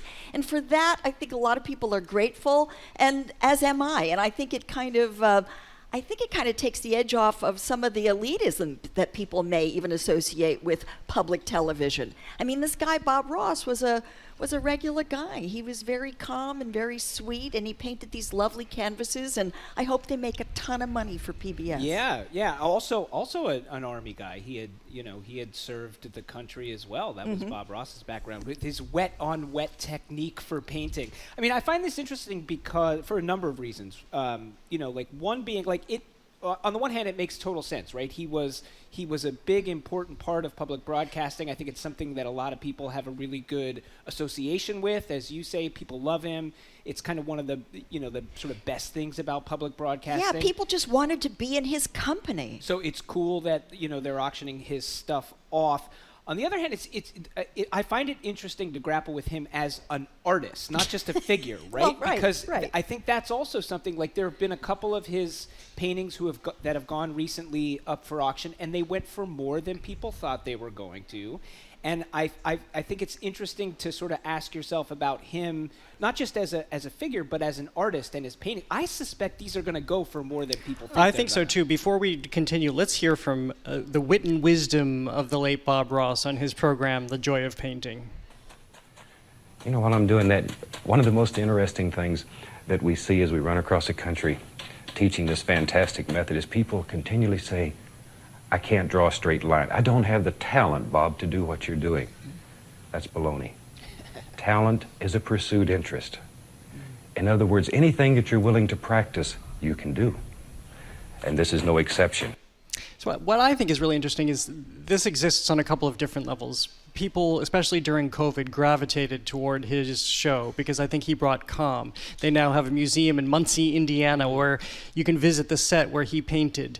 I think what's also interesting is well before this happened with the PBS system, well, not that long before, but definitely before, his paintings, as you mentioned, Edgar, began going from $850,000 to, or more. No, that's the upcoming estimate, but they've been going for six figures. People never would have guessed this before. So I wonder what kind of reevaluation is happening. I think it'll take a lot of time before we have the final analysis or continued analysis, but I think you look at what happened to Norman Rockwell. And people thought he was only an illustrator. And people have now gone back and they have reevaluated him and consider him a much more serious artist. In his case, it was a lot about what he was depicting as well, because he was definitely addressing the civil rights issues in his vernacular. But Bob Ross also had his own vernacular. Yes, as you say, he painted it in 30 minutes. But there's also a show right now at the Addison Gallery of American Art. It's called The Highwaymen, and it's about men in the 50s and 60s, black men who were painting the Florida landscapes. And I think this is a time where people would have dismissed them at one point, and now it has an entire museum show because it's giving us a look into how they saw that landscape and how this collective group painted it. I think I've already made up my mind about Bob Ross. I mean, I don't see any evolution in the paintings. To me, it's always the same thing over and over again. To me, it's style over substance. I wouldn't call him a great artist. That said, I predict record numbers of people that are going to want to buy this work just because they want to support PBS and because of, wanting to have some sort of mental calm in this very toxic era that we're in. I mean, these paintings speak to a kind of, as I said, a wish fulfillment kind of fantasy, and almost as like a subtle act of like rebellion against the complexity of the world. I mean, I also wonder about. I mean, I am interested in the notion of which was something that was happening, in the time when he was painting 60s, 70s, like the artists themselves as the art, right? Like now he wouldn't have said he was that, but I think about the fact that what you're talking about, Jared, the idea that we have you reevaluate artists over time, and sometimes you say, hey, there was more to what they did than we thought there was. But sometimes it's not even the technical nature of the art that's being reevaluated. It's where that person's place in history becomes over time. Andy Warhol. Andy Warhol's a good example. Or I used to work at the Philadelphia Museum of Art, and the Rocky statue there, which was a really interesting thing, which was a movie prop. And for years, the art museum did not want to have anything to do with it. In the movie, it was at the top. They were like, that. We have statues by Lipschitz. We're not going to put a movie prop here. But over time, they have softened because that movie, its place in Philadelphia, its place in film history, film's place in American history, have all been elevated. And now, what was a movie prop is a piece of art, not because it's technically great, but because of its place in history. So do you think they're going to reevaluate that big statue of Tom Brady with his too small head? Ooh, no. Okay. We'll just leave it there. You took it too far, Joyce. Listen, whatever makes money for PBS. I actually have a couple of paintings up in my attic that were done by gorillas at the Franklin Park Zoo. And this is not a joke. I did a story on this. Now, this gorilla didn't sign his name, but I will say that it was from his blue period, and I treasure this painting. You treasure them in your attic. I do. I treasure them in my attic. I got to figure out exactly where they belong. Yeah. But no, I've made up my mind about Bob Ross, and I hope he makes a ton of money for PBS. It's fair to say we echo that, or I echo that. I'll say that. From Bob Ross's fluid brushstrokes and soft voice to California bringing down the noise, the state just passed a groundbreaking law banning loud ads on streaming platforms, requiring commercials to match the audio level of the show or movie they interrupt. It matters to us here in Massachusetts because this law could reset the audio rules nationwide. So I guess I hadn't really participated in the streaming services that interrupted with commercials, and just randomly this week I started watching a show on Amazon, and all of a sudden there were commercials interjected in the middle everywhere. And yes, they're very loud. Also, they're done so erratically that they cut off the middle of a scene, which is so stupid. But there was enough attention paid to this, as there was in the past with the broadcast networks, who already have to adhere to these rules nationally, that people think it's only a matter of time before the FCC will impose this for streamers and, more importantly, the advertisers. The streamers claim they can't control it. It has to be the advertisers. Ridiculous. Of course they can control it. These engineers are saying, what? Oh, they're coming from all different places. Yeah, so to the television station. It's too loud. We don't know how to adjust that. No, that's silly. And it's just a matter of the streamers catching up with this FCC rule that governs what broadcast TV noise can sound like. And it's pretty annoying. I mean, you're sitting there watching something, and all of a sudden this thing comes barreling at you. Somebody was saying... I have to see that stupid emu thing one more time. My least favorite commercial of all time. Yeah. That and Cars for Kids. Well, the funny... I want to kill thank you for that. Thank you. Our entire listening audience thanks you for putting that in our heads, Joyce Haywick. But yeah, and the worst thing about that emu thing is that I have to call it the emu thing because I can't even remember what the name of the ad is, the company is, which means it's bad. So many ads. It's like, what was that for? I don't even know. It was just annoying.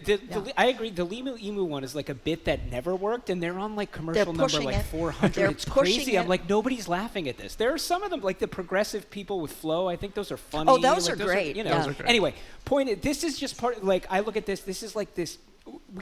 It's the cat and mouse game of what the streamers are about, right? So you have you have a framework in place with something like the FCC for what broadcasters could do. They had rules and regulations on many, many things, including volume of commercials. Streamers, kind of one of the things that happens, in the streaming place is that they go, oh, well, we're outside of all of those regulations. We can kind of do whatever we want. And now we're watching over time as more people are streaming. Of course, there's going to have to be some regulatory framework around this. I think this is good. I applaud California. And also, bipartisan. This passed bipartisan in California. Amazing. Where nothing is passing bipartisan. So there is hope for the future thanks to this. Yeah, no one wants to be annoyed by loud commercials. No, Republicans voting for something that the governor in California was behind. Especially the young parents, because this is how this all started. It was a legislative director for a state senator who went to his boss and said, you know what, I'm really tired. And every time we get the new baby down, the commercials wake her back up again, so they named the law after or at least referenced in the signing the law after these parents and this young baby. It's the classic way to get things done. We have to do it for the kids. Do it for the kids. And we've not once addressed the fact that not only are we paying for the streaming, but now we've allowed these ads to come into our homes, so they're double dipping essentially. We are reinventing cable, and it's worse. Do you know what I mean? We're paying more for it, and the experience is worse. They're just, to your point earlier, Edgar, there are too many things for people are complaining about. We just all need to focus on a couple of things. Yes. Like the streaming commercials. Yes. Well, they've gone from the underworld to the world stage. K-pop Demon Hunters, the animated girl group turned global sensation, lit up The Tonight Show with Jimmy Fallon and Saturday Night Live this week. The human trio behind the voices, EJ, Audrey Nuna, and Ray Ami, performed their hit Golden, blurring the lines between pop fantasy and reality. Let's take a listen to the song from Fallon. No more hiding, be shining like I wanna be. 'Cause we are hunters, voices strong, and I know I believe we're going up, you know together we're going. There are a whole bunch of parents right now that are filing legislation against this song because this is played nonstop in their homes all summer long. But I'm glad we just played it because it gets rid of the song that Joyce just referenced, 1-800. Yeah, horrible. But this is really fascinating because we are now seeing this bizarre evolution to go from these animated characters in Netflix's #1 streaming movie ever to the real people behind them who are now real-life performers out of their non-real characters. You know, I'm sort of late to this K-pop Demon Hunters thing. I saw them on Fallon, and I thought, gosh, they sound really great. Then I realized they weren't really a group, that in fact they do the voices for a group in K-pop Demon Hunters, the animated film, and I'm not huge on animation. So they do the singing parts, but they don't do the vocal parts. Right. And that bit that they did on Fallon was the first time that they all performed live together. Because I guess she had been the lead EJ. In studio live together for the first time.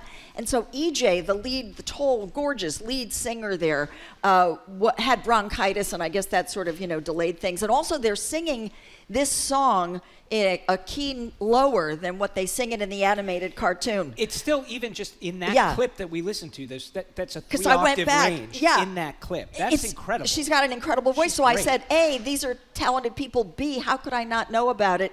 And I think I didn't know about them because I wasn't big on the film, and there's some spillover. The reason it's the most popular thing on Netflix is partly because the reason, that mostly because it's awesome. Well, it's kind of okay, Well, kids, and the song has gone platinum, but that's because of the animated movie. But it's kind of it's all consolidated. Phenomenon. It's consolidated. The phenomenon. They're just I think it's clever. They're just going about it the other way, right? Rather than you look back when the Beatles were big or the Monkees were big, they made the Monkees cartoon or the Beatles cartoon or whatever. This is but this kind of worked in reverse. It worked in reverse, but it works. Which is fine. Also, they're talented. You pointed out Netflix's biggest movie ever, Netflix's biggest title ever. It's outstreamed Squid Game, which prior to was the most watched title ever that Netflix had created on Netflix. This is a huge deal. It's like a top 100 album. It was a top 10 albums. They have a bunch of number one hits from this. I would bet everything I own that you will see this spun out again. This is going to be a new strategy, right? I mean, everybody's sort of trying to figure out how to break through the noise in the music business, and I think you will see more animated music stuff where you then have real world performers happening. I think this is just they're going to go out on tour, I think. Yes, and okay, so let me climb onto my soapbox now because the backstory to this is also about Hallyu, the Korean wave that has swept across the globe, and this is all by design because the backstory to this, and I'm sorry if I'm repeating myself, people have heard me say this, but the MFA exhibition from I think it was last summer reminded us of how this exactly came to be, that a lot of South Korea was very impoverished, a lot of people were unemployed. But then they realized that the ticket sales to Jurassic Park playing in South Korea outsold the number of Hyundai cars sold. So they decided to get into the pop culture business. Yep. So this is where you saw Squid Games, and you saw Parasite, and you saw this investment in K-pop bands, and a recognition that and technology, and now we're seeing the beauty creams and stuff that all come out, that this is all worth investing in, which I think if you bring it down a couple notches, because I don't think anybody will ever get wholesale behind the arts like this, that the arts are worth investing in, because look what happens. And this has been happening for decades now, and it just keeps climbing. I think it's also important you point something out, which is that, like, yes, a lot of times in big successes, there are, along the way, let's use Bob Ross's language, right? There are happy accidents that kind of help you along the way, but it is also about doing stuff and practicing and doing it again and again, and you can do it. It's like Hollywood did not become Hollywood by accident, right? It didn't just happen. It was a concerted effort, like you're seeing in South Korea around the entertainment industry. It takes effort, and you can do it, and you can do it too in your town or your city. If you make that decision that you're going to invest in this and you're going to build it, you can. Well, yeah, you can if the talent is there, and it turns out that it was. The talent will come. I think the talent is always there. If you have enough people, the talent's there. Well, it's super fun to watch, and I think it's a model, as I say. Well, on to the word of Wordle. The beloved daily puzzle is making the leap to television. NBC is piloting a Wordle primetime game show produced by Jimmy Fallon with Savannah Guthrie set to host. So I should probably just sit this one out, because I can't believe I'm admitting that. I don't care that I'm admitting it. I've never played Wordle. I've played Wordle. Surprises me. I've played Wordle, and I'm bored with Wordle. I stopped playing Wordle because you won Wordle. Is that what you're trying to tell us? No, humble brag. I can tell you why. It's too easy for me. I can't play it anymore.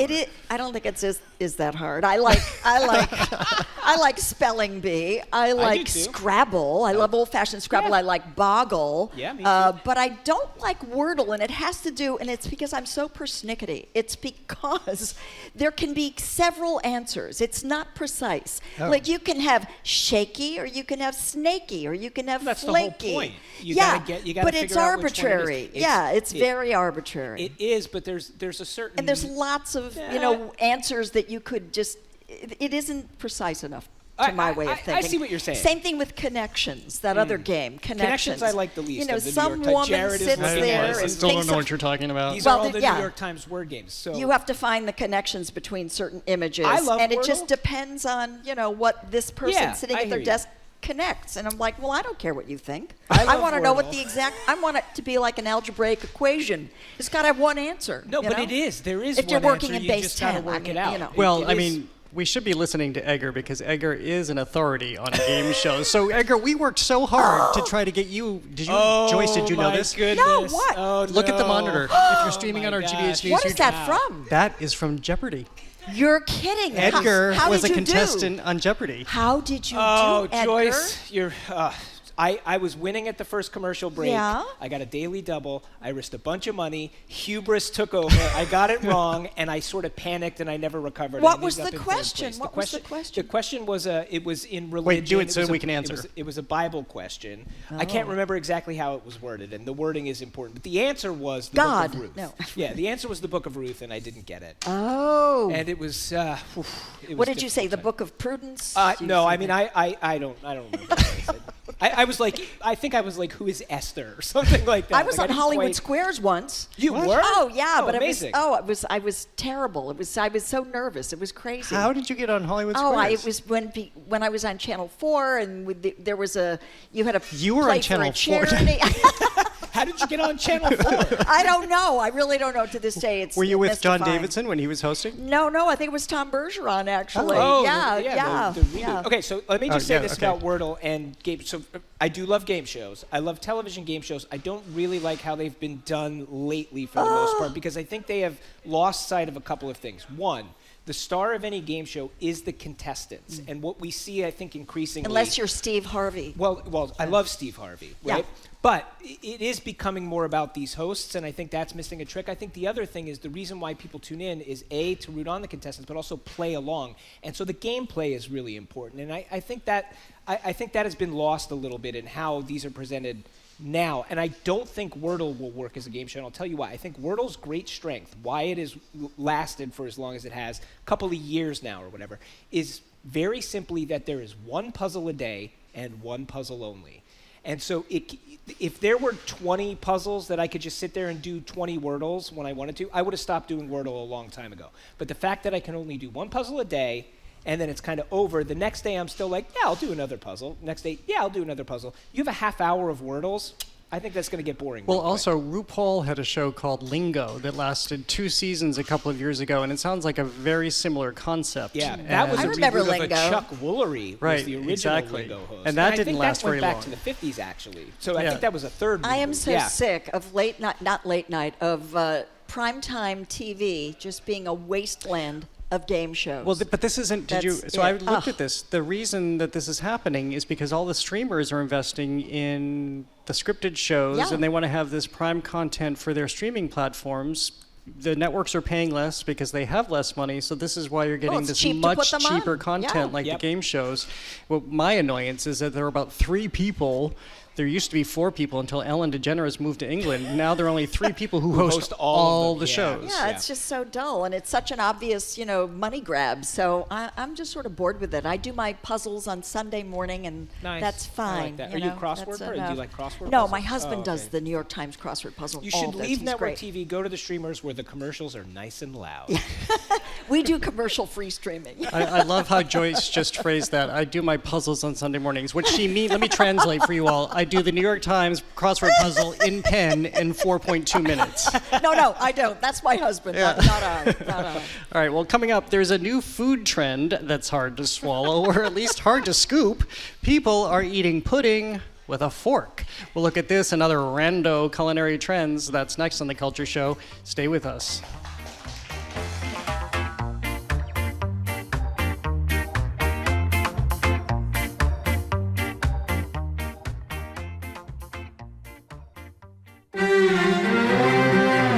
It's been one of the biggest sticking points in achieving any plan for peace in Gaza.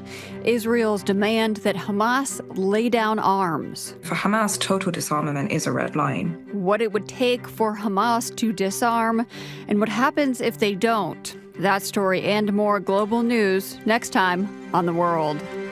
This afternoon at 3, here on GBH News 89.7. Our programs are made possible thanks to you. And Minute Women Home Care, providing senior home care services to families in the Metro West Boston area for over 55 years. Services include dementia care, fall prevention, live-in, and 24-hour care. MWHomecare.com. And Historic Beverly. 250 years ago, a revolution began. The American Revolution, a story of war in 28 paintings, explores the defining moment and features works highlighted in Ken Burns' upcoming documentary, HistoricBeverly.net. And the Boston Globe, presenting the Globe Docs Film Festival, premiering new documentary films, bringing together filmmakers, journalists, and guests from around the world. In person and online, October 22nd through 26th. GlobeDocs2025.splashthat.com. GBH News is your home for trusted local news. Get it at 89.7 on the radio, gbhnews.org, and subscribe to the GBH News YouTube channel. GBH News, what matters to you. This is The Culture Show. I'm Jared Bowen, live from our GBH studio at the Boston Public Library. I'm joined by co-host Edgar B. Horwick III and Culture Show contributor Joyce Kulhaywick. If you're just tuning in, it's our Arts and Culture Week in Review, which includes a really random assortment of food trends, starting with The Proof is in the Pudding. There's a new cultural pastime. In Germany, people have been meeting up to eat pudding with a fork, and now this pastime has gone global. Now, normally I spend about a minute or two just doing an explanation of a backstory. That this is the story: eating pudding with a fork in public. In public, together.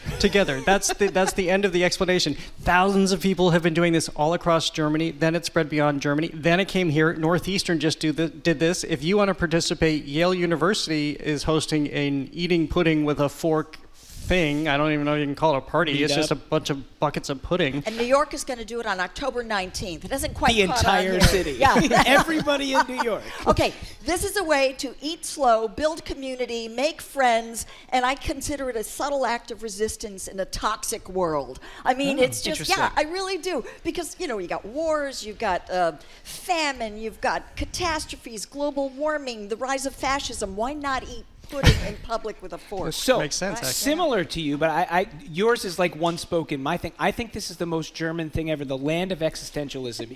If you believe that life is inherently meaningless and we put meaning into whatever potential act we do, this is a perfect example of that. It is essentially, you have thought about it this. is essentially Too meaningless, much. but if you decide there's meaning, whether it's the meaning you're talking about or you just want some yummy pudding, then it is worth doing. And it's kind of absurd. It's just perfect. It's a little masochistic. I do too. I actually love it. If I were 21 it's weird, but it's great. and somebody I would said, do it if be I at were the young, quad on Saturday morning with pudding and a fork, I would be there. Yeah, I would too. All right, fine. I'll see you in New York. Yeah. It's on. It's on, Joyce Haywick. You and your fork. I'd be there with a ladle. I'll bring the pudding. Probably. I want pictures. Okay. Well, also a trend right now is videos of people eating smoked salmon. It's taken over TikTok, a new trend that is actually a 10,000-year-old practice. Well, here's the thing. So who doesn't love smoked salmon? But it appears a whole younger generation has found this, but found it in a new way. Again, we're streaming on our GBH News YouTube channel, so you'll find this on the channel or here at the library if you're watching on our monitors. But the way this constituency is eating it, it's like a zombie film. It's like this pink flesh. But listen, this is not just ordinary smoked salmon. Nope. This is candied salmon in many cases that has been cold smoked, and it looks like this glistening, lacquered kind of gummy bear. And it's like, I wanted to eat it. It looked so delicious. But if you drenched anything in maple syrup, I would probably eat like an old shoe, But I'd prefer waffles, actually. But no, this looks delicious and actually sensual on the TikTok. Oh, wow. Well, especially when James Bond is eating it. I went with a gun in one hand. Yeah. But this is deep into the world of food porn, right? Like the internet, that is essentially like what it has been for some time. Food porn. And like you have to get more precise and you got to go bigger, you got to go better. It's also protein though, don't we need protein? And we're not done yet because there are a bunch of people also eating tinned fish. This is a big thing. So now I understand what's happening. My father happens to love tinned fish. So does my dad. And he's been eating it for a long time, Kipper so he's not a trendy kind of guy. And now all of a sudden I realize that there are all these packages of tinned fish that I can find everywhere. I keep thinking, oh, this is so great. This is so easy for me. Well, this is because people have made it a market. Yeah, I love sardines. Always have. That's my addition to the conversation. I like sardines early work. I was into sardines years ago. No, it's protein. It's easy, and it's when we have to hunker down in the bunker. Tinned fish is gonna be what we eat. Well, let's close out our food lightning round with $60 butter. So this is the other thing that people seem to love right now is you can have a $60 bottle of wine and it's gone in one meal, but you can splurge and have a $60 package of butter and it'll last a few French toasts and English muffins and... I would probably churn my own butter before I spent $60 on a pound of Have you butter. ever? Actually, it's fairly easy to do. You just kind of whip up heavy cream, and you just keep whipping and whipping and whipping, and it's delicious. I think all right, $60 for butter is a little bit rich for my blood, but I will say in this trend there is the more expensive premium sort of European butter, which which I think, like, as somebody who does a fair amount of baking and has people in my life who do a fair amount of baking, that is actually, to me, that is worth the money because there are numerous things. There's a little bit more milk fat in the European butter than there is in the American butter, and it bakes a little different, especially if you're doing laminating. But it's not $60 a pound. No, I'm saying. The 60 is like kind of right out. That's ridiculous because you're never going to taste that. But the slightly more expensive European butter, I get. That's the one of these trends I get.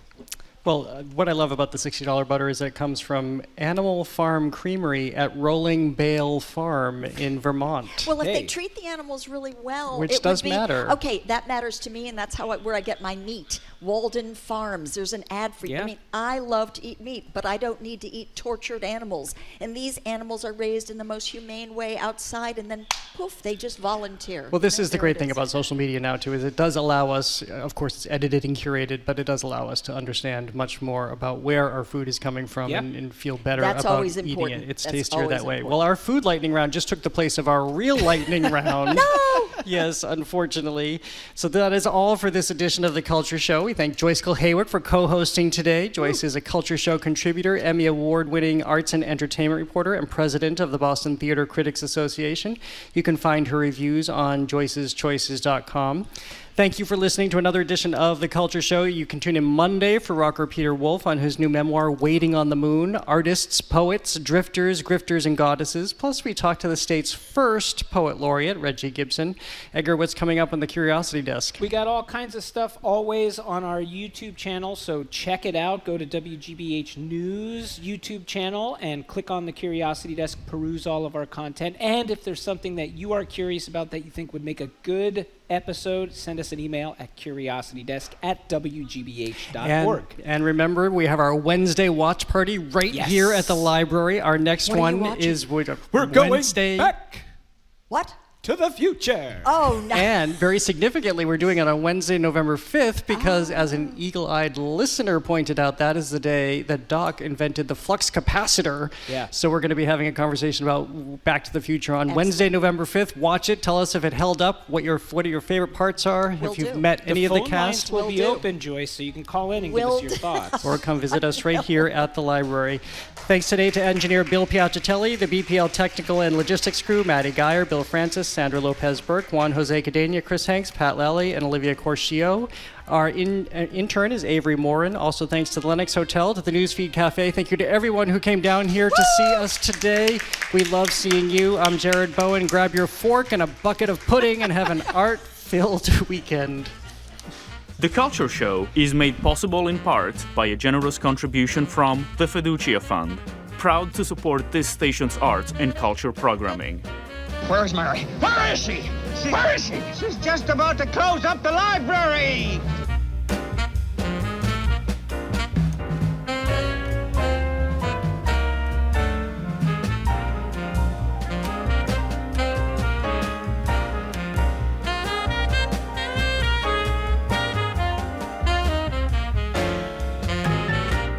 The orchestra led by Hanu Lintu.